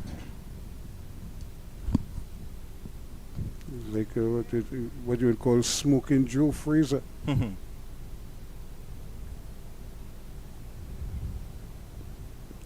Just the one test and one day international for the West Indies. And that's good bowling from Reefer. He's really keeping the pressure on and not giving away anything loose. 245 for 4 at the end of it. So I got some information on Ted. Mm-hmm. Actually, the name is Becker. Becker? Becker.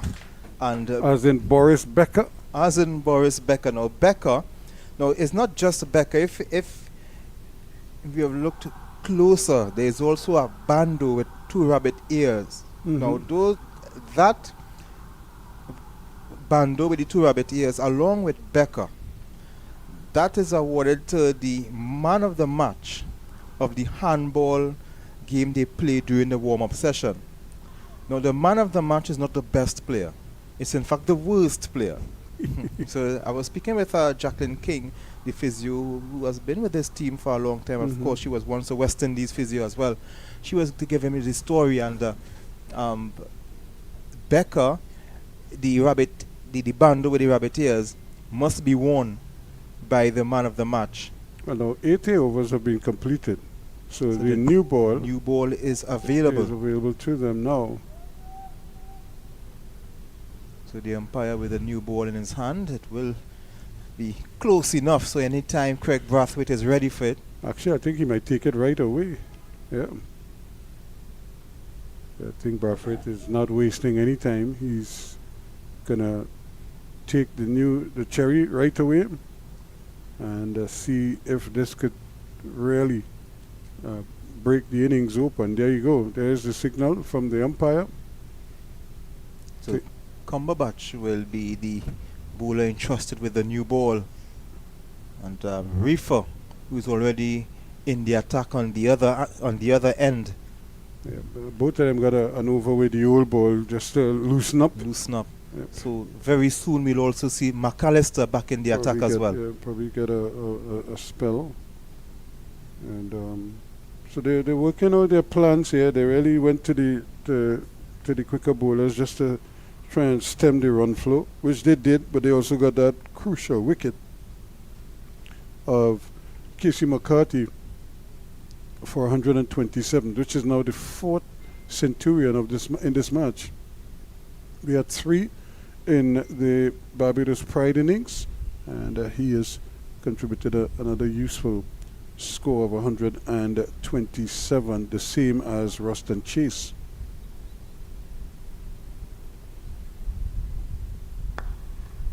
And Andrew really looks about. And you know, when you do well against a team like the Barbados Pride, it kind of enhances your reputation.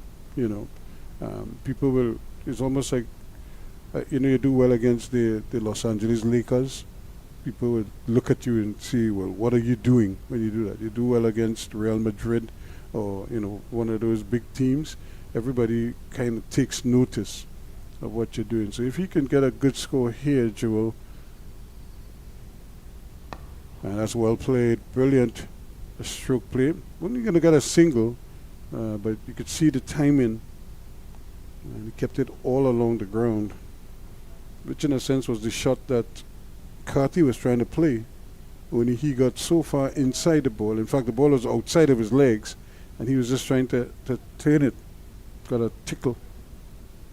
Yes, and you were saying that the Barbados team is a team that you would like to always do well against. When you look at this Barbados team, you can understand why. Because the fast bowlers here, the ball just wide, good work from the wicket keeper. The face of the Barbados bowling attack has changed so much over the last few years, because you had Keon Harding, who was touted as a very good bowler and one for the future. He cannot even have a look into the Barbados team right now. Shima Holder was touted as a future West Indies bowler, because of injury, of course, but even coming back from injury, he simply just can't walk back into the team. You have McAllister, you have Drakes. Bowled him. Really a peach of a delivery, touching down and just moving a little bit away and hitting the off stump, and that is the end of Jamar Holder going for a duck. So Jamar Hamilton gone for a duck. Of course, Shaquille Cumberbatch, another one of the bowlers who just emerged this year, and a lot of bowling depth in this Barbados team. Shama Springer, a couple years ago, was doing quite well for Barbados. Now he campaigns with another franchise. So Hamilton now gone. So the Leewards into a spot of bother now. 246 for 5. 246 for 5 is not usually a bad score, but in this context, where they are going at 542, it puts a different spin on it. So it's, they are in a spot of bother now. The new batsman coming in, Jeremiah Louis, coming ahead of Rakeem Cornwall, who doesn't bat very early in red ball cricket, but he opens in T20s. He does have 4 first class. He does have 1 first class 100 as well, and 4 list A match hundreds in list A matches. So I would expect that Rakeem Cornwall would come in next, but it says so much about Jeremiah Louis' batting. Again, he's another one of those players that will try to contribute with the bat. He's not a rabbit by any stretch of the imagination. In fact, he can very well hold his own, but he's going to be up against it here because Barbados now, with their tails up, they've been, they were frustrated for the first hour and 40 minutes or 50 minutes or so this morning, but then once they got that breakthrough, they got a second wicket, right after that, just before lunch, and since lunch they've been able to prize out a couple more. In fact, it was Cumberbatch who's done the damage, including that of Casey Carty for 127. And of course, right away, just with the 4th ball of the new ball, produced a wicket. Yeah, that was a peach of a delivery. Hamilton was playing, and the ball just moved away from the outside edge and clipped the off stump on the way through. Excellent delivery. That's what every bowler would like to achieve, hitting the stumps. And as a bowler, you feel better getting a wicket bowled as opposed to caught. Well, yeah. When you get a wicket ball, it's your, it's like you're doing in a sense. You did it all for yourself. Similar to like a caught and bowled, it's you alone involved in the in the play. But I suppose you would take an LBW with a good ball. If a wicketkeeper takes a diving catch, you will take it. If the slip takes a good solid catch, you'd accept that too. But you're right. If you can bowl down a batsman or two, it's always nice. Yep. I saw Jaden Seals doing some damage in England. 6 wickets in the match. A couple of them bowled. I certainly don't really celebrate wickets caught out in the deep. Have you look at this delivery? Full toss in the air, but he plays it safe. Yep. There's 4 runs down to long, over the head of the long on fieldsman, the mid on fieldsman rather. Jeremiah Louis getting off the mark immediately with a 4. Remember the first target is that 392, which is the follow-on target. So the 250 is on the board now. 250 for 5. So they still have some ways to go. He's reaching for that one. And he's come out here very positively indeed. Played the first one, got a boundary, and nips the strike with a single off the last delivery. 251 for 5. Cumberbatch doing quite well. He has a very good rookie season. His maiden season, Shaquille Cumberbatch, and joins a long list of Barbadian fast bowlers. A very long list. Too numerous to call. And of course, in a country where they've had so many great cricketers or great fast bowlers, people, it's inevitable that they're going to try to say, well, who's the best ever? But you may very well have to do that by generation, because some of them probably would not have seen some of the earlier greats of Barbados cricket. And the Wes Halls. Just to understand how well some of them were. And there are others who played, didn't have long careers, but did very well while representing the country. I've often heard that people say that a Barbados all-time 11 could beat a West Indies all-time 11. They may be right, but they could very well be wrong too, because there are some other great West Indians. Of course, when you think about from Vivian Richards, from other of course, islands, yep. Curtly Ambrose. That's well bowled again. Reefer continues to apply pressure. It certainly would be an interesting. Somebody should really do a list of maybe the top 100 pacemen out of Barbados, and see what that list looks like. Because I'm just saying 100. It could very well stretch beyond 100. But it would be interesting to see if they could come up with 100 names of outstanding Barbados cricketers, quick bowlers, not cricketers, just fast bowlers. Fast bowlers, yep. 100, you say? 100, yep. And I'm sure there are some people who would probably be able to fill that for me. It's a short ball, it's in the air, and he could be out years caught. If for a moment there, it didn't seem as if he saw the ball very well, but in the end, Javed Leacock takes the catch. And that is the end of Louis for 5. So the new ball producing another wicket here for Barbados. Raymond Reefer picking up this wicket. And just like that, the Leewards are 251 for 6. Yeah, they're really sliding here now. And they have to be very careful, because they may very well be asked to bat again once they don't get to that 392 total, which seems a long way away now. at 251 for Five. 6. The player for Six, 6, yeah, six. because they just lost another wicket. So the players will take a refreshment break. We'll take a break here ourselves, and we come back right after.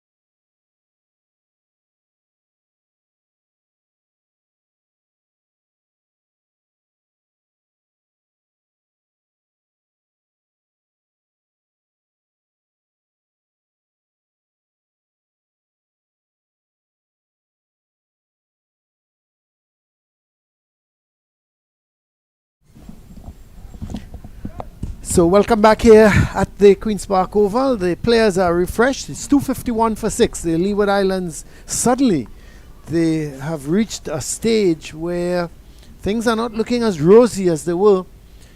Hayden Walsh Jr. is the new batsman in. Still no Raheem Cornwall. I wonder. I don't think Raheem Cornwall should be batting this low in this Leewards team. He's a much better batsman. Who would you put him before? Outside of Hayden Walsh? I would also put him ahead of Jeremiah Louis as well. I'm not taking anything away from Louis, But I think Raheem Cornwall is a much better batsman than apparently he gives himself credit for. Well, when you look at the stats for this year's tournament, Jeremiah Lewis batted 9 times, 185 runs, and averaging 26. Cornwall has batted the same 9 times, 151 runs, and averaging 21. So in terms of just the stats, Louis is just slightly ahead of him. But in terms of ability and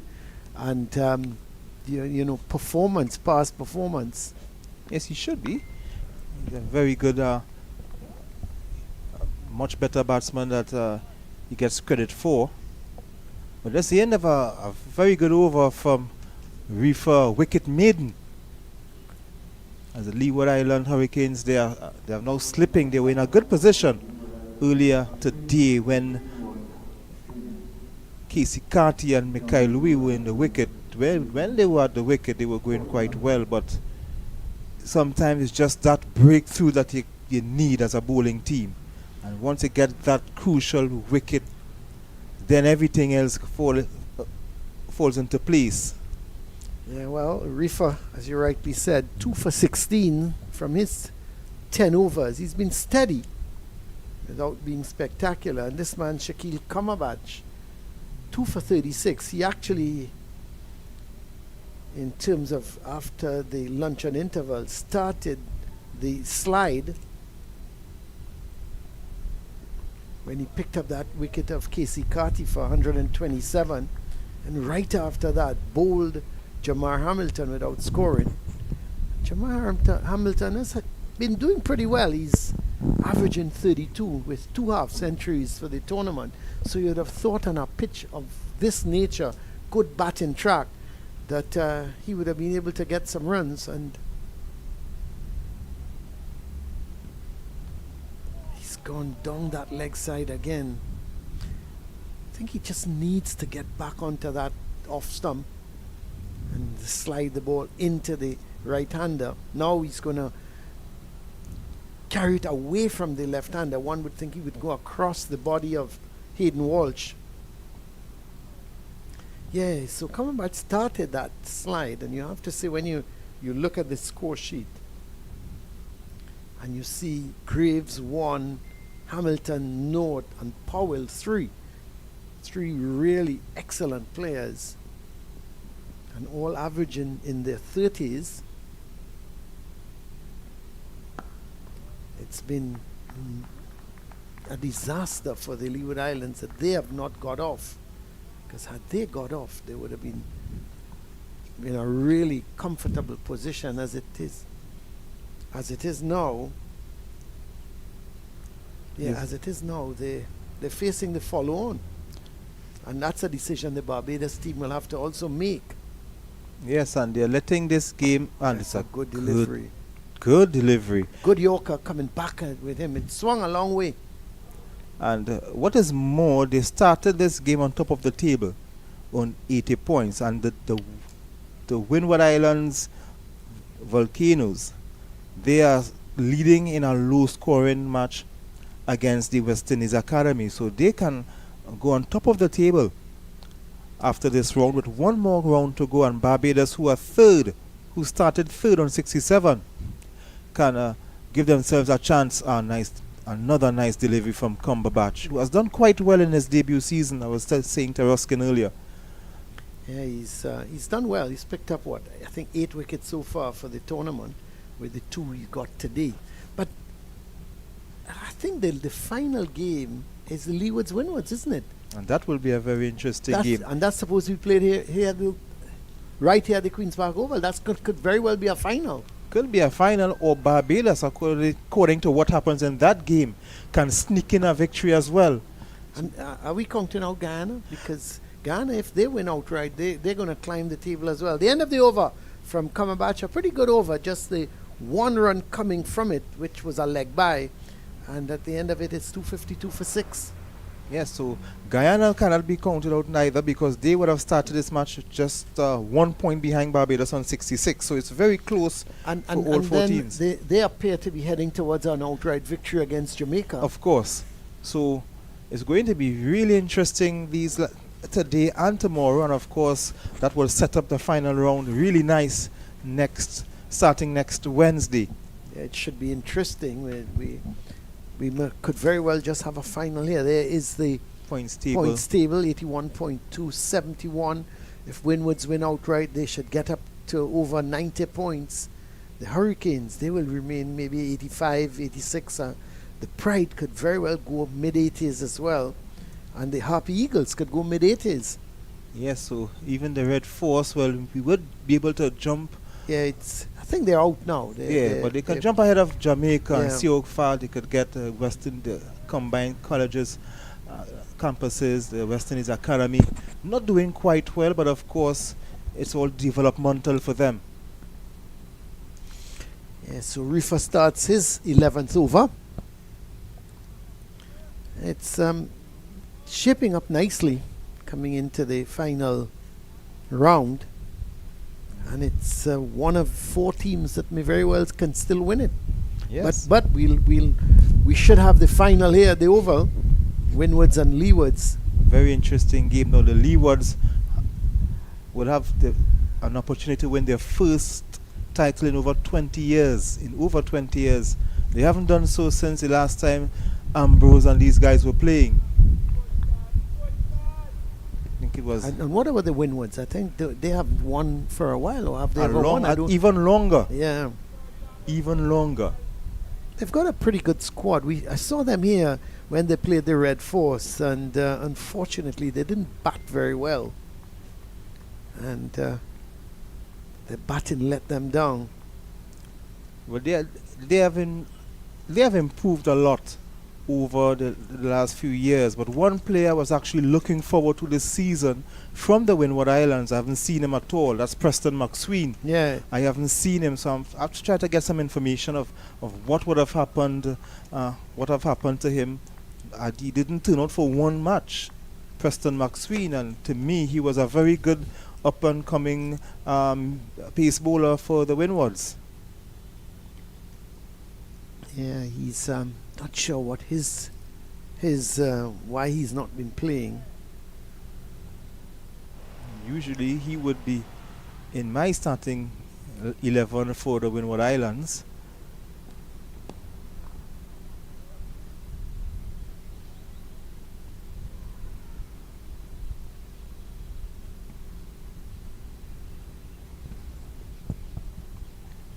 But it's very strange to see how some players are not playing in some of their teams. Look, for instance, just a couple of weeks ago, we had Keswick Williams up in the commentary booth here, where to me, he should be out in the field still. He's still a young enough player to play first-class cricket. As we look at some of the Barbados officials, Ryan Hines. So I was speaking with Ryan Hines, and he was giving me some very good information. I'll tell you after this ball. Nice delivery, just leaving the batsman a little bit. And he was indicating to me, and it would have missed us, that during Craig Brathwaite's innings, he had passed Ryan Hines as a leading run scorer for Barbados. So that's a tremendous. That's tremendous for Craig Brathwaite. He's now the leading run scorer for Barbados during his beautiful innings of 189 or 186 in the first innings.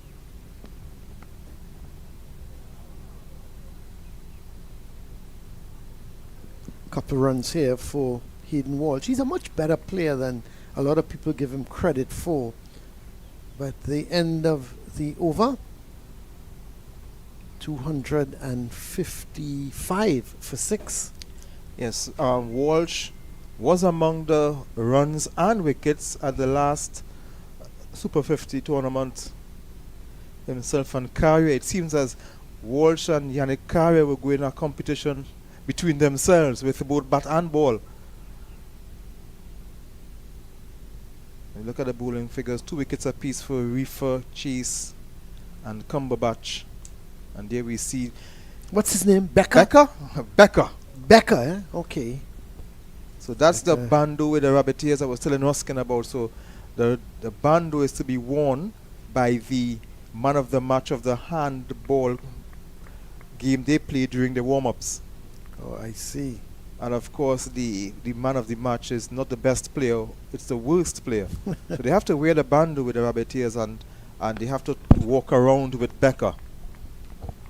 Oh, very interesting. Every team has their little, how should I put it, way and to do things, and which is good. Yeah. Of course, nobody wants to walk around with that, I would expect. When you look at the Barbados team doing warm-up, during their practice, you see they're having a lot of fun. They're having a lot of fun doing the practice, doing the drills, and they have a lot of fun with each other. A beautiful delivery. A beautiful delivery from Cumberbatch. Well played by Andrew, though. He's on 41, and that good Yorker. You could see Andrew looking for the drive, and all of a sudden, he had to come down on it. A really good delivery. Cumberbatch is what I like about Cumberbatch, I think he's decided to cut his pace and concentrate on a little bit of movement and taking the ball up to the right-hander. He's certainly a very good bowler. Now Cumberbatch, you can see that he's a bowler who practices his Yorkers, because a Yorker is a very good delivery if you get it right. But if it goes wrong, it can easily become either an over-pitch delivery or a full toss. And either way, you would not want to bowl those deliveries. But he has executed the Yorkers very good so far. And of course, even well played by Joel Andrew, who has made his name during the Under-19 World Cup in South Africa with the West Indies team.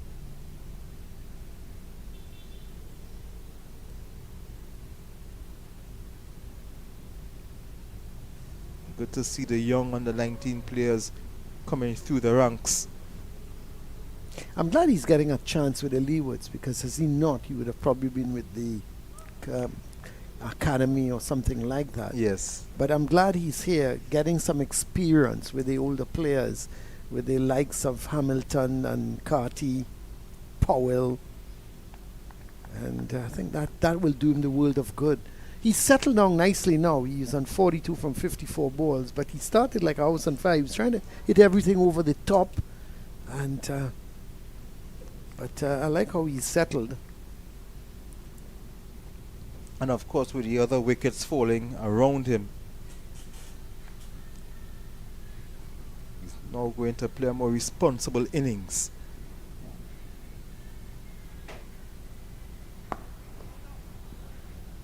Eden Walsh, as you mentioned, a very capable batsman. Certainly no rabbit with the bat. The end of the over, 256 for 6. Cumberbatch, 2 for 37 from 13 overs. It's been a pretty good spell. He must be starting to tire a little bit. And I would think skipper Brathwaite must be looking at a change. Well, we are seeing a change at the top end. Looks like McAllister.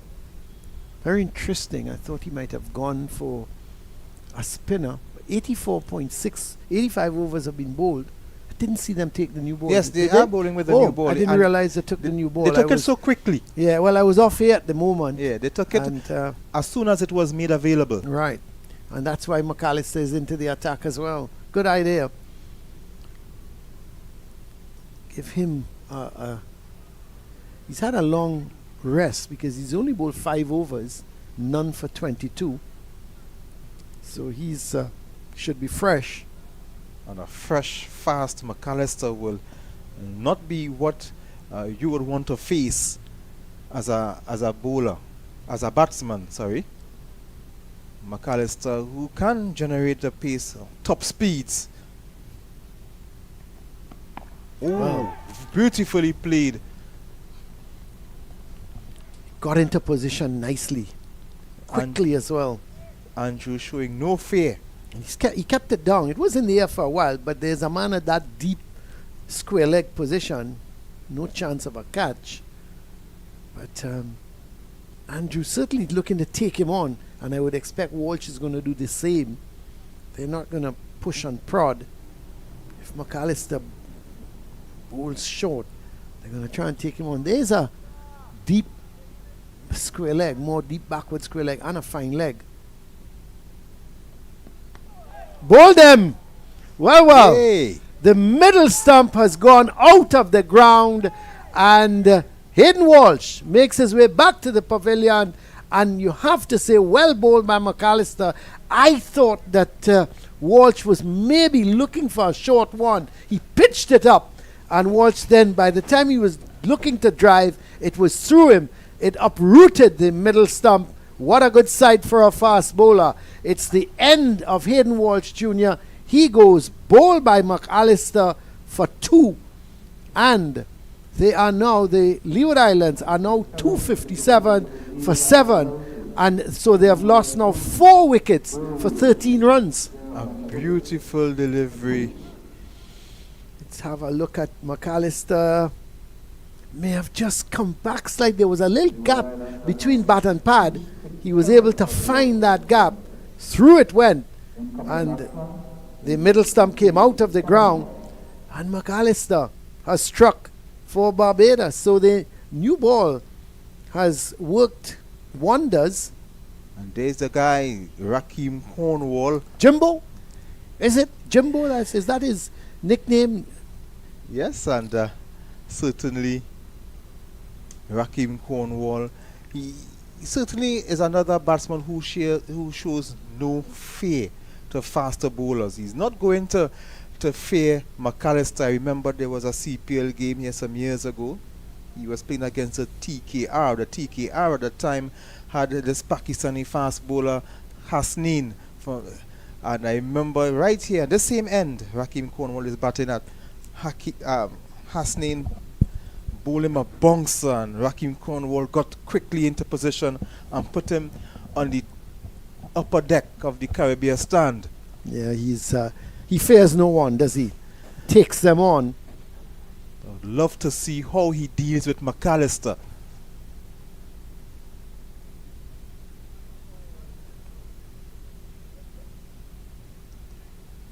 So still 200 and what? 86 behind? A lot of runs behind. 285 behind.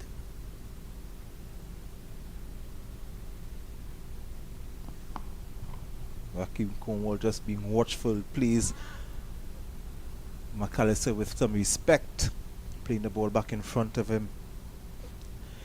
Rakeem Cornwall as a batsman, you will see him trying to be circumspect and trying to be watchful, but he can just explode on you at any time. Well, I'm not sure if he understands the meaning of the word circumspect because he may play down 1 or 2 deliveries, but I'm not sure how much of these deliveries from McAllister that he's going to look to push and prod to. He loves to get going. Immediately looking to play that pull shot from a shortish delivery.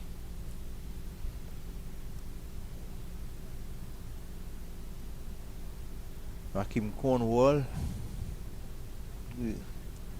scored 1 first-class 100, 4 list A 100s, and of course a T20 100 as well.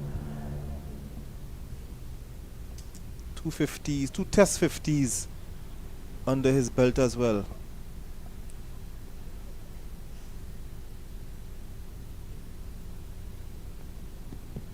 But that's close. Very close. Wow.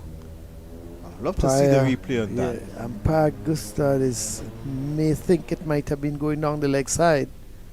Let's have a look at this. Falls away. Yeah, probably just going down the leg side. Yeah, that's going down leg side. You could see the wicket keeper where he stands. That's how I sometimes judge it, Ian. The wicketkeeper tends to be leaning towards leg side, and he was in fact going down the leg side. In the air, but away from mid-wicket. He's pretty lucky. He's taken away the bottom. It's been a good over from McAllister. He's generated some pace. He's got a little bit of bounce on what is really not a more of a placid pitch. And he's certainly done well. Yes. So the end of the over, 258 for 7. Successful over from Jerry McAllister. So the three bowlers who would have bowled with the new ball have all got success with it so far. McAllister, and before him at that end was Reefer, and of course Cumberbatch. So taking a look at the Leeward Islands balcony pavilion, you're seeing some of the players with their feet up. Just now they'll have to, I don't know if Barbados might send them back in, because they might want to enforce the follow on. What would you do? Of course I will send them back to bat, continue. Yeah, it's Because today's all, we only have one day after this, so let's see. You don't want to waste time going and bat again. Cornwall has picked it up in the air, and he sent it straight down the throat of the man at that deep mid-wicket. That's Raymond Reefer. Has taken quite a simple catch. The one man in the deep, Cumberbatch pitched it up to him on the leg, and Cornwall, he fell for the bait. He just flicked it, didn't control it. It was in the air and went straight to the man out in the deep in Reefer, who was taking a pretty comfortable catch in the end, and Cornwall makes his way back to the pavilion for one. It's now 258 for 8. So 14 runs have been added and 5 wickets. It reminds you of a team that played here in the regional tournament a couple of weeks ago. When they were 100 for 3. 107 for 3. Let's get it right. I was here, so I know. 7 for 3. And all out for 124 in 45 minutes. Unbelievable. But this is a collapse as well of big, tremendous nature. And you can see that the Barbadians have done their homework on Raheem Cornwall. They know that he likes to flick that ball. He went a bit nonchalantly. He didn't really go hard at it. He tends to have that kind of lazy flick. And he can flick it quite well. Usually he would flick for 6, but this time down the throat of Reefer. And this tall figure looks like Durham. No, it's Colin Archibald. Archibald. So Archibald is our next player, who is very handy with the bat as well. He is. He is certainly pretty handy. Very handy with the bat, and he's batting at number 10. Durham will come in at 11. Hasn't lit the tournament on fire this year from his 7 innings. Just has 66 runs with a top score of 31. So he's averaging just about 9. And he certainly want to stick around and help Andrew. Now, the thing with Andrew, he's losing partners rapidly. And what is he going to do? Is he going to try to get after the bowling? Is he going to try to get as much strike? He will have to try and do that, because Archibald and only Durham to follow. Not sure how much they will be able to stick around with him. It's a good delivery from Cumberbatch, and Archibald he's not sure. I saw him a couple of years ago, Ian, down at Diego Martin, playing against the Red Force, and they were looking to make quick runs, and he got 30 on in about, I would say, about 10 balls. He was hitting it all over the complex. So Cumberbatch with his tail up, 3 for 37. Drives confidently Archibald. He's not a rabbit, he's at number 10, but he certainly knows where the bat is and to put it to the ball.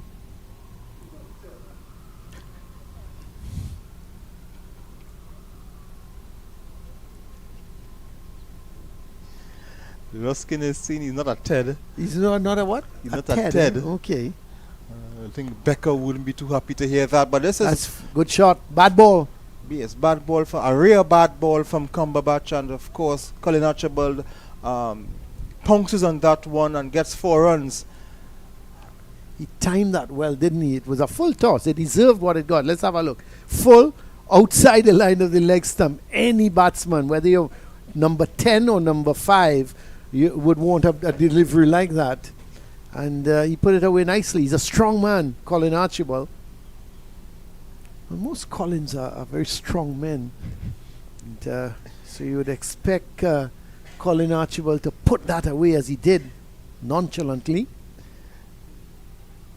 And now he crashes this one through the offside. 4 more runs. So he's starting to like Shakil Kamabach, because this one was pitched up outside. And this is the thing with Archibald. If it's there to be hit, he's going to hit it.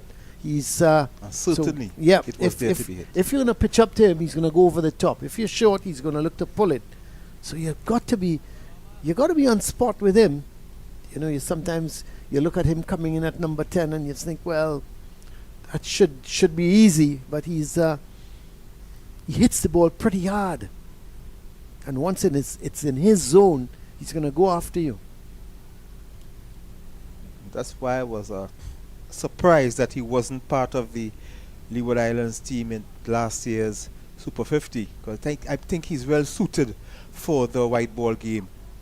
And he's got another. All of a sudden, Kamabach is bowling full tosses and he's upset his rhythm. But 8 runs coming off the over, but he picked up that wicket of Cornwall. And it's 266 for 8. And there we have the scorecard. The standout up to the top, 127 Carty, 52 Louis. And then in the middle, you see Jewel Andrew, not out on 43. He's held that middle together. And there is some of the work going on. Of and course, for you the would think West Indies hosting some of the warm-up matches for the World Cup. So getting the place spruced up, looking nice. Yes, you would think that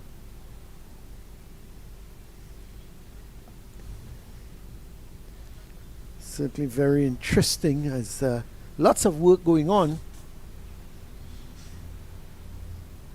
Queen's Park Oval, one of the more iconic ovals when you're thinking about in world cricket. I was looking at a website recently. He's pulling a short McAllister delivery. Didn't get hold of it at all. Now looking at our website, some of the best cricket grounds in the world, and the Queen's Park Oval, of course, were in the top 5.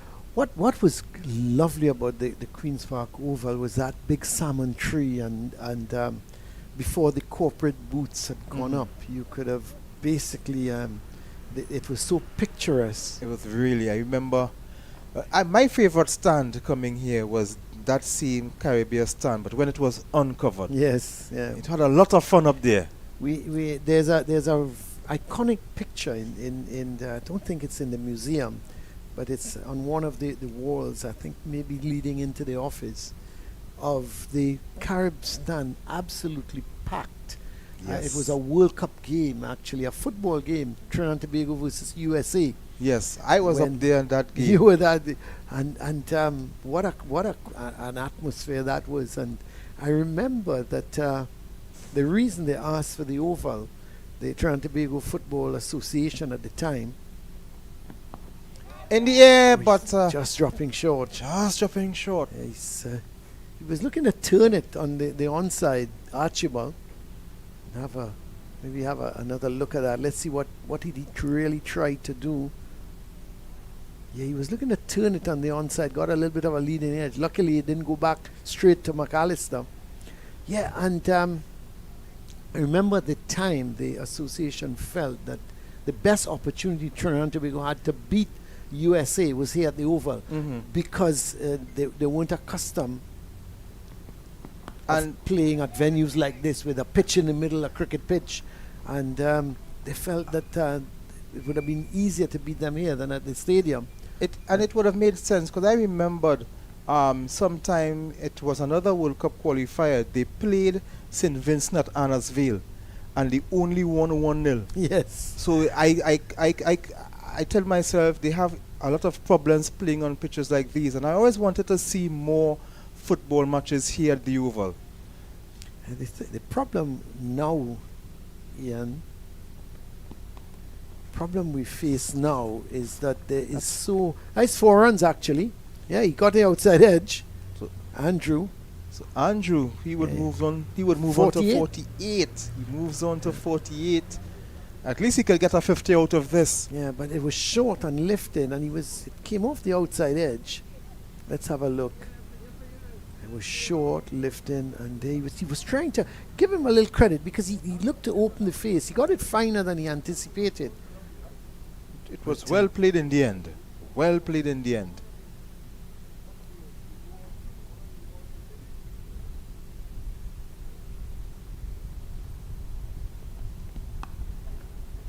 Plays it short again. He struts off for 1. The end of the over, and the good thing about it is he's pinched the strike. So he's on 49 and he has the strike. 273 for 8. I wonder if Cumberbatch is going to continue. I would have thought they might have been looking to give Cumberbatch a little bit of a rest. But I suppose when you're doing well, you're picking up wickets, you don't want to give away the ball. Does that ever happen to you, Ian? It never happened to Ruskin, Mark. But has that ever happened to you, picking up wickets and the captain says, hey, let me change the bowling? There was a time the captain was going to take me off the attack, and I said, no, give me one more over. At least I was a senior bowler at the time. I could have said that. Right. And I did take a wicket. Ruskin is talking about driving. Don't worry, Ruskin. with the extra over, you with took the extra over, I took the wicket. Well, that's good. Always good. And with that wicket, I was given another over. Here's Cumberbatch, who's being given another over, and loud appeal, but I don't think... No, it's amazing because the slip fieldsman went up. Richards did not. And to me, when the batsman edges 9 out of 10 times, the keeper is pretty well aware. He's the first person. He's the first, and he didn't go up right away. And to me, that gave an indication that he felt that the ball flicked off the pad. And we're going to maybe try and see if we can get that back again. Lovely ball again. This man is bowling well.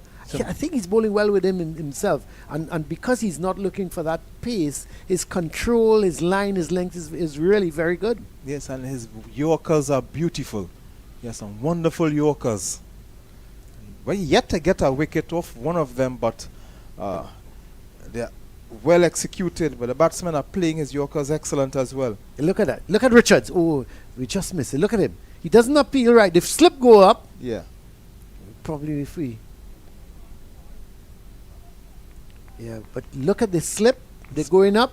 He collects the ball, but he didn't go up right away, and that tells me, that he just was not confident. So Andrew on 49, 3 deliveries so far, 3 dot balls. As the sun is really back out here at the Queen's Park Oval, been a glorious day yet again.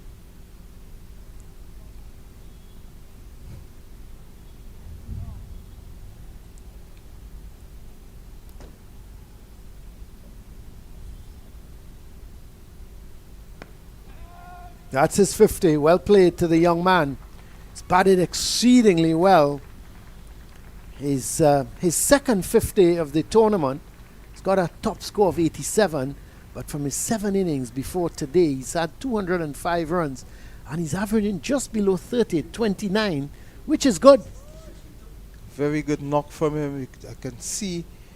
You can see this young man, Joel Andrew, is one of the players you will see making that transition from under 19 cricket to the senior team. Yeah, you can see it. My only concern with him is that he needs to build his innings. I think he's starting off, and I'm not sure why, but he was looking to hit the ball over the top early in his innings. He got away with 1 or 2. Is Archibald going to get a single? Yeah, he got away with 1 or 2, and in one in particular, his head went up in the air, and the ball spun, beat him, and beat the keeper, and went down for 4 byes. But he could so easily have been back in the pavilion. It was a poor shot.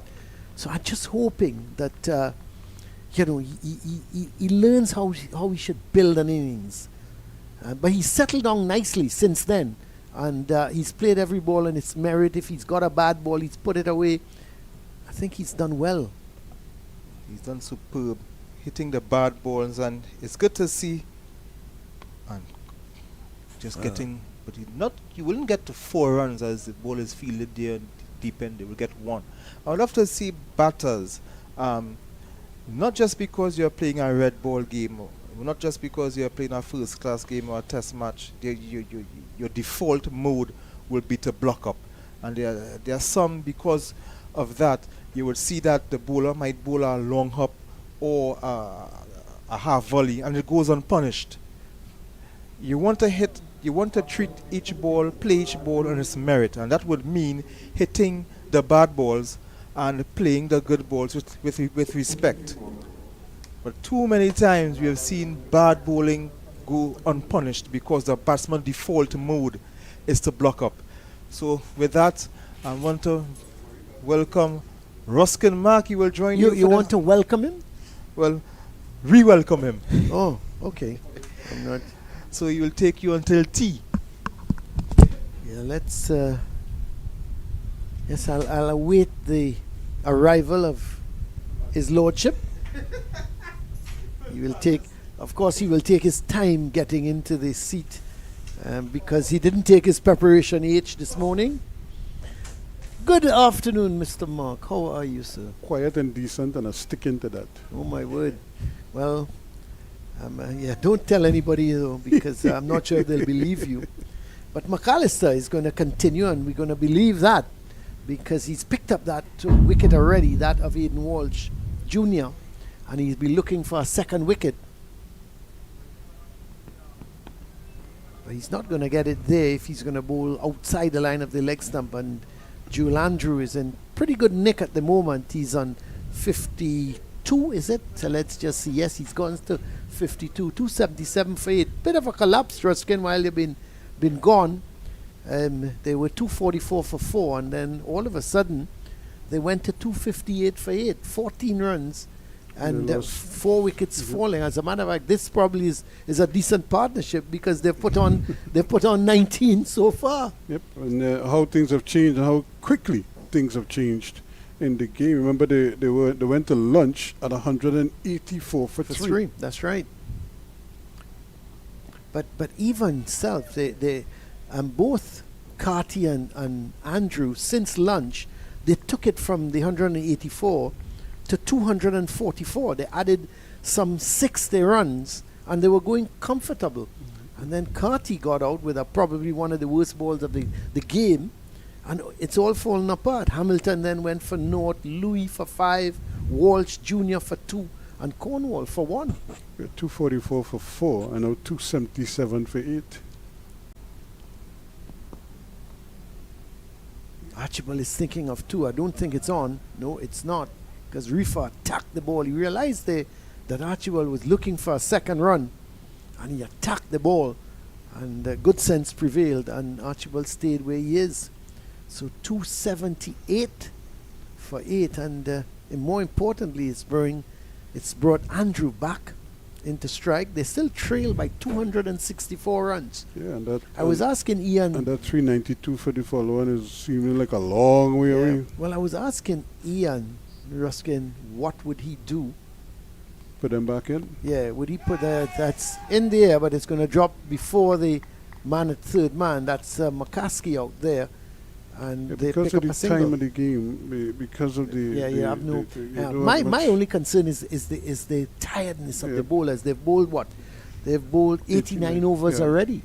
But because if the risk you take is if you get a big partnership, like you had, with McCarthy and that with Louis, then that kind of puts you on the back foot, because if they bat a session or a session and a half, it means you're basically hoping that they could then come back now and and do the business for you at the back end, which is possible. Yeah, just short.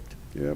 So I suppose it's something that they will have to think about, because you would get them like a rest overnight, and they could come fresh in the morning and go hard, so to speak. But you give yourself 1 day to bowl them out completely, or if you're going to bat and maybe bat for the first hour, and then see what you have, and then say, look, okay, 350 lead, let's go with that.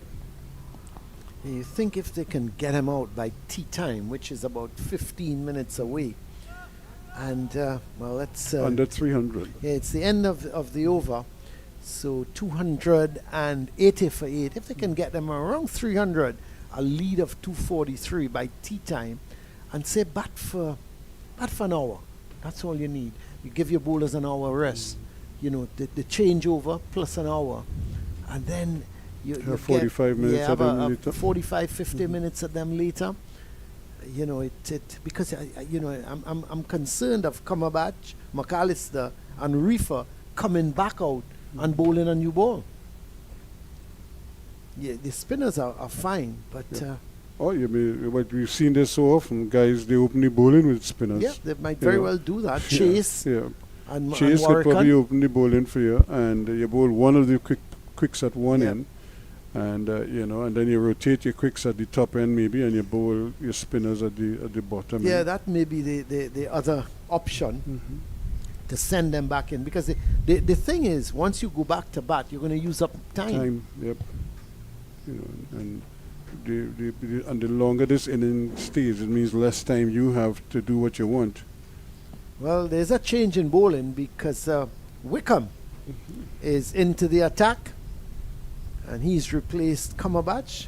He bowled he bowled a couple overs yesterday, Yeah, and just bowled 3 overs yesterday. Yep. 9 runs. It's interesting that they've gone with. Would you have gone with Wickham, Ruskin? Not at this stage, no. Yeah, I probably would have brought back one of my Reefer spinners, or, yep. or even Reefer Well, from this top end. or you would have gone with a quickie. I would have gone with Warrican. Or You know. to let's extend now, bring the leg spinner Oh. now, and let's see if they could pick him up, and they might hit him out the ground, but they might also take risk playing against him. Yeah, I would have gone with Warrican or Chase, especially to the left hand, the off spinner. Because I don't think the medium pace of Wickham is going to worry either Andrew or Archibald, but you never know. With this game called cricket, Wickham may very well come and pick up a wicket and does exactly what the captain is asking. It has happened before. Yes. And because you kind of scratch your head as to why why is Wason bowling and not Murray, and then Wason comes and picks up a quick hat trick or something. And, it's a plain call, Yeah, I was it looked like a chicky chong. yeah, it didn't it? Yeah, thank you. I thought it was that. I couldn't believe that was a plane. That's why I was looking at it good. I didn't clean my glasses, but I swear it looked like a chicky chong. Oh my word! I thought, where did that come from? You wondered if it's a UFO or something? Well, I was also thinking of that. But of course, because it's not Easter weekend, I don't know if I understand. I didn't venture near to the savannah. Yeah, a But lot I of kites. understand loads and loads Lot of of kite kites, flying. When we was were happening in the up at savannah. UWE, leading up to the Easter weekend, the skies were littered with a lot of mad bull kites. Were you into kite flying? Yeah, I used to make my own kite, though. I didn't You like did to you? buy kites or anything like that. Well, used I to would make my expect own that. kites, You're not The dipping into your pocket. The problem I had was the tail, so my mother's sheet used to suffer. That was the problem. Oh, nearly played on. That So was you the nearly got the breakthrough. predicament. End of the over, 281 for 8. Yeah, I was never really into kite flying. I never made my kites and things.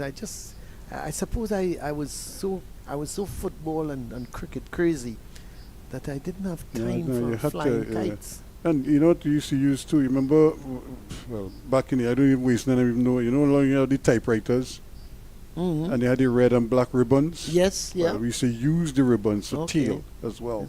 Did you you know. put? Did you also put like a blade on your thing? Of course, to, swill. Zwill, yeah. Yeah. So you, And as anybody mange. came close to your Yeah, kite, yeah. you'd teach them a lesson, right? No, well, if you know Barataria, you know, in like in the Malik Savannah, Yeah. up 7th Avenue, right? You're down in the drop. But if you go to church on the hill, so you go in the churchyard, so you Mhm. basically flying your kite From over up- everybody okay, else. right. So the thrill was to cut men in the hand, you know. they're right there, and they're bringing it right there, and Yeah. cutting it right in front of them. They can't get away. That's. You know. I remember that kite flying was, but it was mostly in when I say not. I mean, Easter weekend was the real thrill. Yeah. McAllister is continuing, so he's opted to give Cumberbatch a bit of a rest, but continue with McAllister. He's in his 9th over, 1 for 35. He's done very well indeed. It's good for them to share the workload as well, you know, because as we said, it's been pretty hot at times, although it was cool for most of the afternoon, but the sun came out in, you know, brilliance whilst those wickets were falling. It's almost as if they wanted us to see the wickets falling. But now it's kind of gone behind a little cloud. Cumberbatch looks pretty comfortable, doesn't he? Yep. But you just have to think, though, he's not the kind of player who's just going to push and prod. So once he gets the opportunity to go after the bowling, he will. But I think you're right. I think they may very well go back to the spinners to see if they could wrap this up as quickly as possible, if McAllister doesn't get one quickly. And that's a great shot. He hit that well. Big chase out there for Leacock, but he does well. Tumbling save. He's quick over the ground, the young man. It's a couple more. So Archibald goes to 13 now, and Andrew is on 53. And his 50 came off 63 balls, 7 fours and a 6. So he was really going at a rate of knots. He slowed down considerably.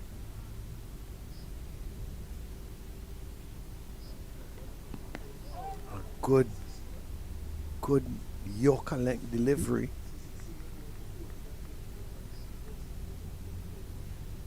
Well, as if they got bowled out for 238, and Trinidad went back to bat. Trinidad made almost 600 runs, 591. Yeah, well, there's still a lot of time. If it, I'm They not still sure. have I'm not sure a what time session they today. were bowled out, but they still have a session today. So even if they bat, you see, it's a question of how much rest you fresh give your your bowlers bowlers. are. Yeah. And then don't forget, Gabriel is bats a good shot. He's not gonna. Is he gonna get the boundary? It's running Might, away. yeah. That's really good, a really good shot. He timed it well. Didn't think at one stage it would have gone into the boundary, but he was in position quickly, Archibald, and that tells you the nature of this pitch. It's a slow pitch. He was in position nicely and hit it superbly. Timed it. Look at that. Timed it so well. And Brathwaite gave chase for all he was worth. Was diving at the end, trying to pull it back in, and even he couldn't do that. It went into the boundary for 4. Really a good shot. Yeah, and the thing is, that rope is a thick rope, you know. So when you brush your legs against that, it hurts. Archibald is looking pretty good, isn't he? He has a top score of 31 for this season. The end of the over, however, 287 for 8. Yeah, I was making the point with the Red Force. They probably need to give their bowlers an hour rest, because if they got bowled out for what, 238, so the lead would be close to what, 310.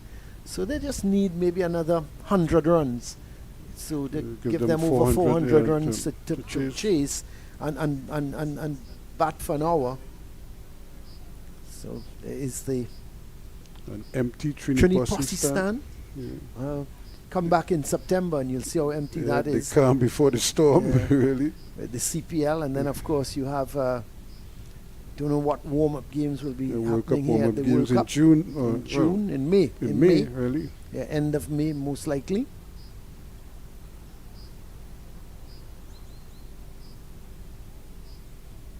And that's another feature of well, with the World Cup and with the warm-up games being played here at the Queen's Park Oval, I think a lot of locals will fancy their chances of coming and see some of the World Cup stars perform in those games. Are those games free to the public? We Do you don't know yet. You don't know? We don't have a clue as to what is happening. Because I'm saying if they are, even if they charge a minimal fee, yeah, I would like to see I don't people. think they're going to be free. Yeah, I would mean, like you- to you see a don't- lot of people come and Yeah, witness the games. I would expect if you have a warm-up game of say West Indies, England, West Indies, Australia, or a game of that magnitude, I don't think somehow it'll be free to the public. But it should be interesting though to see how the teams, how they prepare, how much emphasis they put on winning those games, or if it's just Well, He's bowled them. he's bowled them. Whoa. Well, he played Turn. right around that one. He was looking to play it. I thought he went towards a wideish mid-on, but he should have been playing that straight back up the track. If you look at it, I don't think it had much turn in it. And if there was, I just think he played down the wrong line. If you look at the shot he's playing, yeah, he was just going across the line slightly, and because of that, the ball rockets into the stumps, and Andrew goes bowled by Warwican for 53 and 287 for 9, and just goes back to my point, Ruskin, the over from Wickham didn't make much sense. yeah, no, it really wasn't. You had to bring back a Warwican or even a Chase. You were talking of the leg spinner, but I just saw the experience of a Warwican. So there's And 255 behind right now, and so you probably need a lead of 350. Well, if you give them, let's say if they get out, say by 20 to 3 By lunchtime, by tea time, rather. and you with a lead of 255, let us presume, or even 250, 250. a lead of 250, you would probably want to get 125 in that 2 hour period. in a period where, but they must get back in today. They must bat again today. So you would only really want to bat for an hour and a half. So if you bat for an hour and a half, and by say 4:30, and you can add another 100, because to chase 350 or thereabouts and the last It's day not going to here, happen. that's going to happen. So it's so they may want to go back and bat for an hour and a quarter, somewhere around there, 75 minutes, and in that 75 minutes, let's say you get 15 overs in. If they can score at 7 runs and over, Barbados get to 105 plus a lead of 250 odd. It's going to be tough for the Leeward Islands to get it, but you need enough time to bowl them out. Yep, and that is the consideration. How much time you think you're going to need to take 10 wickets in the second innings? Now the wicket itself is showing that it's showing some wear and tear. Some balls are beginning to keep low, and that one that bowled Joel actually spun. So now it's the last man at the crease, Durham. And so this could very well be, as they say, the end is near for the Leeward Islands in their first innings. So Warwican picking up his first wicket. And, Stifled appeal there. he's got 25 wickets for the tournament, Jamal Warwican. He tends to do a lot of his damage on the second innings as well. He uses the conditions to his advantage. Yeah, he does. The end of a successful over from Warwick, 287 for 9. And Chase is going to take up the attack. Good move from keep the pressure on. From the Branlar Pavilion. Also bowling to the left hand as well. Don't give them any freebies or any loose balls to probably nudge and run. Try to keep the pressure on. And with the spinners too, the tail enders may fancy their chances. It's your friend Ruskin. Oh, there you go. See that trying to create some jealousy now. You only hear us talking about Ted. Yeah, he is folks too. And he's having a good look around to see what's happening. He's surveying the field like a batsman trying to see where he could score runs. He's just surveying proceedings. Oh. Heads doesn't stop moving, does it? Amazing. Almost like it goes full 360. Well, Chase is going to continue. He's operating around the wicket to the left-handed Archibald. He's got a long off and a long on. He's about 3/4 way back. I would have thought he might have wanted a deep mid-wicket as well. Well, it's in the air, but away from the man there at cover. So he's going to pick up a single. This is going to be interesting because I don't know if either of these two batsmen will prod and poke for any extended period of time. Dora might do that just to kind of feel the bat on the ball, but I think once he blocks a couple, he's probably going to swing at a couple. In the air, and Russell Chase takes the catch. Excellent catch. So Chase and Warwick wraps it up with the 2 final wickets. Durham goes caught bowl Chase without scoring. Archibald remains on 20 not out. And they're all out for 288. It's a good low catch from Chase. Yeah, excellent catch. He moved quickly to his left.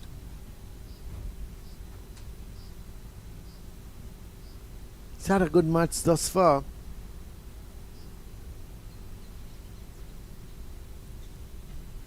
Yeah, he's at 100. He had 3 for 47 in the end. 254 runs behind.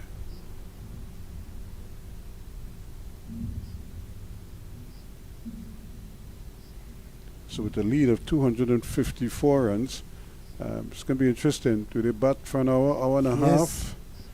And then come back and see if they can pick up a couple early wickets late in the day and come to tomorrow and finish the job. I think that's the idea, I would imagine. But congratulations to the Barbados Pride. They've really come back very, very strongly here after they looked to be blunted at one stage at 180 for 1 and approaching lunch. Things didn't look so rosy for them, but they persisted, and here we are with them bowling out the Leeward Islands for 288 to preserve a lead of 254 runs. And really put themselves in a very, very strong position now to kick on and try to win this game. Yeah, it's going to be interesting, the decision they take as to if they're going to enforce the follow-on. There is the scorecard. Of course, Louis 52, 127, Carty 53, Andrew 20 not out at the end from Archibald. Nobody else getting into double figures. Turn the page. Yes, and so Archibald at the end with 20 not out took them to 288. Yeah, but that's a big lead. 254 is 254 run lead is a very, very good lead at this stage, and so it's going to be very interesting to see how the Leeward Islands respond to this now. They're the leaders in the tournament. They must be thinking they have to do something to preserve that advantage. Or are they going to just meekly surrender that lead at this point? Well, I'm not seeing a roller being applied to the pitch. Or is it? Yes, there is a roller just to the side. Looks to be the medium. Is it the light? Yep. So they're just doing those are your bowling figures. Reefer 2 for 19 from 11. Chase, that should be 3 for 47 from 14. McAllister 1 for 41 from 9. Cumberbatch 3 for 48 from 15. Warrican 1 for 66 from 27. And down at the bottom, Leacock, north for 35 from 13. It's been a pretty good bowling performance. 93 overs it took to dismiss the Leeward Islands, but you look at that, Reefer 2 for 19 from his 10 overs, from his 11 overs, sorry, and Chase 3 for 47, Cumberbatch 3 for 48, and Warrican 1 for 66 from a marathon 27 overs. But it's been pretty good performance from the Barbados bowlers in the end. So that's the situation here at the Queen's Park Oval. The Leeward Islands Hurricanes all out for 288 in response to the Barbados total of 542 for 9 declared.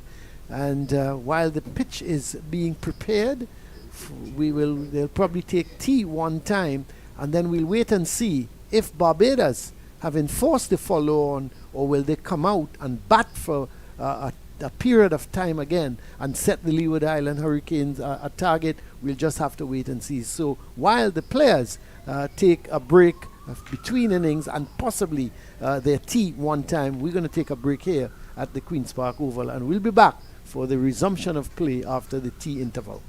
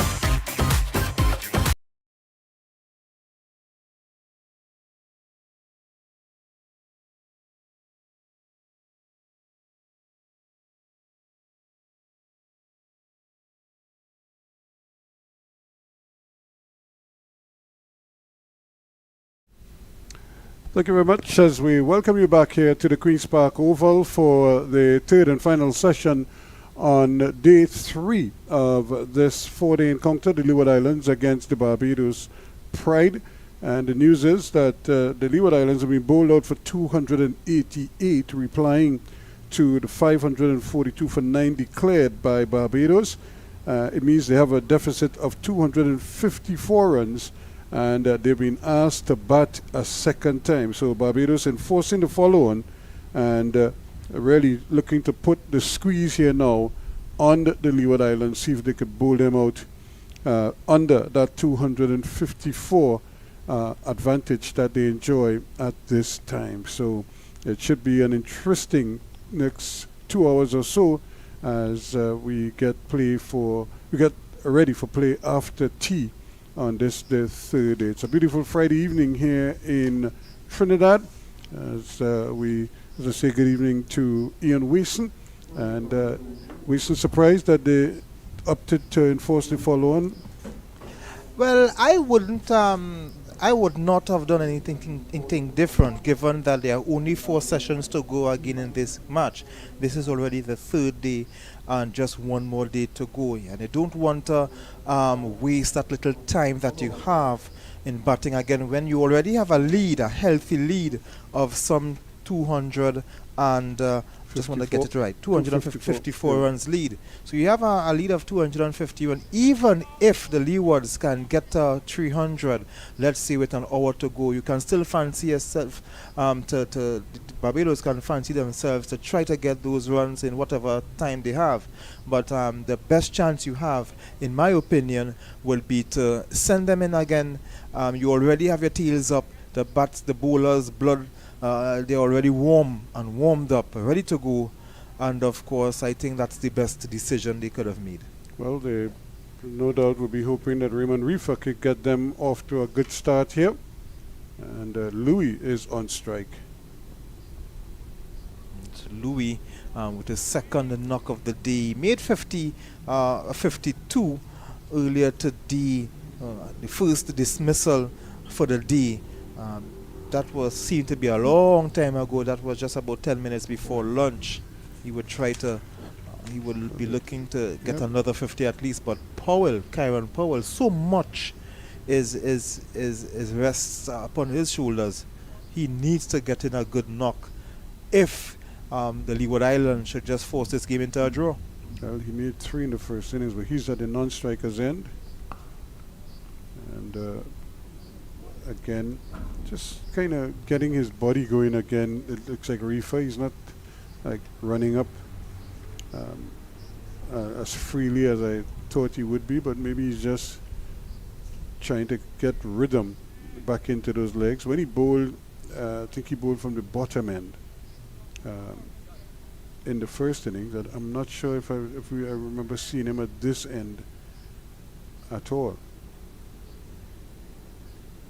But actually, when he got that wicket, I think he got it from bowling from this end when he got rid of Powell in the first innings. He's playing at one and he went fishing there, Louis.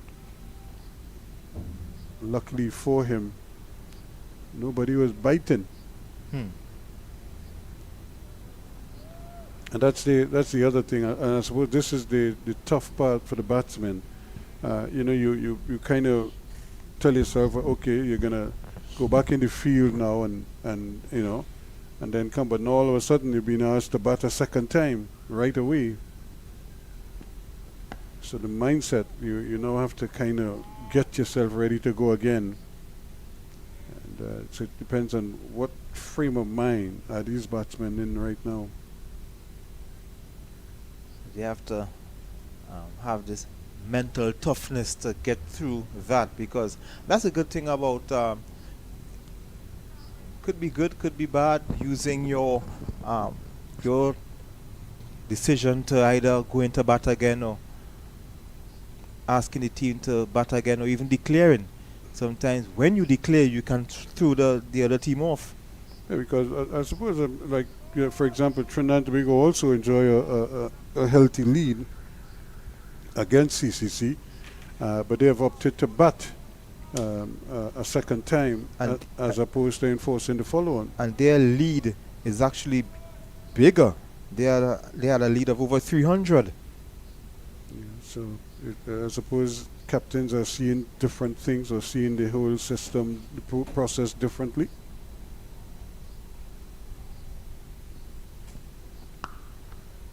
The lead of over 300. They decided to bat again.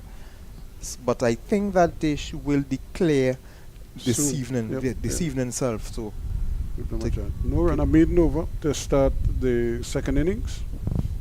Yeah, you're right. I would imagine they would want to bat for maybe an hour, hour and a half, and get a good half hour to 45 minutes in late in the evening. See if they could pick up a couple early wickets there, and then, as I say, put the cat among the pigeons tomorrow. Just coming to polish off the 7 or 8 wickets. But the game is nicely poised at the moment because it really depends here on how well the Leeward Islands can bat in this second innings, especially the top order. and it looks like Ruston Chase will start proceedings off from the Jury Crew members' balcony end. Which is not surprising. In fact, I think I'd hinted to Colin that that's exactly how I would start the second innings.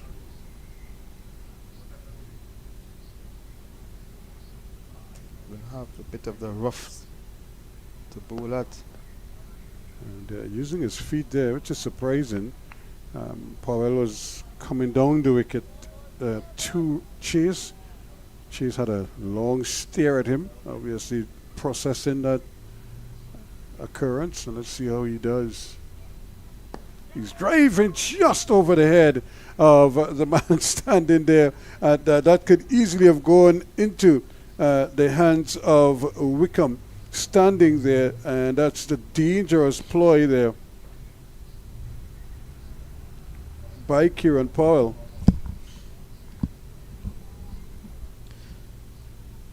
He gets two, or gets one. He did get 2, and he's getting the outside edge again. He's going to pick up another couple here. Reefer.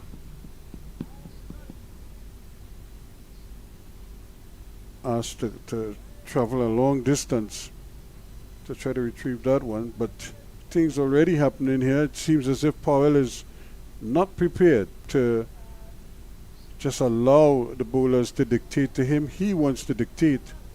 Yeah, but he has to be careful. There's a long off. The middle one is fairly deep, almost a long one. Halfway or 3/4 of the way out. There's a deep cover as well.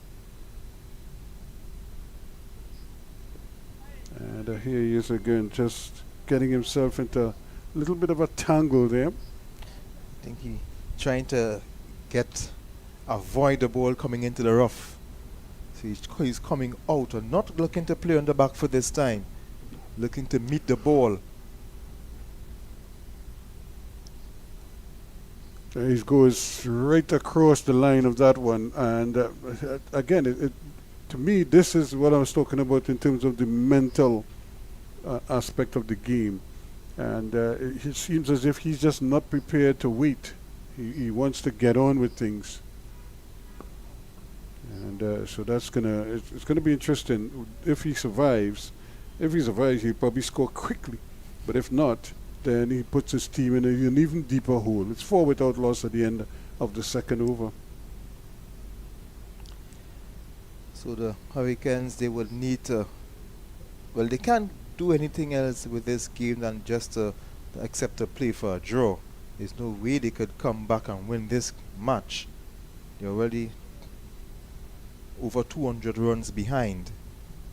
So you have to get that deficit out first before you could even think about victory. But with only 4 sessions to go, that's highly impossible. Drake's and the other coaching staff there just Drake's, that's Hines, Ryan Hines and Jacqueline King.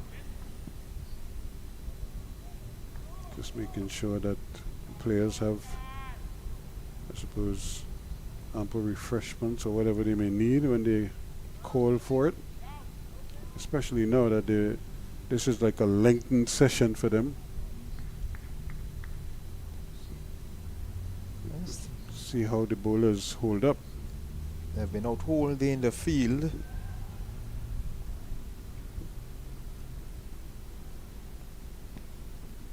They have been in the field since just about tea yesterday. It's been a long haul. But I suppose they want to be proactive in the sense that they want to dictate, how this game goes. So they might be hoping if they could get a couple early wickets, then they could probably just keep taking wickets, just as what transpired with the collapse in the first innings. Refer again, just keeping things tight, keeping it under control right now, not allowing the batsmen to free their hands too much.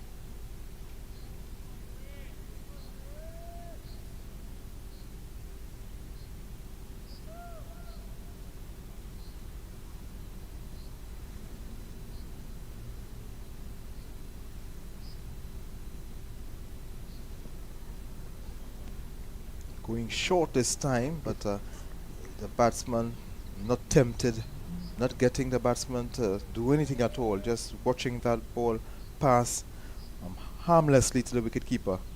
I think Louis probably learned his lesson, because when he was batting earlier today, he kept trying to play that pull shot, that sort of cross-batted shot, and he wasn't middling the ball at all. In fact, he missed a couple because of the varying bunks.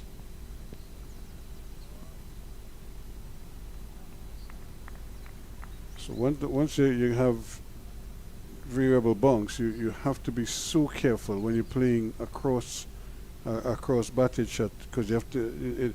Because how often have we seen guys pull and the ball stay down, and they are well over the ball, and I think he has done that quite a bit today. And you could even pull the ball onto your stumps because it's keeping low. The under edge comes into play.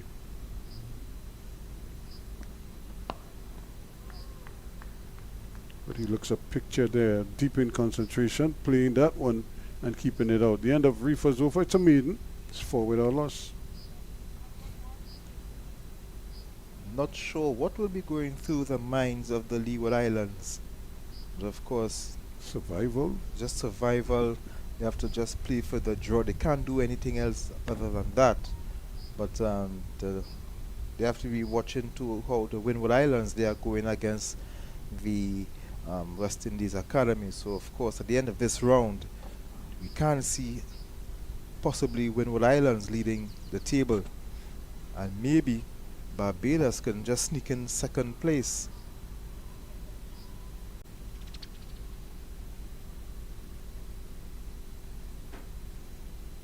Yeah, it's always going to be an interesting battle the rest of the way now. All the games will take on added significance now. You get the tail end of the tournament. And of course, there is also that what would also come into play is who take the wickets, because the fast bowling bonus points. And we saw Cumberbatch getting a few wickets. You got 3 for 48. He got 3 for 48.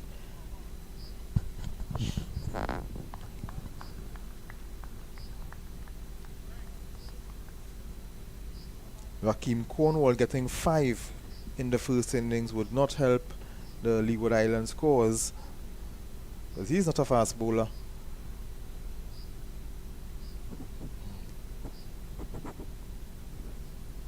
Yeah, so it's a number of permutations going on. People are looking to see how they can boost their points tally. So the coaches are sitting down and calculating how they're going to get wickets. Good to see Terence Hines among the wickets. So too Anderson Phillip. Shannon Gabriel, I think, only got the 1 wicket, but I'm sure they want to get him going in the second innings.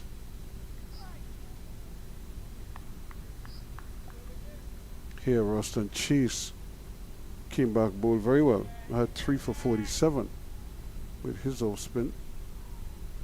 Yes, and Ruston Chase, trying to get back into the West Indies Test team, has been out of it for quite a while, hasn't been producing the goods. But if we can get back the Ruston Chase from 2015, the 2016, that could always only be good for West Indies cricket. During that time, he was actually playing some good cricket and making some good contributions to the West Indies team. But he has since fallen off, and his white ball cricket has improved. For Barbados, I'll dress him up in a blue track pants. and tell him, see if he could score some quick runs. 5 without loss at the end of the over. The funny thing though, the Belgian players don't seem as as enthused as I thought they might have been. You know, you put the opponents into bat, you're probably going to come out here all bubbly and bouncing around, you know, sprinting into position. So it may just be the effects of the cumulative effects of a full day in the field. It's certainly the different energy we are seeing from Barbados. They seem a little flat.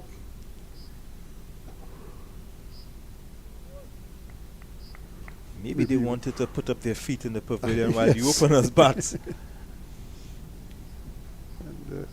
And I suppose teams do when they sit down and they do their assessments or whatever. Maybe early on in the year in the tournament they might have put them back in, you know, at least gone back into bat. Now at the back end they probably don't want to take any chances at all. Next thing it rains or something. So they just want to make sure that they have a chance. A beauty of a delivery that just touches down and beats the outside edge. And you could just see the enthusiasm there from Reefer. Couldn't believe the umpire said not out. Well, that was a beautiful delivery. Let's look at it again. Just moving away from the left hander just a little bit. But a bit too much as it missed the entire edge. I remember my former coaches, I was privileged to play under the great Bernard Julian, and he always stated, don't try to get too much swing, because what you want is to get the edge, not to miss the entire back. The great Bernard Julian. I haven't seen him for a while, and I'm really hoping he's okay. I haven't really run into him anywhere. You know, I don't see him at cricket, and so I think he's really a homeboy now.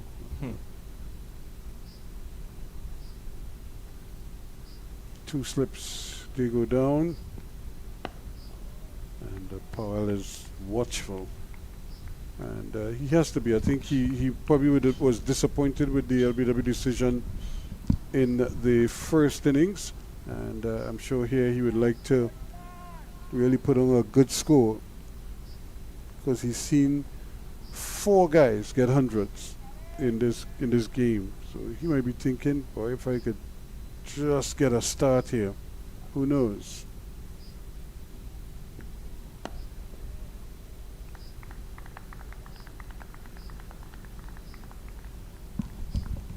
So it's always a challenge for them to see how best he can counter what it is the opponents have to offer. And Reefer right now is just keeping him quiet. Powell can't get at him. Moving the ball into him and moving it away from him as well. This one is in the air, but just dropping short there. Again, another opportunity there, but Drakes couldn't get under it. And the ball was dying on him there at mid-off. Yes, I'm sure he would have been worried for a fraction of a second there, but would have settled his nerves when the ball dropped short in front of Drakes. Yeah, that could so easily carry it to the man at mid-off. So Powell has to be mindful.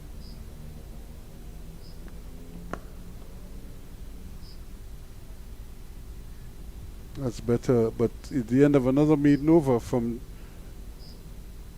Reefer, 5 without loss at the end of over number 5.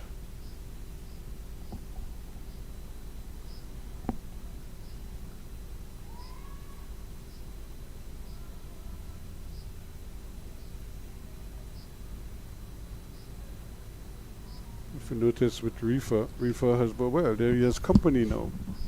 We had one little birdie earlier. Now Got some company. Yep. Watching the cricket. Saying this is a good game. Wonder who they are rooting for.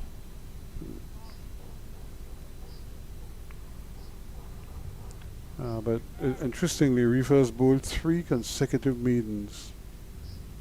So he's 3 overs for no run. But crucially, no wickets as well. So I don't think the Leewards would mind that too much if they could keep him off the wickets column.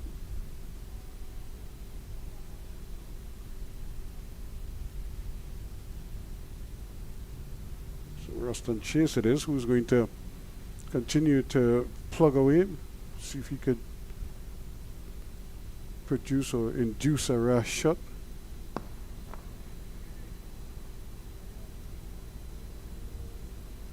And this is the thing, I don't know what it is about the body language of the Bajan fielders. Somehow they just, I don't know, they just seem as if they're really a little bit flat right now. They're not bouncing around. You're not seeing anybody clapping, urging them on, you know.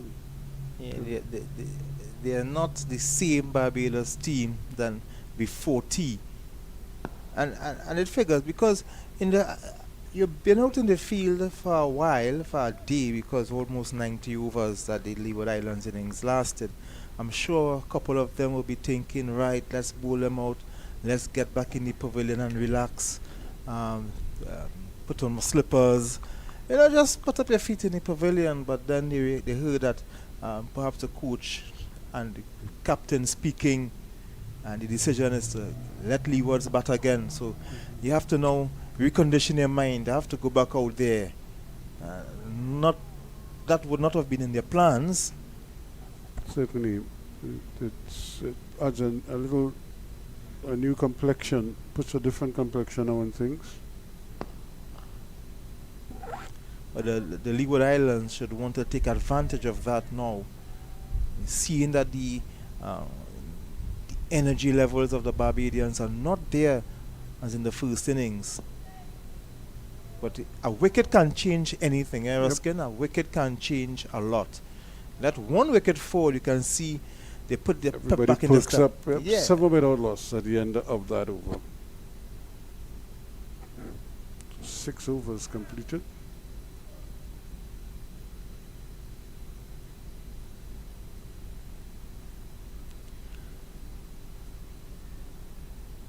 And all the 7 runs came off the bowling of Ruston Chase. Looking at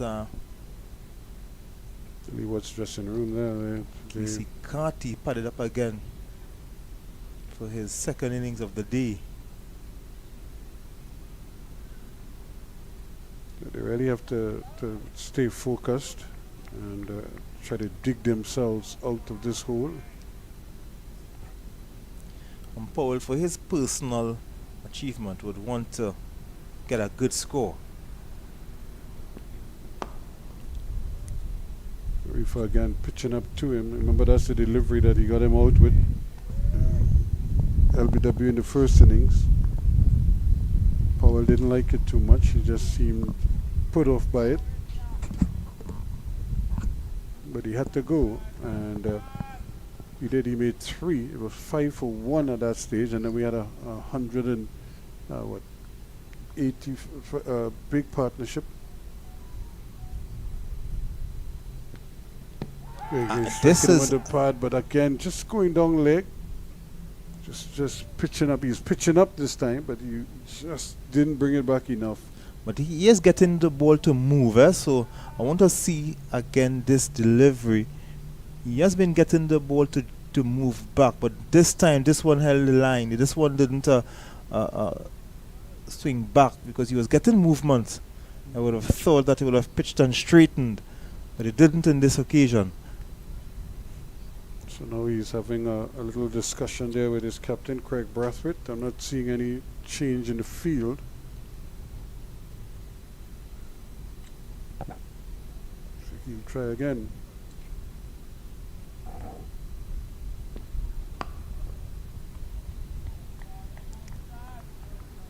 Should be looking to touch down just about off stump, just outside the off stump. But he's getting the ball to move away from the left-hander, so it will bring the wicketkeeper and the slip cordon into play. So it's really a period here where one team should really be flying in, trying to prize out some wickets. Instead, the Bajans have come out here and they just, I don't want to say going through the motions, but it just seemed down on the energy levels. Just the enthusiasm is waning a little bit. It might be fatigue, it might be that whole fatigue factor, but like I say, a wicket could change that quickly. Yes, one wicket or a couple short lifters, having the batsman duck a little bit, fend off some short bowling. That can also lift some spirits. It's a good shot from Powell, but he's taking it off the middle stump. He has to be careful there because you miss one of those and it's cleaners. So Reefer yet to have a delivery scored off of his bowling yet. 23 dot balls so far, 23 consecutive dot balls.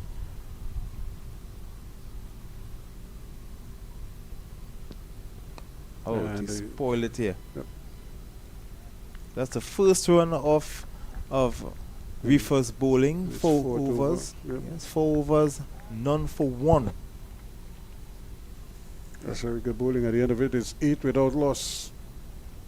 The Leeward Islands asked to bat a second time by Barbados, who bowled them out for 288 and took a lead of 254 runs. So more discussions taking place in the pavilion. Didn't make out what was on the table.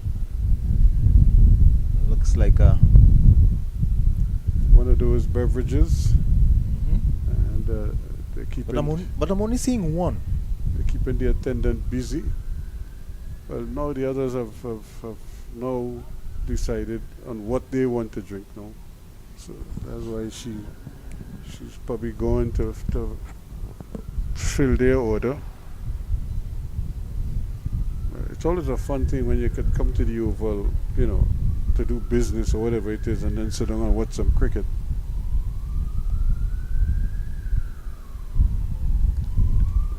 I know a lot of people they come to play squash, or something else, come to use the gym. Yeah. Of course, the cricket nets, they'll probably practice there. The restaurant. Yep. A lot of activities there, a lot of commercial activities as well.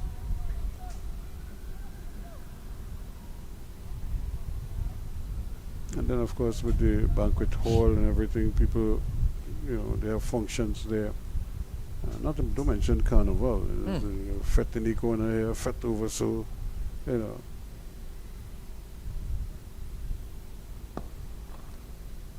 So Powell, to his credit, has, started to middle the ball quite nicely. He really has to continue in this vein, kick on, and at the same time keep them out. Try to keep this partnership together for as long as possible, including throughout the rest of this evening, so that they can come back tomorrow and try and stifle the appeal there again. Just coming down the wicket, realizing that he's not to the pitch, and then Upton to just stick out the pad. Use the pad for protection.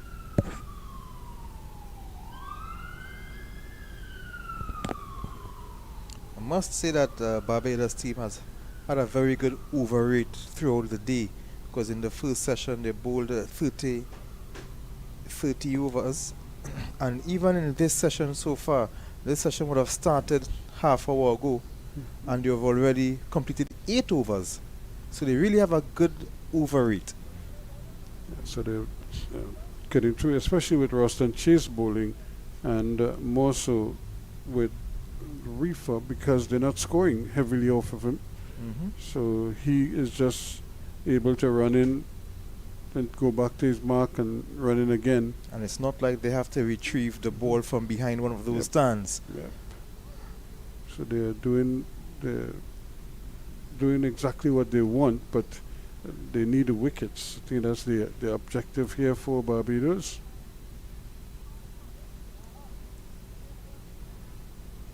And now we have a change in the bowling from the top end. It's that man Cumberbatch. Cumberbatch just got a bit of a rest from because he would have closed off the innings. Well, not closed off the innings, but he would have bowled very close to the end of the first innings. So he got a bit of a rest so he can see what he can get from the ball. Still relatively new. Only 8 overs bowled, not much runs would have scored from it. It's still relatively new. And of course, just now we can also see McAllister from the next end as well anytime soon. Certainly, yep. Immediately gets a good delivery. He has had a very good opening season. Put the ball in the correct areas. He has a very nice Yorker. We've seen evidence of that earlier today. He's bowled it repeatedly, and he's been looking to take wickets. That's the important thing. So he's kept it pretty much off stump, outside off stump, although he has used the leg stump line as well. Mikhail Louis drives. He would do himself a huge favor if he can get another nice score. They've already had 5 scores of 50 runs and more, with 2 of them 350s and 200s.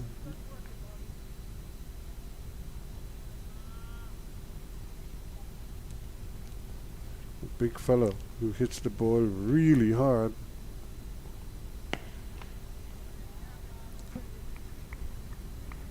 But he seems a little bit, I don't want to say circumspect, but he's I suppose the responsibility of the the state of the game and what this innings requires.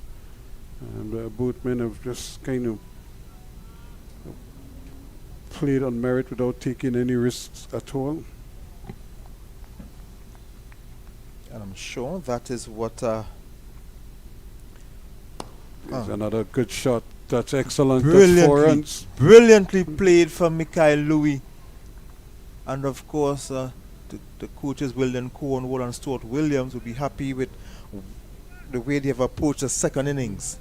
They would have been disappointed at the second half of the first innings, but at least the start of this innings they should be okay with. They should be happy with the cautious start, the careful start, but still getting the odd 4 when it's available. And this is the common sense approach. You don't give the bowlers anything at all. You try to blunt them, keep them out as much as possible. Mikhail Louis has had a very good season. It's not easy to displace the 2 incumbent openers for the West Indies. But having looked at Mikhail Louis' season with 200s and 350s, and if he can get another one here, he will do himself a very good favor catching the eye of Desmond Haynes and Andrew Cooley. But again, another solid over to keep things pretty much in check. Just the 4 runs coming off of it. It's 12 without loss. So Mikhail Louis 5 from 27 deliveries. Powell 7 from 27 deliveries as well. Yeah, they bowled well, and it's just a question of where they're going to get their wickets from, because both batsmen are starting to dig in here. That's Ryan Hines, Barbados assistant coach, working with some drinks to replenish the players. Yep, and I think they'll be doing a lot of that, given the fact that these players have been out in the field all day. Trying to get the attention of perhaps the coach. I see he was signaling and showing him the sky.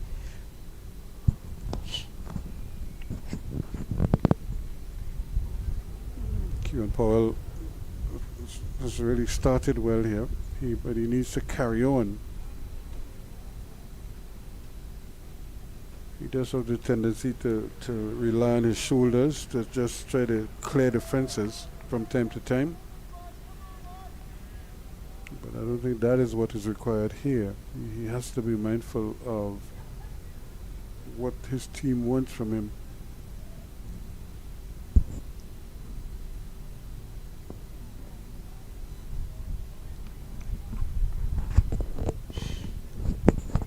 So quite a bit for them to look at here. Chase and company will really have to start to dig deep here now. See if they can't induce a fall shot or something.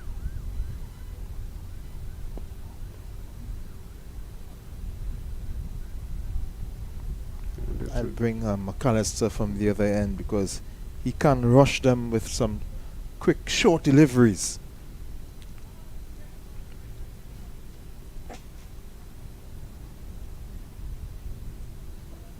Western Chase had his 3 wickets, 3 for 47 in the first innings. Looking for his first in the second. Still looking. After that, 4 defensive plot.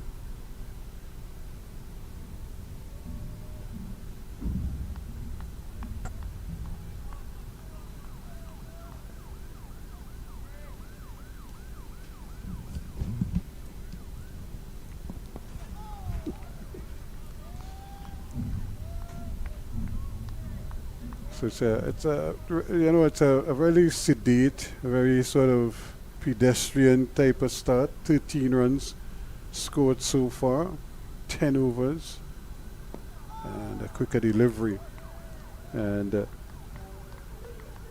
no run from it. So 13 without loss now at the end of the over.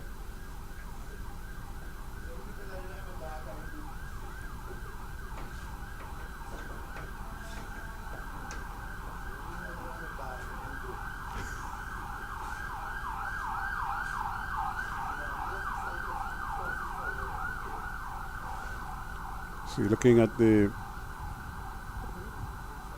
Players Pavilion there, the Queen's Park Oval, and I was asking Colin earlier what the Oval looked like back in the day. And I think you were even asking about some of the outstanding moments, the memorable moments here. And funny enough, one of my favorite moments here wasn't even for cricket. But it was actually for football. Do you remember when Pele was here? No, I wouldn't remember when Pele was here. Yeah. But he and was one of the world figures to grace here. I'll give you another memorable occasion. It was John Donaldson Technical Institute against Mukrapo Senior Comprehensive in an intercol final. Ian Clausel, the jet dribbler, Emerson Dubisson, Tractor Belgrave, Randy Glasgow. He was the big stopper. That's a pull shot. He's in the air, but it just doesn't carry outside there to that man up there. He was looking, waiting for it. It just never got to him, Leacock. And that's what they set him there for, hoping that Power will play precisely that shot. Just fell short. And yeah, that was the Mukrapo. Those were the main men at Mukrapo at the time. If I'm not mistaken, did Eric White play? Not Eric, but the younger brother play in that one. Well, Eric rather playing. Denzel is the older one. And and John D, we would have countered with Dale Hines,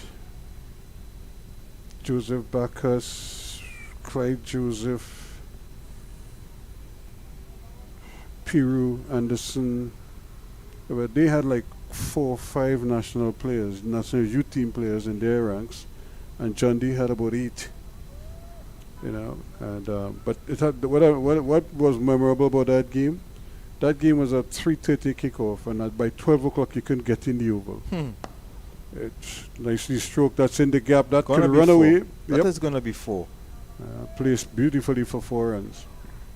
And yeah, by 12 o'clock, because we came from Harvard's sports club to here, just to drive over here was pressure. To get into the oval was pressure.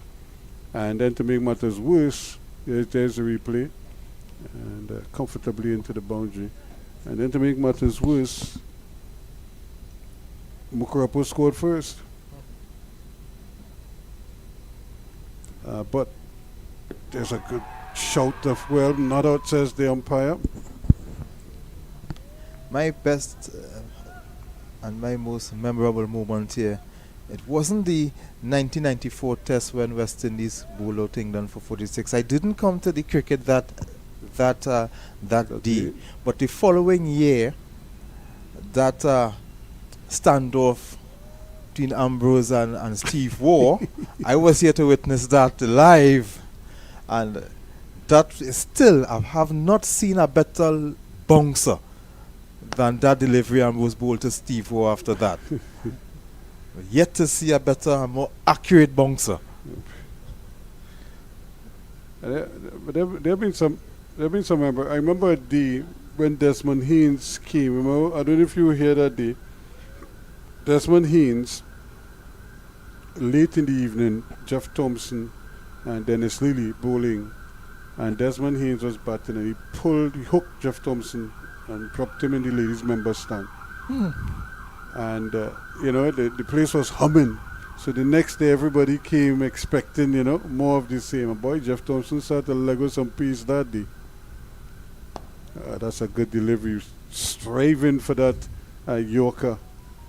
And it was like an exhibition of fast bowling. You know, even on this wicket here, that wasn't the fastest wicket, but boy, Jeff Thompson was really quick that day. And Bretley and Lara too was a good battle, but it was good to see Desmond Haynes and Gordon Greenwich fighting against Thompson and Lilly. And I mean, both of them were firing, but it was just noticeable the speed at which Jeff Thompson was bowling that day. It was amazing, because I think we were seeing him here for the very first time. You know.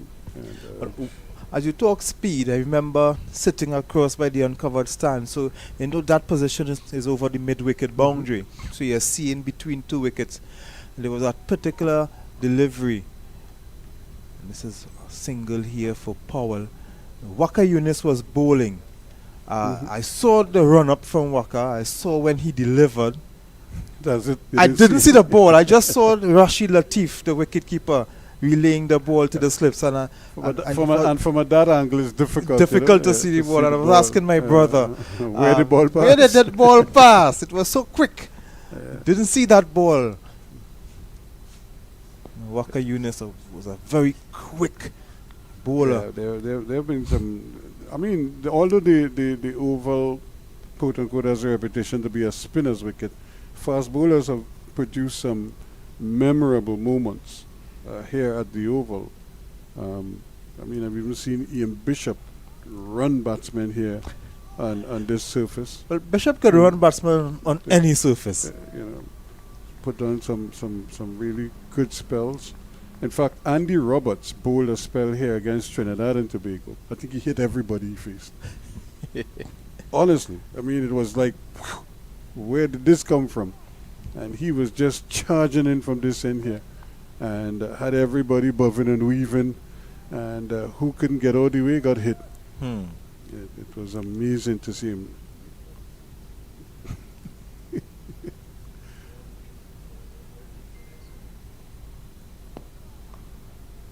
Chase striving here for a breakthrough for Barbados. 19 without loss, the Leeward Islands, after they were put into bat. This is over number 12. So Ruston Chase in 6th over. Doesn't want to drive. They just hustle a quick single. Mikhail Louis. He moves on to 10. Karen Powell is on 10. Ruskin, I will leave you in the company, in the esteemed company. Do you have to? But of course, and even by tomorrow, it will even be more esteemed. Do you Good Colin Murray. Do you really have to leave me in Colin Murray's presence? And there you could see some of the members.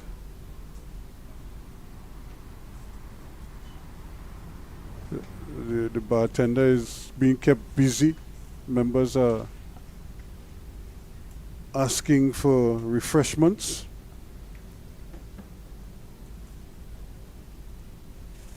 Certainly making her earn her tips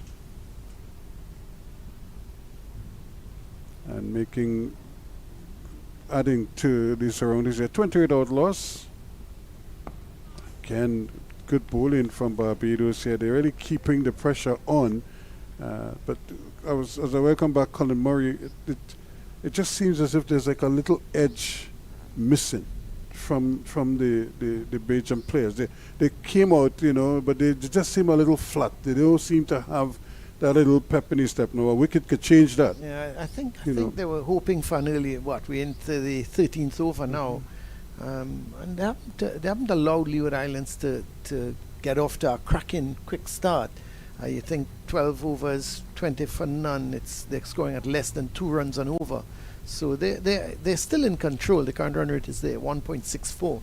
So I think, yes, you're right. I think they may just want that early wicket. They were looking for the early wicket as they got in the first innings when they picked up Powell early, but it hasn't been able to come yet. So I think they were just... I don't think they're flat. A no ball from Cumberbatch.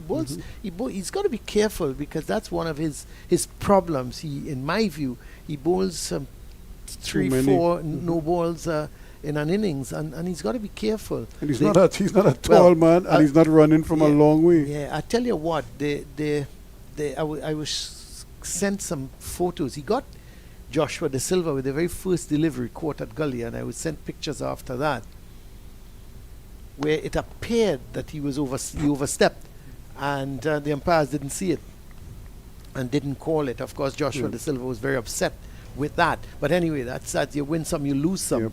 Yep. But I wouldn't say they're flat. I think they're just they're striving for that early breakthrough, and it hasn't come as yet. And I would put it more down to disappointment more than anything else, rather than them being flat. So it's a good mental approach by the Leewards. Oh, he was looking for a big one there, but missed everything. And seemed to play outside the line of the ball. The ball passed kind of under the bat. Yeah, he can't afford to get frustrated, Louis. Just that left foot didn't come far across enough, but one was a Yorker length delivery, so he was didn't get bat onto ball.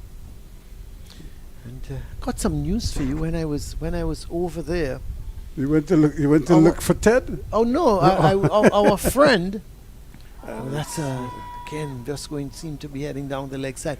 Our friend, the lone supporter, with his bag and his feet up, he was leaving, and I said to him, "Well, where are you going?"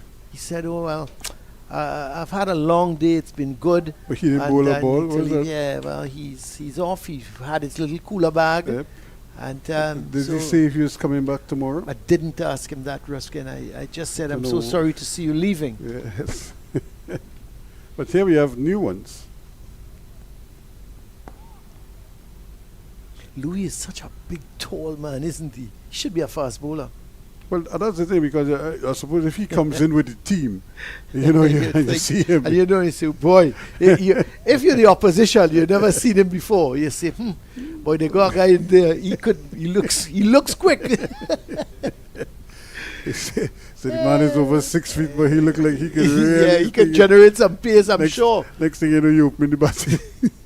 Is that Ralphie conducting sessions there? Yeah, Ralphie saw me as well. He hailed me out and said, Ralphie, how you going? He said, he's good as ever. Happy to be here. End of the over, is it? Yes, it is. 21 without loss. Yeah, Ralphie is saying, he said, Samori, I'm glad I'm here, boy. I'm glad. There's it, you know. There's it.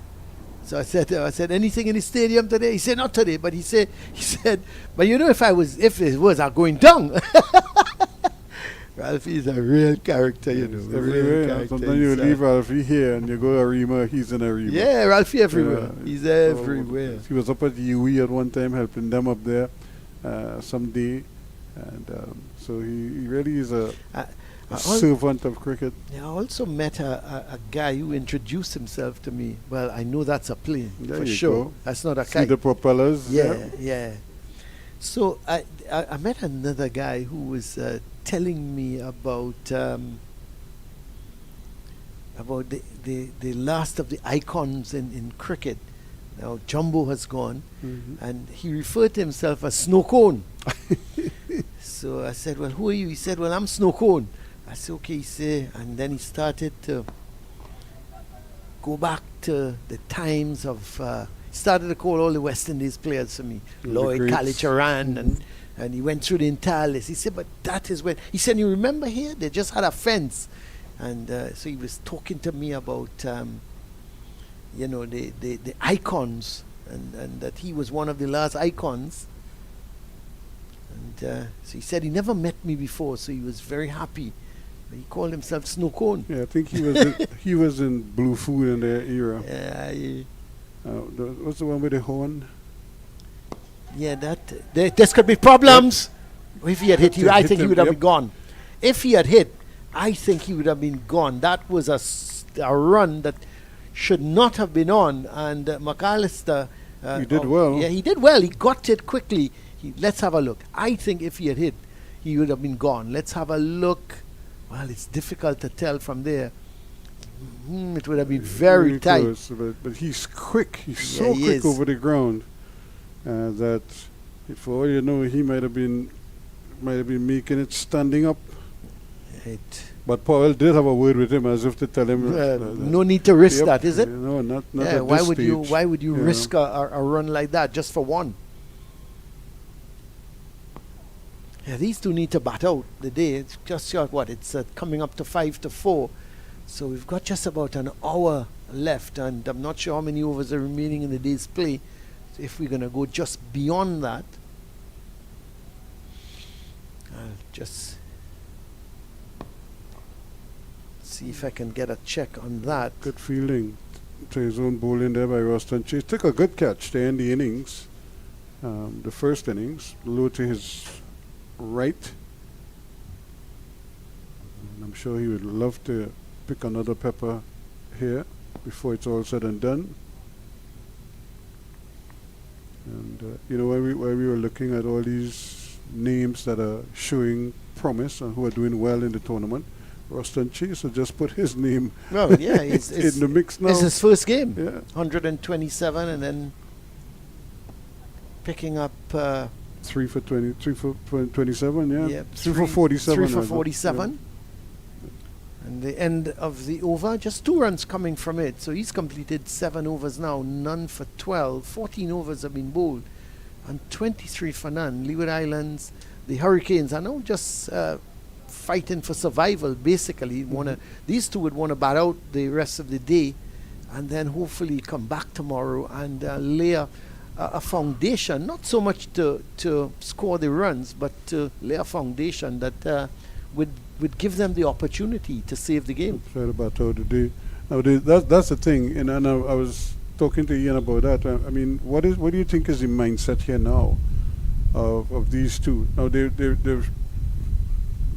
playing well. They're playing straight. You know, they're not trying anything too spectacular at the moment. And you know, here's is that the national security helicopter heading over there? Where are all these planes coming from today? Is it they're sending a message? Yeah, it's a flyby. Maybe I need to take a flight somewhere. Yeah. maybe.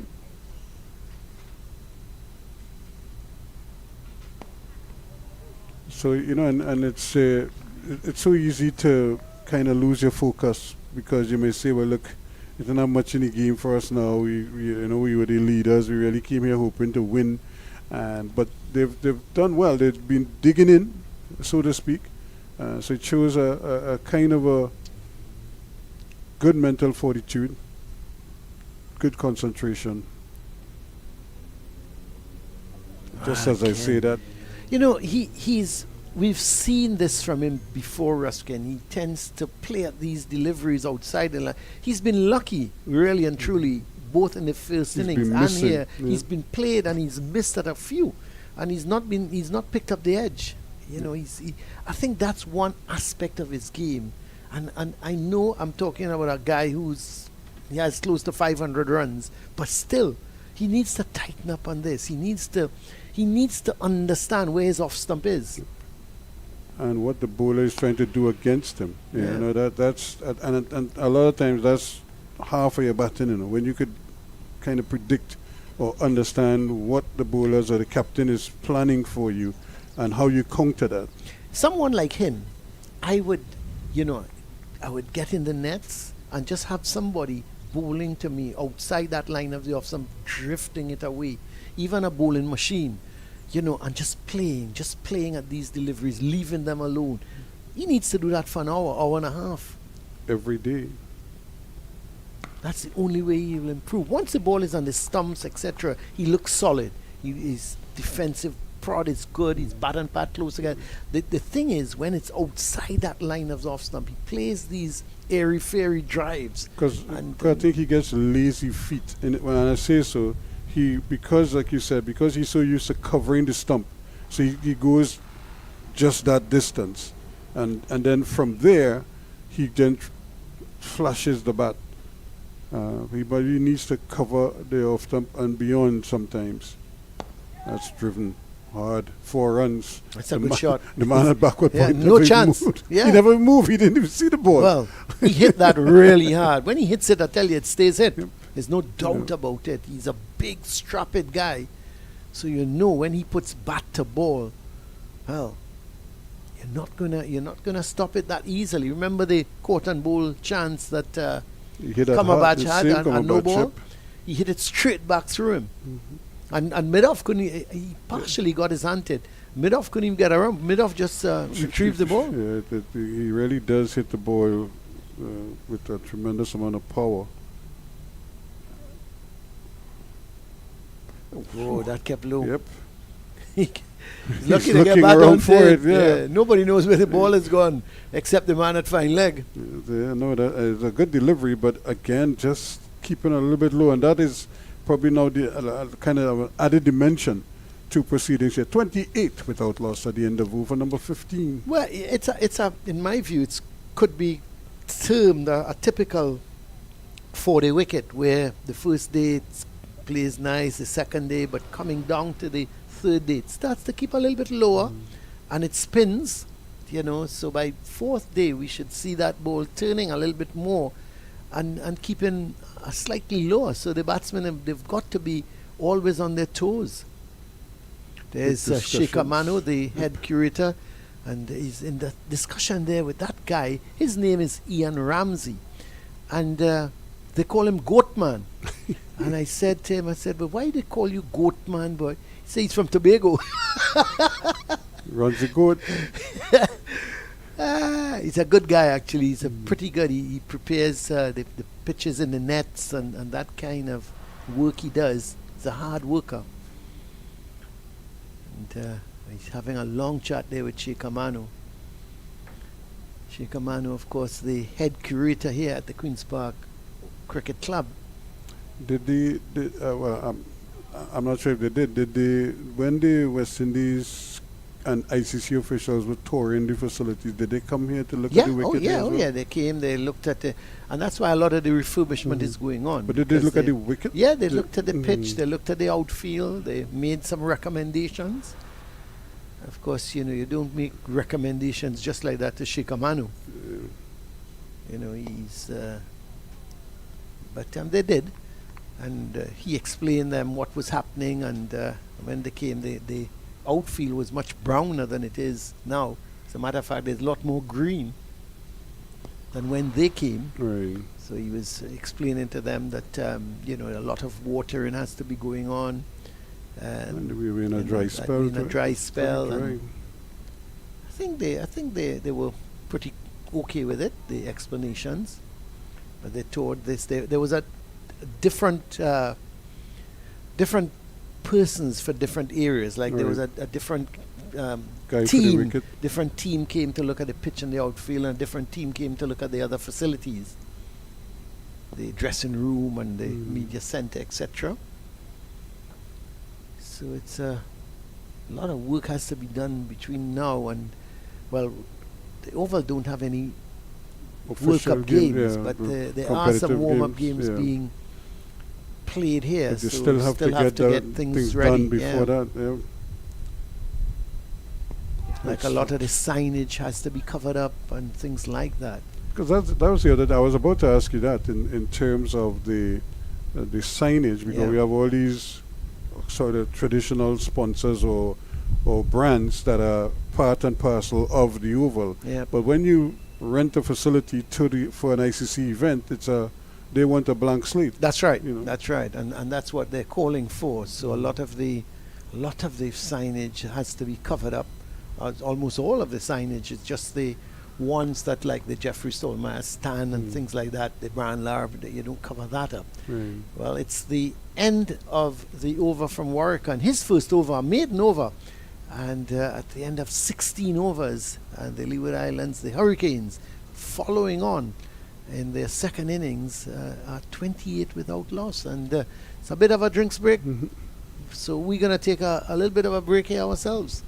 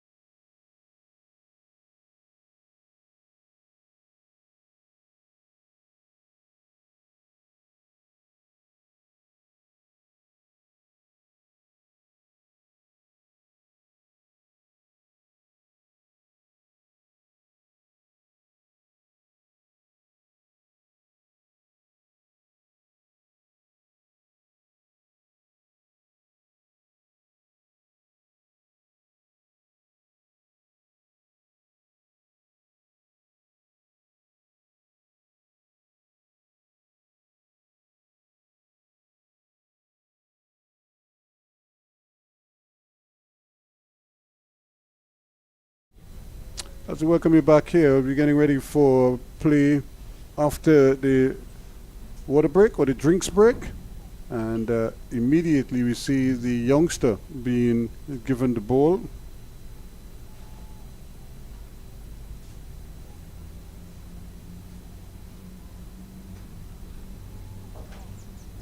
And once again, he's coming into the attack, hoping to probably make an impression here. Javid Leacock.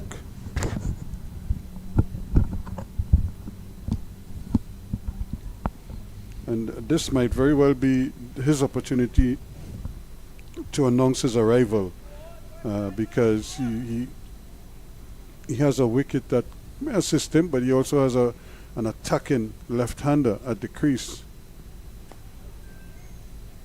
And that is going to be interesting to see how Powell treats with him. But you notice Powell, he was long forward and bat and pad very close together. He's not sure how that ball is going to respond. Yeah, and even if it pitches in the rough and it comes back to him, he would have felt that, he's got everything covered.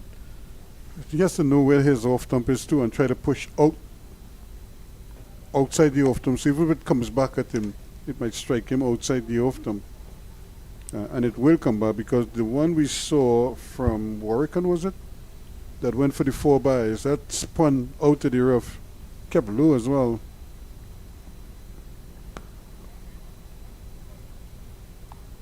Louis looks, when he plays certain shots, he looks so much in command of the situation.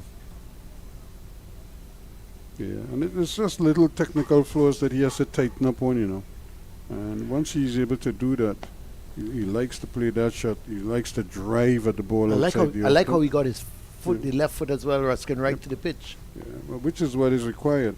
It's just that sometimes against the quicker bowlers, he doesn't move the foot as far out. He just kind of stands there and push the bat. That's well played. That's a good delivery.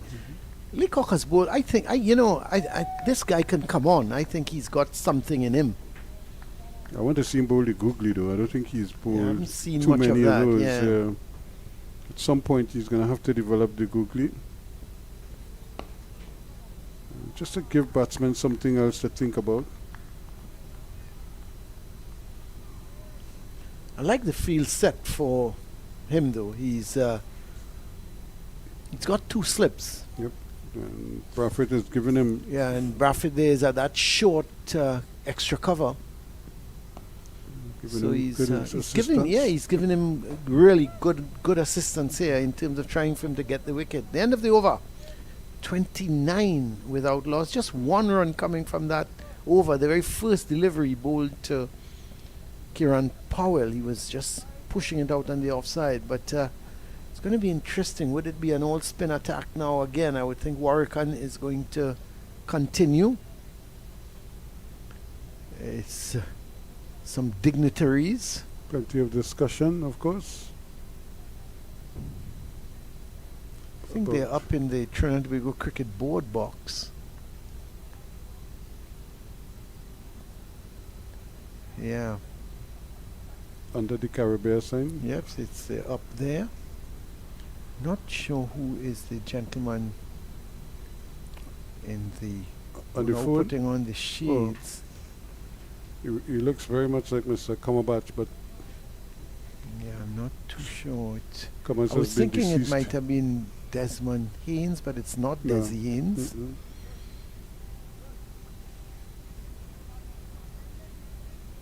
Yeah. Well, they're intrigued by the cricket that is going on. That's for sure. And just one of the players, I think it is, was just beyond just in the corner of the side screen. Causing a little delay there.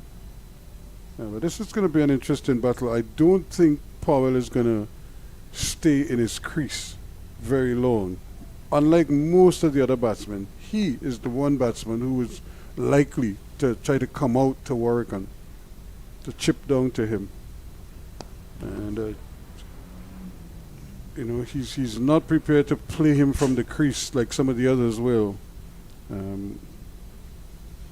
Yeah, and you could see it. They're coming down to Oregon and just working it down to long on.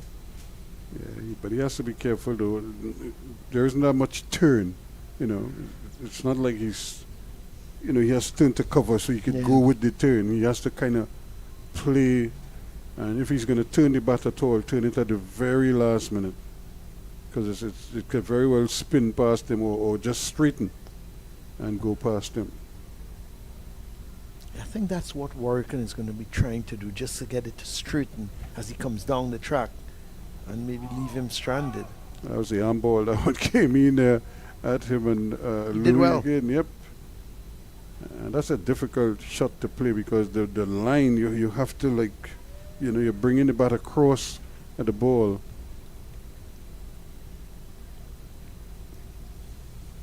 Ruskin, you don't need to demonstrate to me. I understand what you're saying, and I worry about you when you're doing this. You may start to cramp up or something like that. I'm just flexing my muscles. Yeah, but I know I understand what you meant, and I'm a little worried.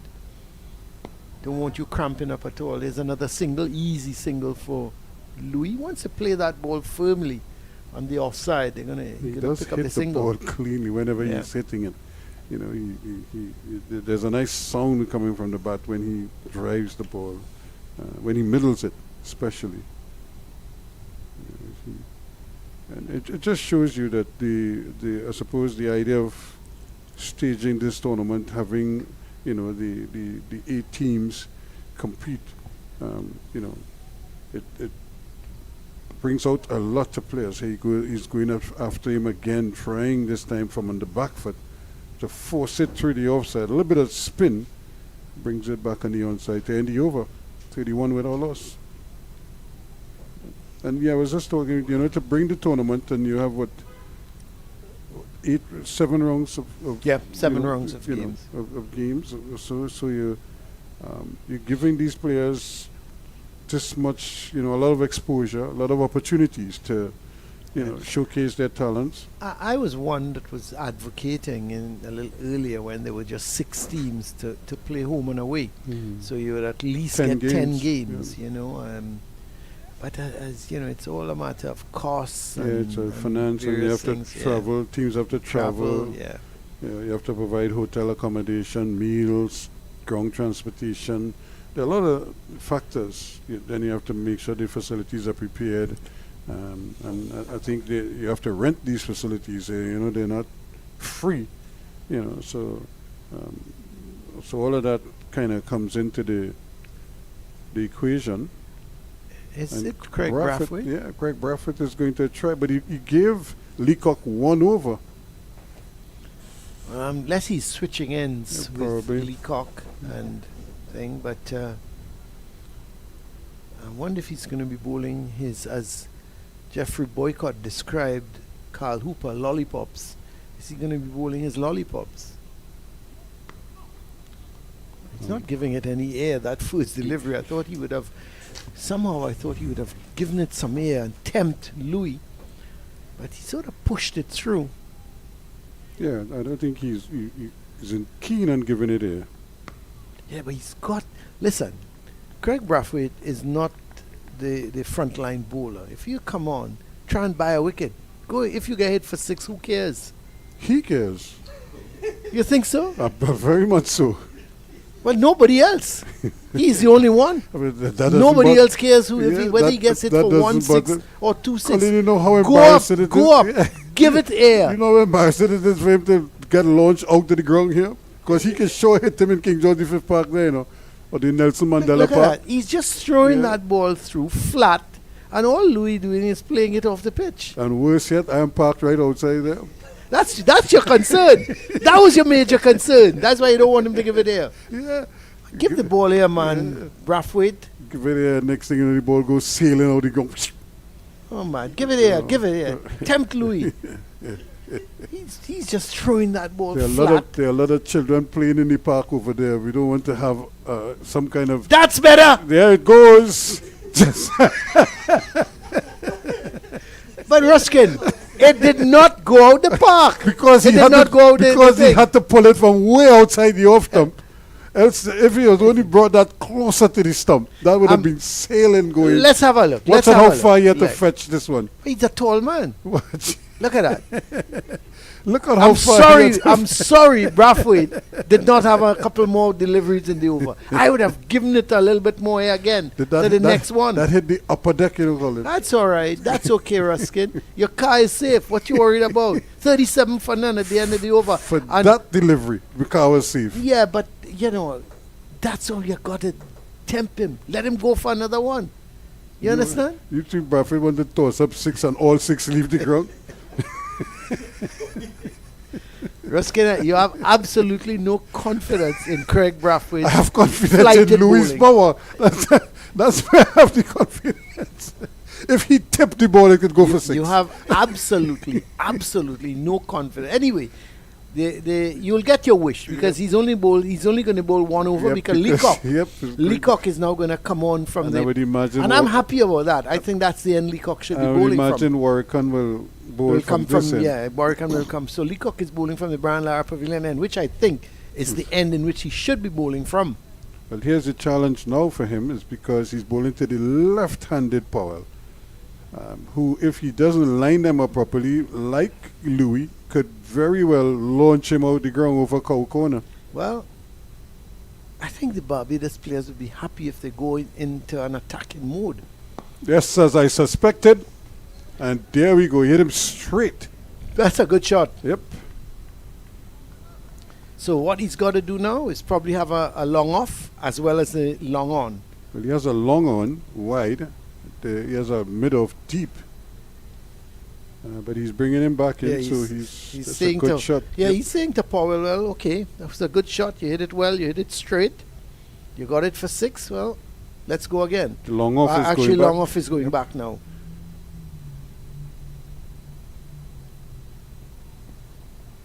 That's a good shot. Yep. That's a couple of rounds. I don't think it's going to get to the boundary. You know, he might get 3 if they hurry. It's a good call in the Yep, end from in the Louis. end, yep. They were thinking of the third, and Louis actually turned to go for it, and then he looked up, saw the ball in Roston Chase's hand, and decided against it. A good call in the end. Yes, it is. And this is real pressure now on the young man. Can he kind of keep Powell quiet? 45 now without loss.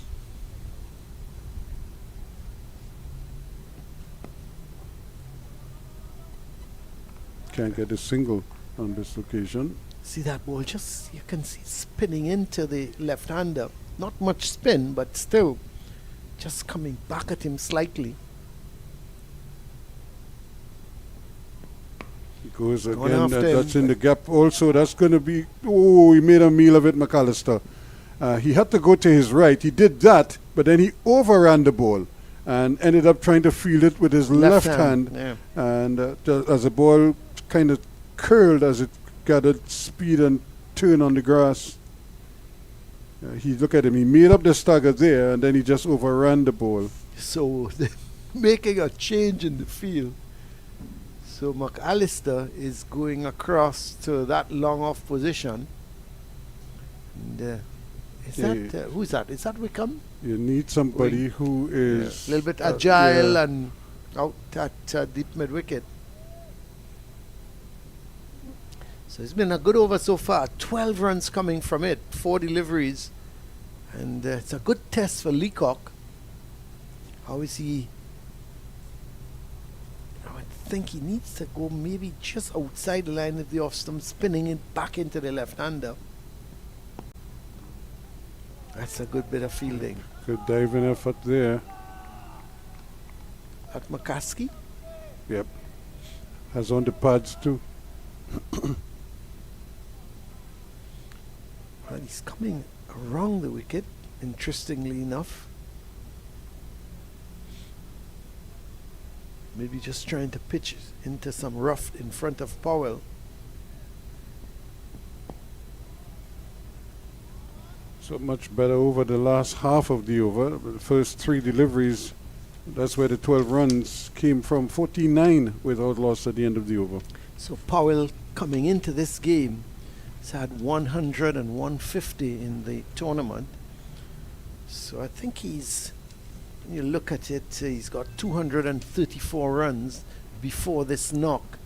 So he's he just needs to get another big score.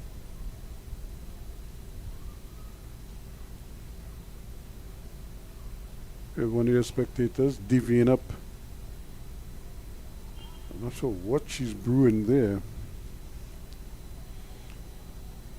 Actually, I understand it's Andre Coley in the Oh, in the box. TPC box. Right. Yeah, I didn't recognize him. It's Andre Coley. He's doing some scouting for Desmond Haynes. And you remember when we have the West Indies Academy, and he took responsibility for that team, you know, and I was so happy to see that, because I keep saying the same information that the senior players get, the junior players, you know, should also be getting that kind of information, so that by the time they make the step up, it's not foreign to them. You know, the same methodologies are being instituted, so there is some consistency and some carryover.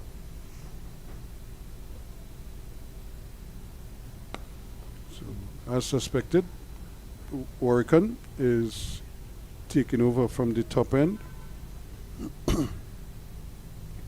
He has You that think slip. he's going to toss it up, Ruskin?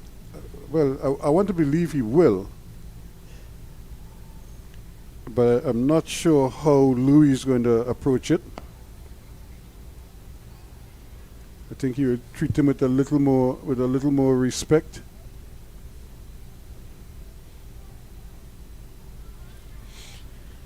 Yeah, I think he's got to be, obviously, you're coming up against a bowler of the class of Warrican. He's going to mix it up a little bit. They're making a change in the field, so it tells me that they're strengthening the offside.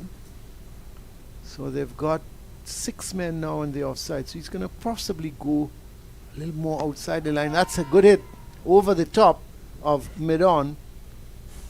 So I was about to say, I would think he would go a little wide of the off stump. But there. That birds up to 50, 53 now. Yeah. Let's look at this delivery. I thought it was.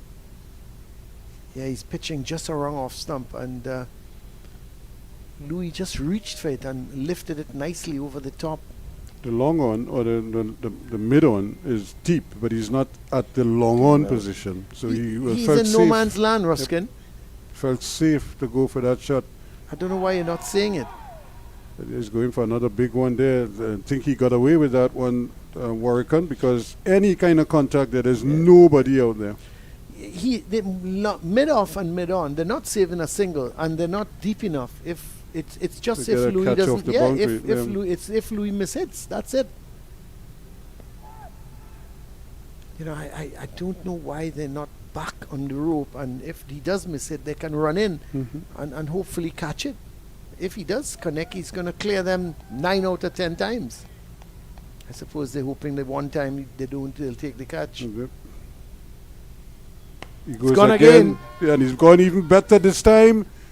And it just. Does it just drop in? I think it one might have bounce? just one bounce, or Or did it it go went all right the way? over? It went Yeah, all it the went way. all the way. Yep. But again, it would have been an interesting, had it been a long on there, would A he have been strong able to man. get his hand to Yep. it? So So again, you the can end see of the over. Yep. So it's what, 59 now for none, and Louis is on to 33. Yeah. The over from Leacock was a pretty expensive one, and they're taking him out of the attack. Not sure if I completely agree with that. 10 runs coming from the over from Warrican, and we had 12 or 14 from the over from Leacock, who has been pulled out of the attack. And talking about pulled out of the attack, Ruskin Mark, one fast bowler replacing another fast bowler here. And Ian Wilson is coming in for Ruskin Mark. Ian, good start, and they continue to build here. The Hurricanes, they still trail by 195, but Ruston Chase is back in the attack. Yes, a much better start than what they had yesterday in the first innings. That time, Karen Powell was already gone. This time he's at 25. Mikhail Louis looking to approach his second 50 of the match. And, it would be very nice if you can get to that. No run for Powell, trying to make a little room for himself. Ruston Chase opting to bowl around the wicket. Personally, I would have liked to have seen him over the wicket, but he's opted to go round.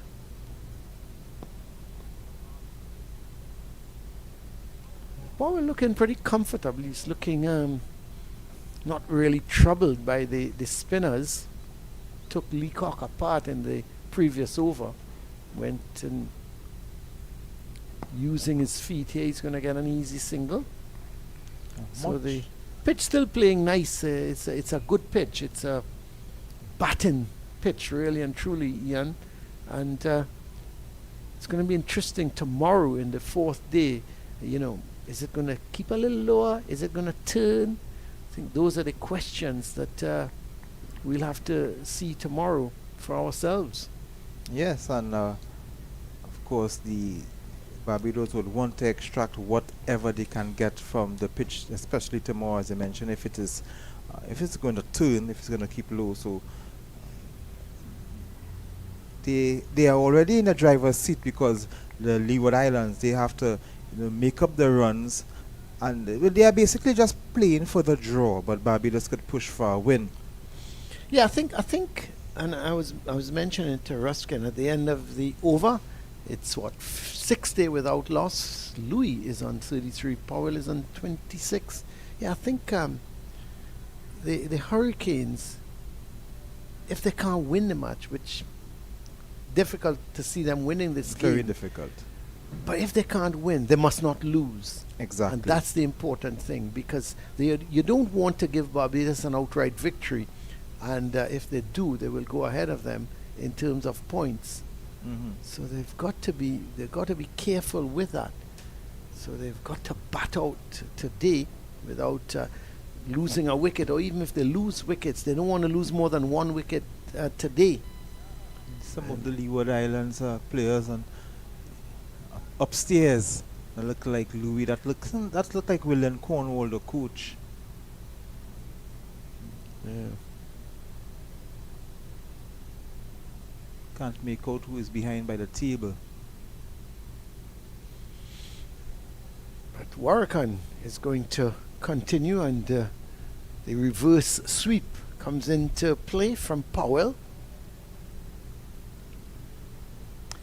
Again, I interesting way he took that from. I'm wondering if he didn't make contact. He would have been some problems. Yeah, for sure. And again, I always make the comment, Ian, why? You're on 26, you're batting well, no problems, and you play the reverse sweep. Not sure the reasoning behind it. Comes down the track, hits this high. That's a really good hit. That was clean from Powell. Used his feet nicely, and he just lifted it. What was good about that was the timing. He hit it superbly.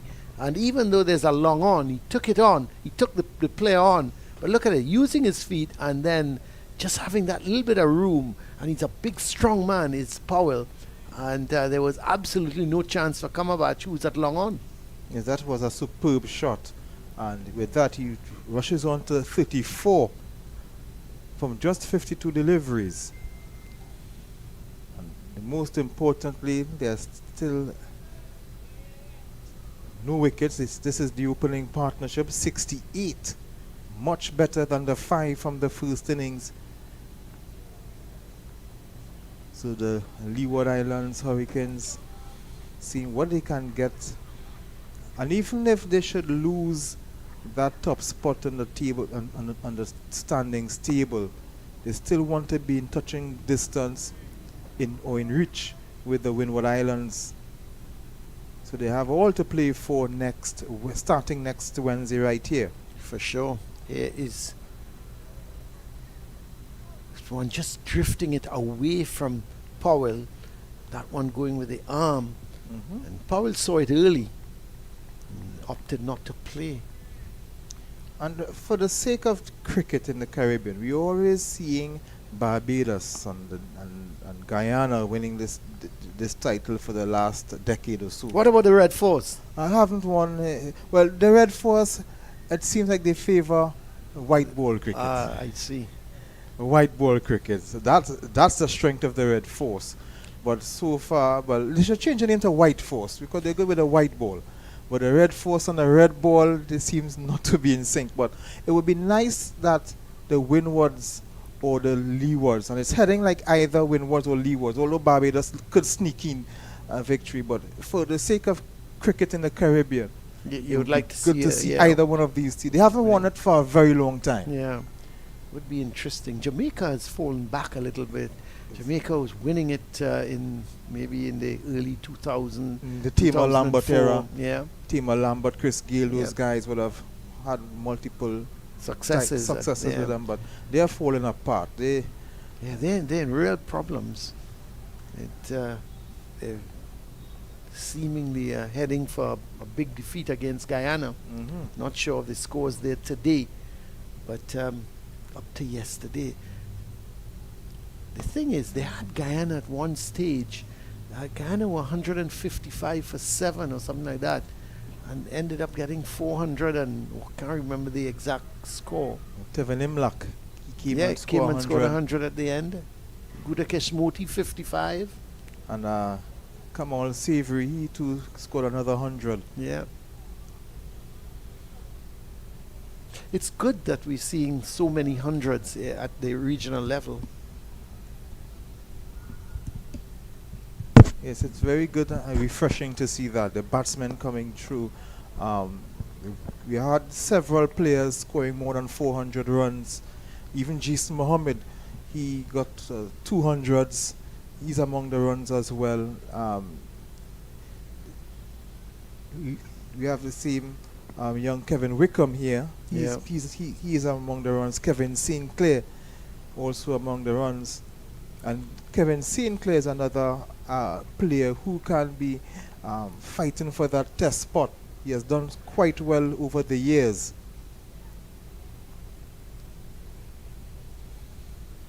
Quicker delivery from Chase, but Louis equaled it. It's been a good knock. Been what, 4 dot balls thus far? Or 3? Mikhail Louis, he's looking to push for his another 50. And if he could get that 50, that will be his, 7th 50-plus score this season. And certainly, and Desmond Haynes and Andre Cooley, as I mentioned, who is right here upstairs, cannot ignore that. And maybe he might be, if not on the plane to go England, might be on the wing, sitting on the... He had to be somewhere close. Considered, yeah. Must be considered. 68 for none at the end of that over from Ross and Chase. A maiden over. But the Hurricanes still trail by 186 runs. So tomorrow could be a very interesting day. If the Barbados Pride pick up a couple early wickets, then it'll put the Hurricanes under pressure. But on the other hand, if the Hurricanes can continue along these lines and save the game, then kudos to them.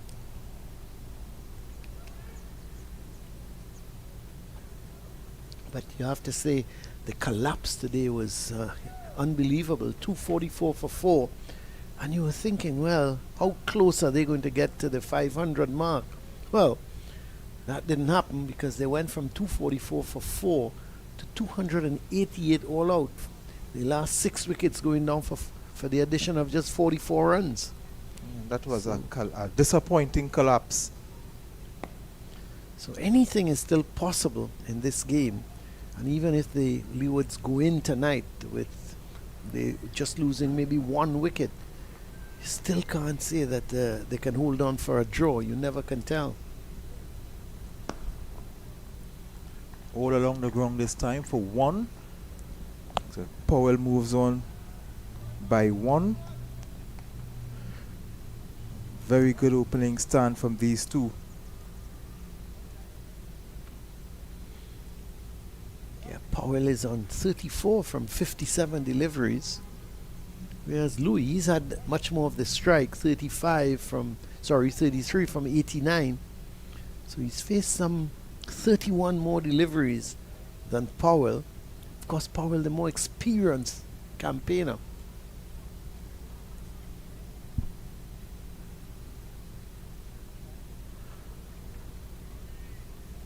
So Juman Warrican against Trinidad and Tobago, he had tremendous success in the third morning. I find it a bit different here against the Leewards this match. The thing about that, in that game, he bowled 2 overs in the first innings when Trinidad and Tobago were dismissed for 172. He bowled 2 overs, didn't pick up a wicket. And then came on as first change in the second innings and absolutely wrecked the Trinidad and Tobago team, picking up 6, I think was 6 for 31. 6 wickets, and Trinidad and Tobago lost 7 wickets in the space of 45 minutes. Well, I thought you were going to say they lost 7 wickets for 17 runs, which is what happened. I tried to make it sound different. Oh, you're trying. Oh, sorry. I tried to make it sound different. Let me go back to that. So Trinidad lost 7 wickets in 45 minutes. Yeah. I'm trying not to remind myself of 7 for 17. It was. You were sitting here. I was sitting here and watching it, and it was unbelievable. Players just came in and they left. Mm-hmm. It was incredible. But Warrican was the major destroyer. I was even wondering if some of the players wanted to make themselves available for the last 3-day match starting later that day. Yeah, that's right. Because it's the end of the over. The local club cricket. Yeah, local club cricket was starting that day, and one or two players were saying, "I wonder if I can get up in time to start," because it was a 1 o'clock start. It was a 1 o'clock start. And the game here ended at 11:30. 11:30. So they had time to get to the other grounds to play local club cricket. Yeah. Well. And of course, Queen's Park have a game on the fixtures. They're supposed to play Pre-Sal, but the fixtures has the Oval. But of course, the Oval will be in use for this game tomorrow. Yeah. So I think that game will be at Fatima. I think it is. I'm not sure. I think they have. Not sure if they got Fatima. I know they've got a different ground to play the game. Not sure if it's Fatima. It probably is. There's the score in the Jamaican Scorpions. So they declared that 147 for 4, and Jamaica is back batting again. So Jamaica again, they will have to bat out to save the game. The Guyana Happy Eagles, well, they too didn't send the Jamaica Scorpions back into bat. No, they opted to go back. So the Scorpions, they've got over 400 to win that game, almost impossible. So they too will be playing for a draw. And the Guyana Happy Eagles will definitely be pushing for a win. Of course, Gudakesh Moti, the spinner. A win for them will push them up the table, and definitely. You have to say they could very well be in contention. They will be in contention if they win their last 2 games. If they beat Jamaica, and then 4 of the teams. Yep. Will be in contention, can be in contention next week. Of course, the Leewards, the Windwards, and I would love for either the Leewards or the Windwards to go all the way. They haven't done so in a very long time. The Leewards, who about since 1998, could have been the last time they would have won, and the Windwards would have to go even further back. So it would be very nice if one of them could win this tournament. I know the Leewards won the 50-over tournament some years ago, playing against Barbados. And I can remember, Colin, how that match ended. I will tell you after this delivery, the ball played forward. I remember Tino Best. Good old Tino? Good old Tino Best. The match was won by, the game was a draw. They tied the game actually.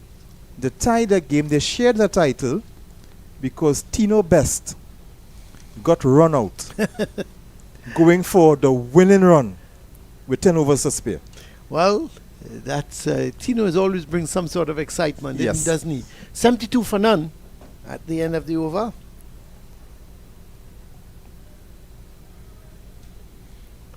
So who's going to pick up the attack? Is it? Yes, it's going to be Warwick. I shouldn't have bothered to say who's, because would think he's going to bowl out the rest of the afternoon.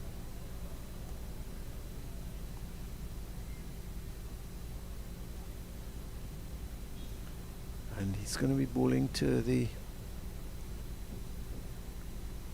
left-handed Powell.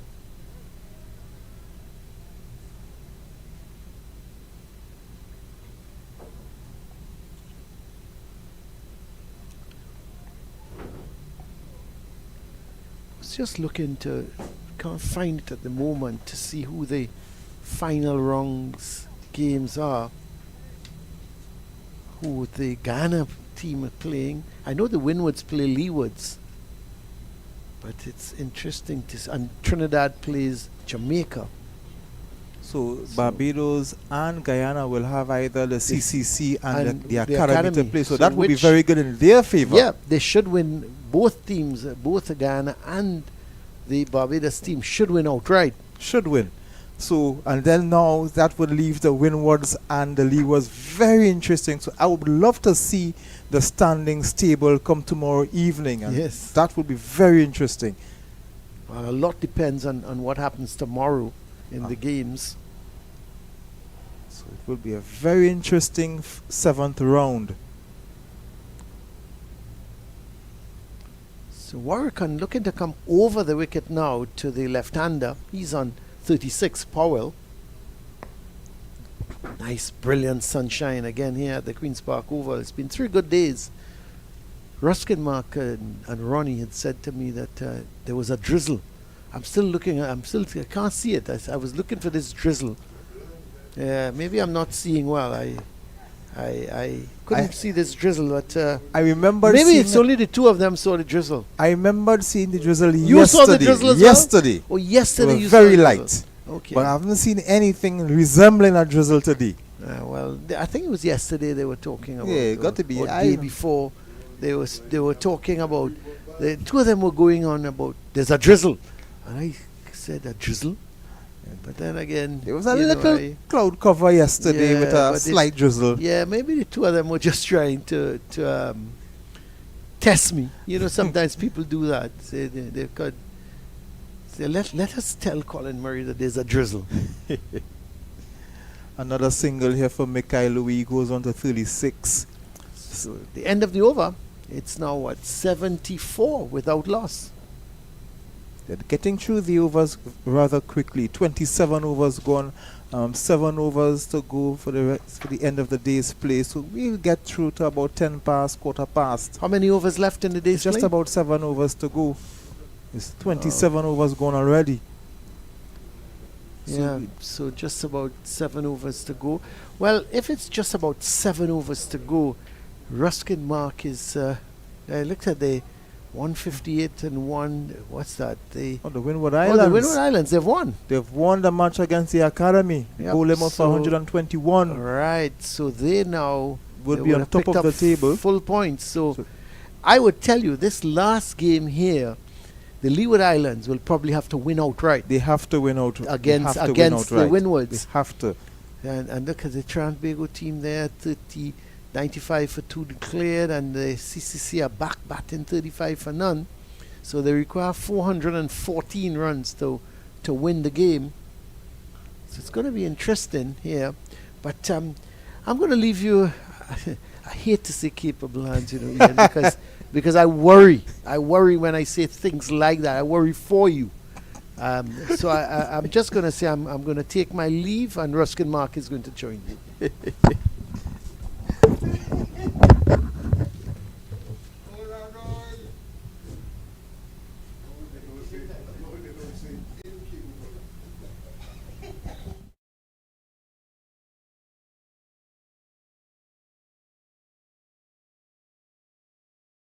Us getting back into the attack. The Leeward Islands continue at 74 without loss. Mackay Louis, and of course there is also McAllister back into the attack as well for his first over in this innings. So a rather belated entrance in the attack this time. Well, I Jim think McAllister. remember they used the spinners fairly early. Ruston Chase bowled like 7 overs on the trot. So there wasn't any opportunity to bring him on.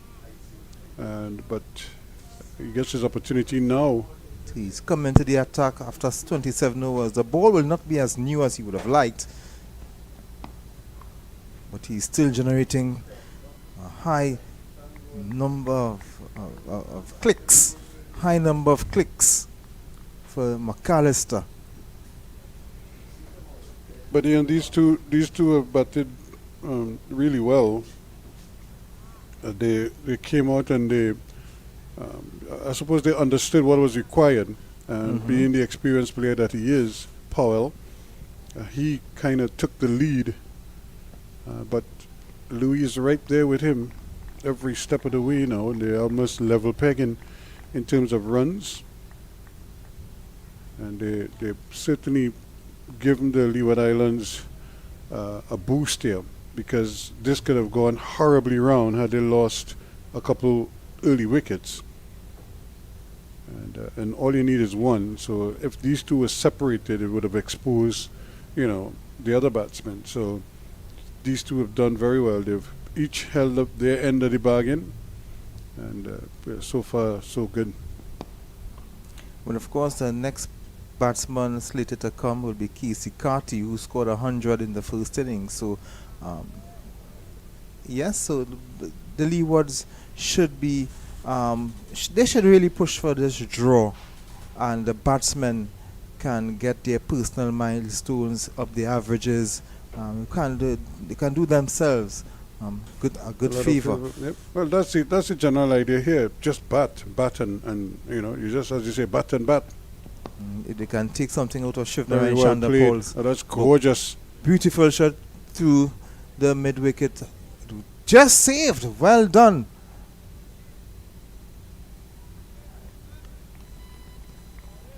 And that's Wickham out there doing good work.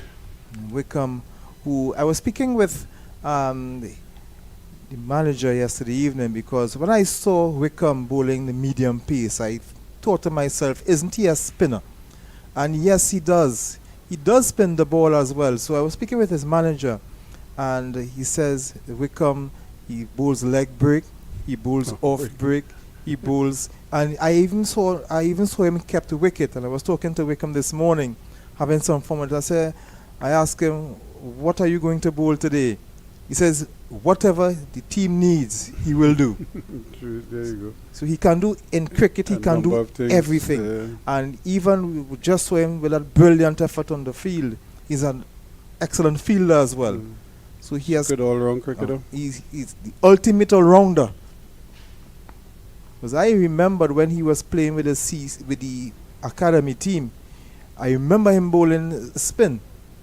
So when I saw him bowling medium pace yesterday, and he bowls a medium pace today as well, I was like taken aback. Yeah, that's a good running though. That's good running between the wickets. Just go Wickham again. He had to go to his left just now. Now he had to come to his right. And in the meantime, the batsman had the ample time to come back for a second run. So 38 to Louis, 37 to Powell, 74 without loss. Or at least 37, I think is the exact calculation. Or 39, 37 it should be. Yeah, Powell is up to 39 now, and 37 to Louis. Well, both look like they could get their 50s, close proximity to each other. Yeah, they really batted very well. It give the spectators something to chatter about. I wonder if you were able to commentate from that area. I would enjoy commentating from there. It's not possible.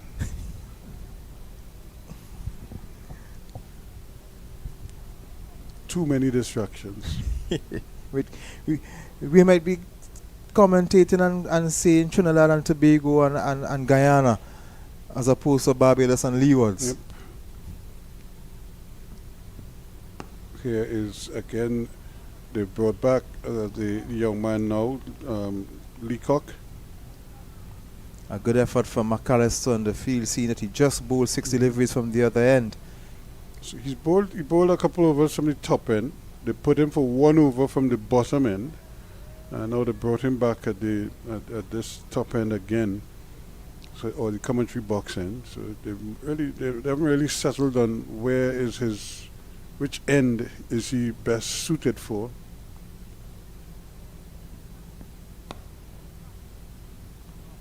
Well driven, well fielded.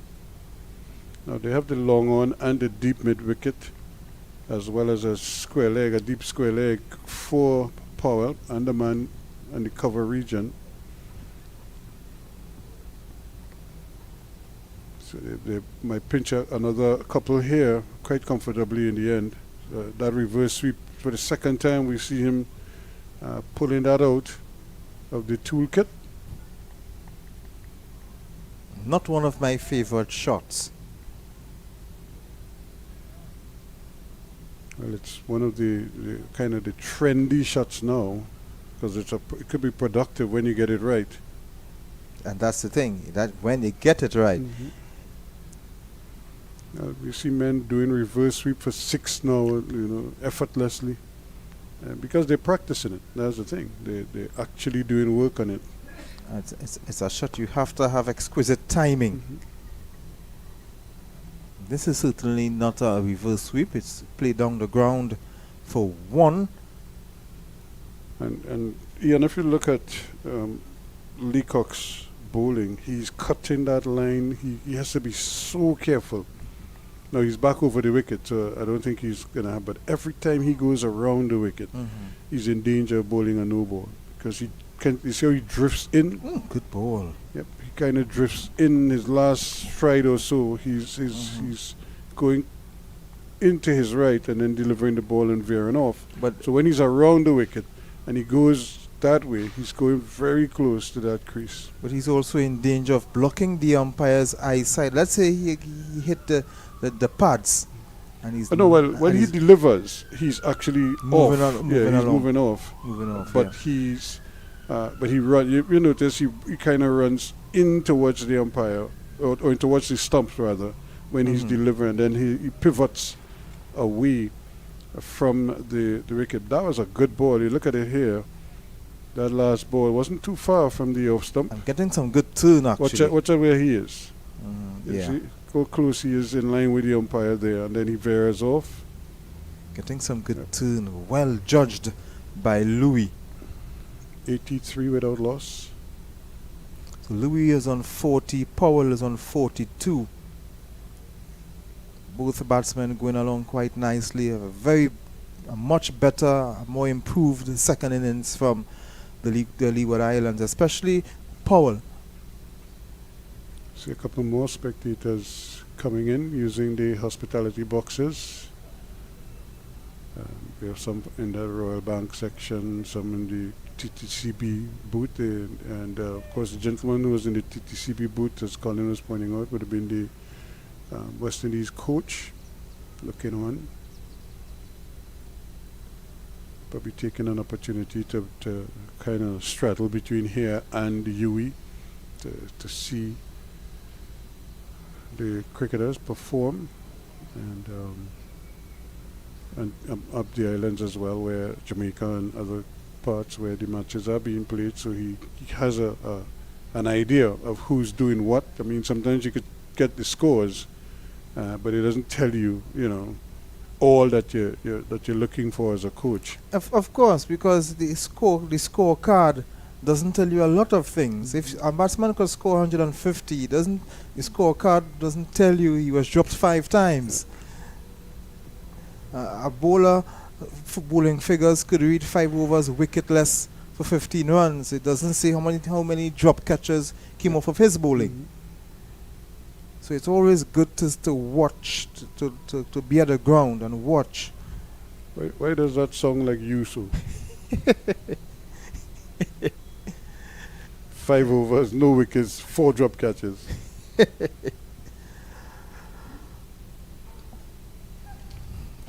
And That's worse yet for a wicket keeper. I always like to judge wicket keepers by watching them. Actually, Richards here is well, he's new, but he has shown some good tendencies with the glove. Yes. I think what he has to, I think his problem is his concentration right now. There are just times when something out of the ordinary happens. It kind of takes him by surprise. So he doesn't move his feet properly, or he doesn't adjust properly to it. But that will come, as he gets like a little run in the team, and he gets to face it. But if you look at how many times the ball is bouncing in front of him, but he's getting his body behind the ball. And in that case, even though he didn't take it cleanly, it didn't go past him. He's still able to. Yes, I've and this liked is a difficult wicket to keep on. Yep. So I've definitely liked what I've seen from him so far as well, especially some of the takes that he went down leg side. I love to see wicket keepers moving and getting those deliveries down the leg side. McAllister really bending his back. He's coming in, rushing in, but to no avail. Louis with a bat as broad as a door right now. And the door talking about like a barn door. It's a big door. Really, but what you know what is also good about this is that Louis made a half century earlier in the day, and he's back here again, eyeing another one. And that is what you want to see. You want to see players, take every opportunity they get to try to score runs. If you're a batsman, score as many runs as you possibly can. Because it's just one ball is going to get you out of one false shot, as the case may be. So score where you're certain you're going to get runs, and just defend where there might be some uncertainty. And he looks very confident now. Ball hit in the middle of the bat. The over comes to an end. It's 84 without loss. Just 4 overs to go for the close of play today. Just almost 5 o'clock. So Barbados really having a good over rate. They've maintained a good over rate throughout the day.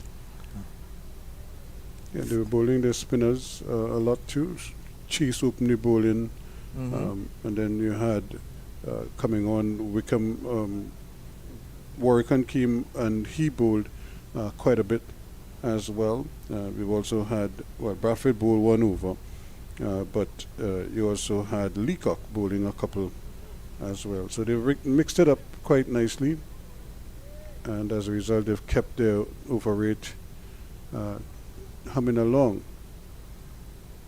So, but they still have some ways to go here. And the Leewards still trail by 170 runs.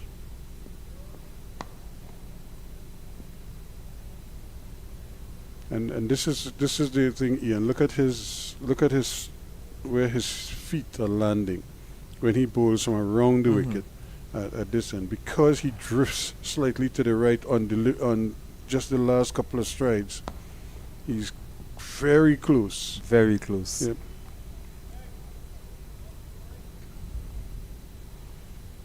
And he has already been called for a no ball earlier.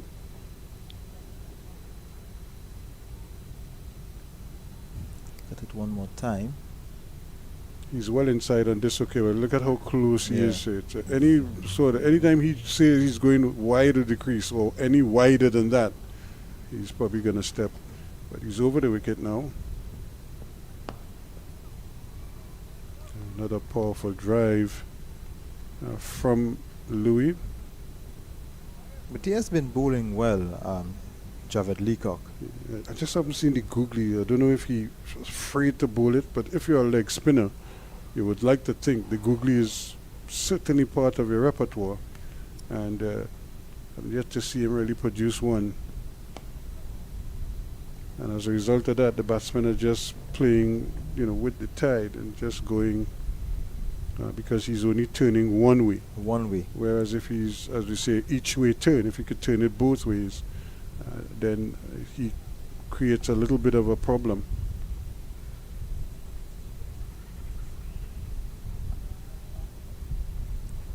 But if he's not confident that he could bowl the googly and pitch it properly, then he's probably better off just not bowling it at all. And that's a badly lined ball. It could be a couple here as well. Could be 4. Actually 4 runs because Reeford gave up the chase earlier clock.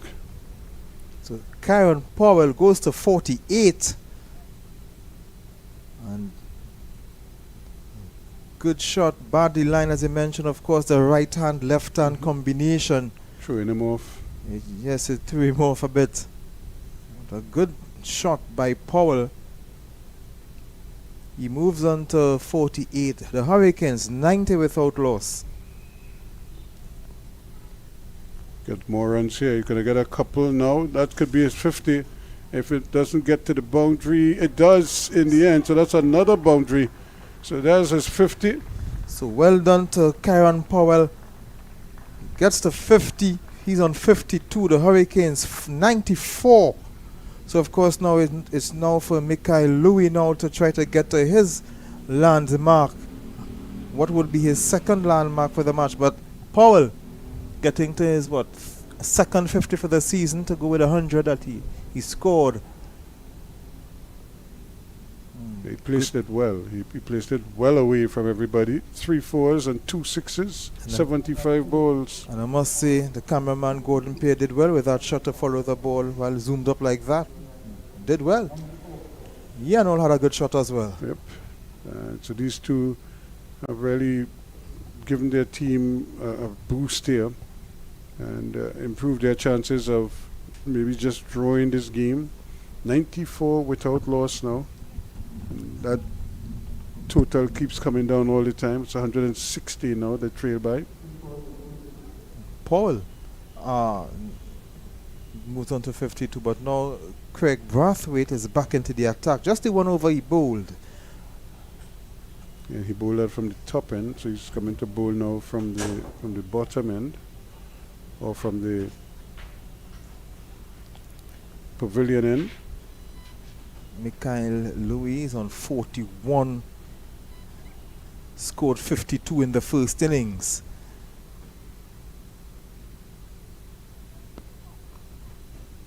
And Louis right in behind it, keeping very low, crouch. So it shows that he's keeping his eyes on the ball, keeping his head over his bat, and playing the ball in front of him, right under his eyes.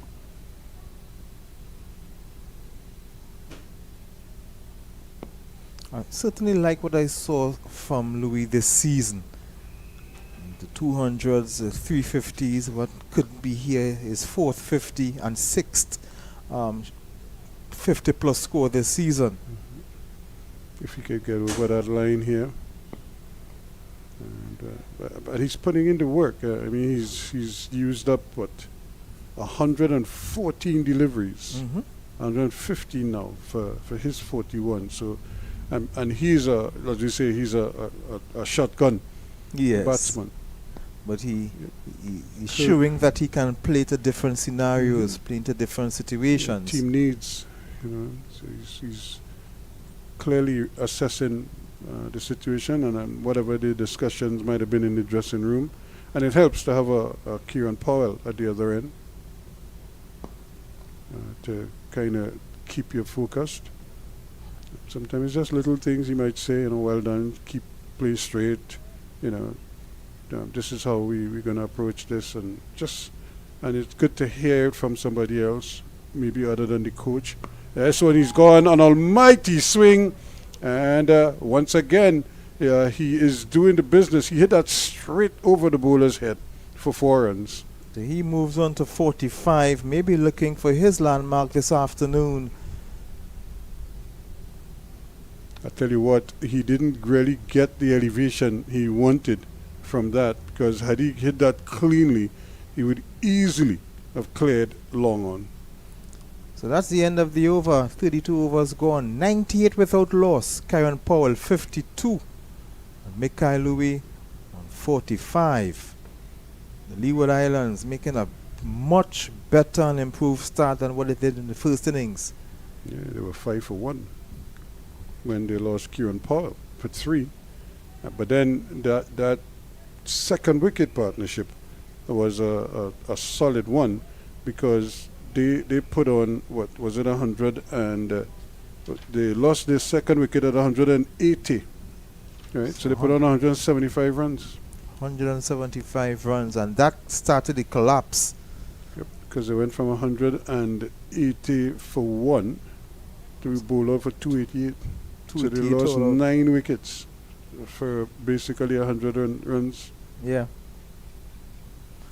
I mentioned that Kevin Wickham back in the attack with the number 12 on his back. He will be bowling some pace. Now you have to guess what is he going to bowl. Today he gets the wicket with his first delivery. Wickham gets the wicket of Kieran Powell for 52. What can this young man cannot do? Kevin Wickham. Kevin, just a loosener. just a loosener. A very good wicket for them. The Leewards falling just short of a partnership of 100 runs, 98 for 1. Kieran Powell played his hand, well played, 52. And that's the end of play for the day as well. Yes, that's the end of play.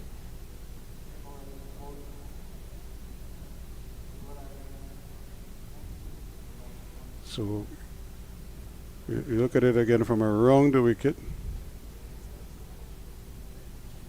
He's just trying to Yes. run it. So it wasn't an edge, he actually guided it. guided it into his hand. Oh my. He must be kicking himself right now. That is literally saying That's a gift. Catching practice. gift. That's how you bat in batting practice. That's how the coach would, just let the ball run off the face of the bat for the slip cordon. But that's the end of the play on the first day. The Leeward Islands going quite well, but 98 for 1. That's the fall of the first wicket.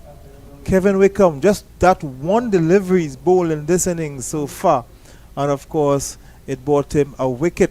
So the Leeward Islands, 98 for 1, Ruskin, at the end of the third day. Yes, it is. They still trail by 156 runs, so they still have work to do. However, it's just a question of, can they keep going and keep the concentration levels up. That was just a lapse in concentration there from Kieran Powell, and and that's the game of cricket. It's just one ball. You just have to take your mind off of something, and then before you know it, you're edging one or you're missing the ball or something like that, and you're out. And so now he has all the time in the world to sit down there now tonight and just brood over over that decision there. But that's cricket, and Wickham must be over the moon right now, because the captain probably just threw the ball to him and said, look, just Finish off the day's play. Just finish off the day's play for me. Let me save some of my frontline bowlers, and he gets the breakthrough for them. So it's 98 for 1 at Stumps, but we've had a good day. We've had a solid bowling performance from the Barbadians, with Ruston Chase getting 3 for 47 and Cumberbatch getting 3 for 48. The Leeward Islands eventually got bowled out for 288, with Carty getting to 127. Louis, who is not out 45 here now, also made 52 in the first innings, and the youngster Joel Andrew chipped in with 53. But the 288, they had a deficit of 254 runs, and then they were able to now chip away at that with a good opening partnership of 98 runs between Louis and Powell. But just on the stroke of the close of play, Powell guided one into the arms of first slip, and that is the end of that. So he goes for 52, a well played 50, with from 75 balls with 3 fours and 2 sixes, and he really looked ominous. He looks, he looked to be in good form, and it was just a question of whether he could see out today and then come tomorrow and carry on. But that's not going to happen. So he may very well be sitting in the pavilion all day if the Leeward Islands could bat out the rest of today. So that is the situation there. They still trail by 156 runs. It's 98 for 1 with Louis on 45, and that's really setting up tomorrow quite nicely. Can Barbados get the 9 wickets that they need to under the 156 runs, or will the Leeward Islands bat and give them some kind of a lead and then maybe ask them to chase a quick fire 75 or 80 in a few overs? Who knows what will happen? It's cricket, so any number could play. So on behalf of Ian, Colin, and I'm Ruskin Mark, thanking you so much, and we look forward to your company again. Come tomorrow when we'll have the 4th and final day as the Leeward Islands Hurricanes still need a further 156 to make Barbados bat a second time as they close on 98 for 1.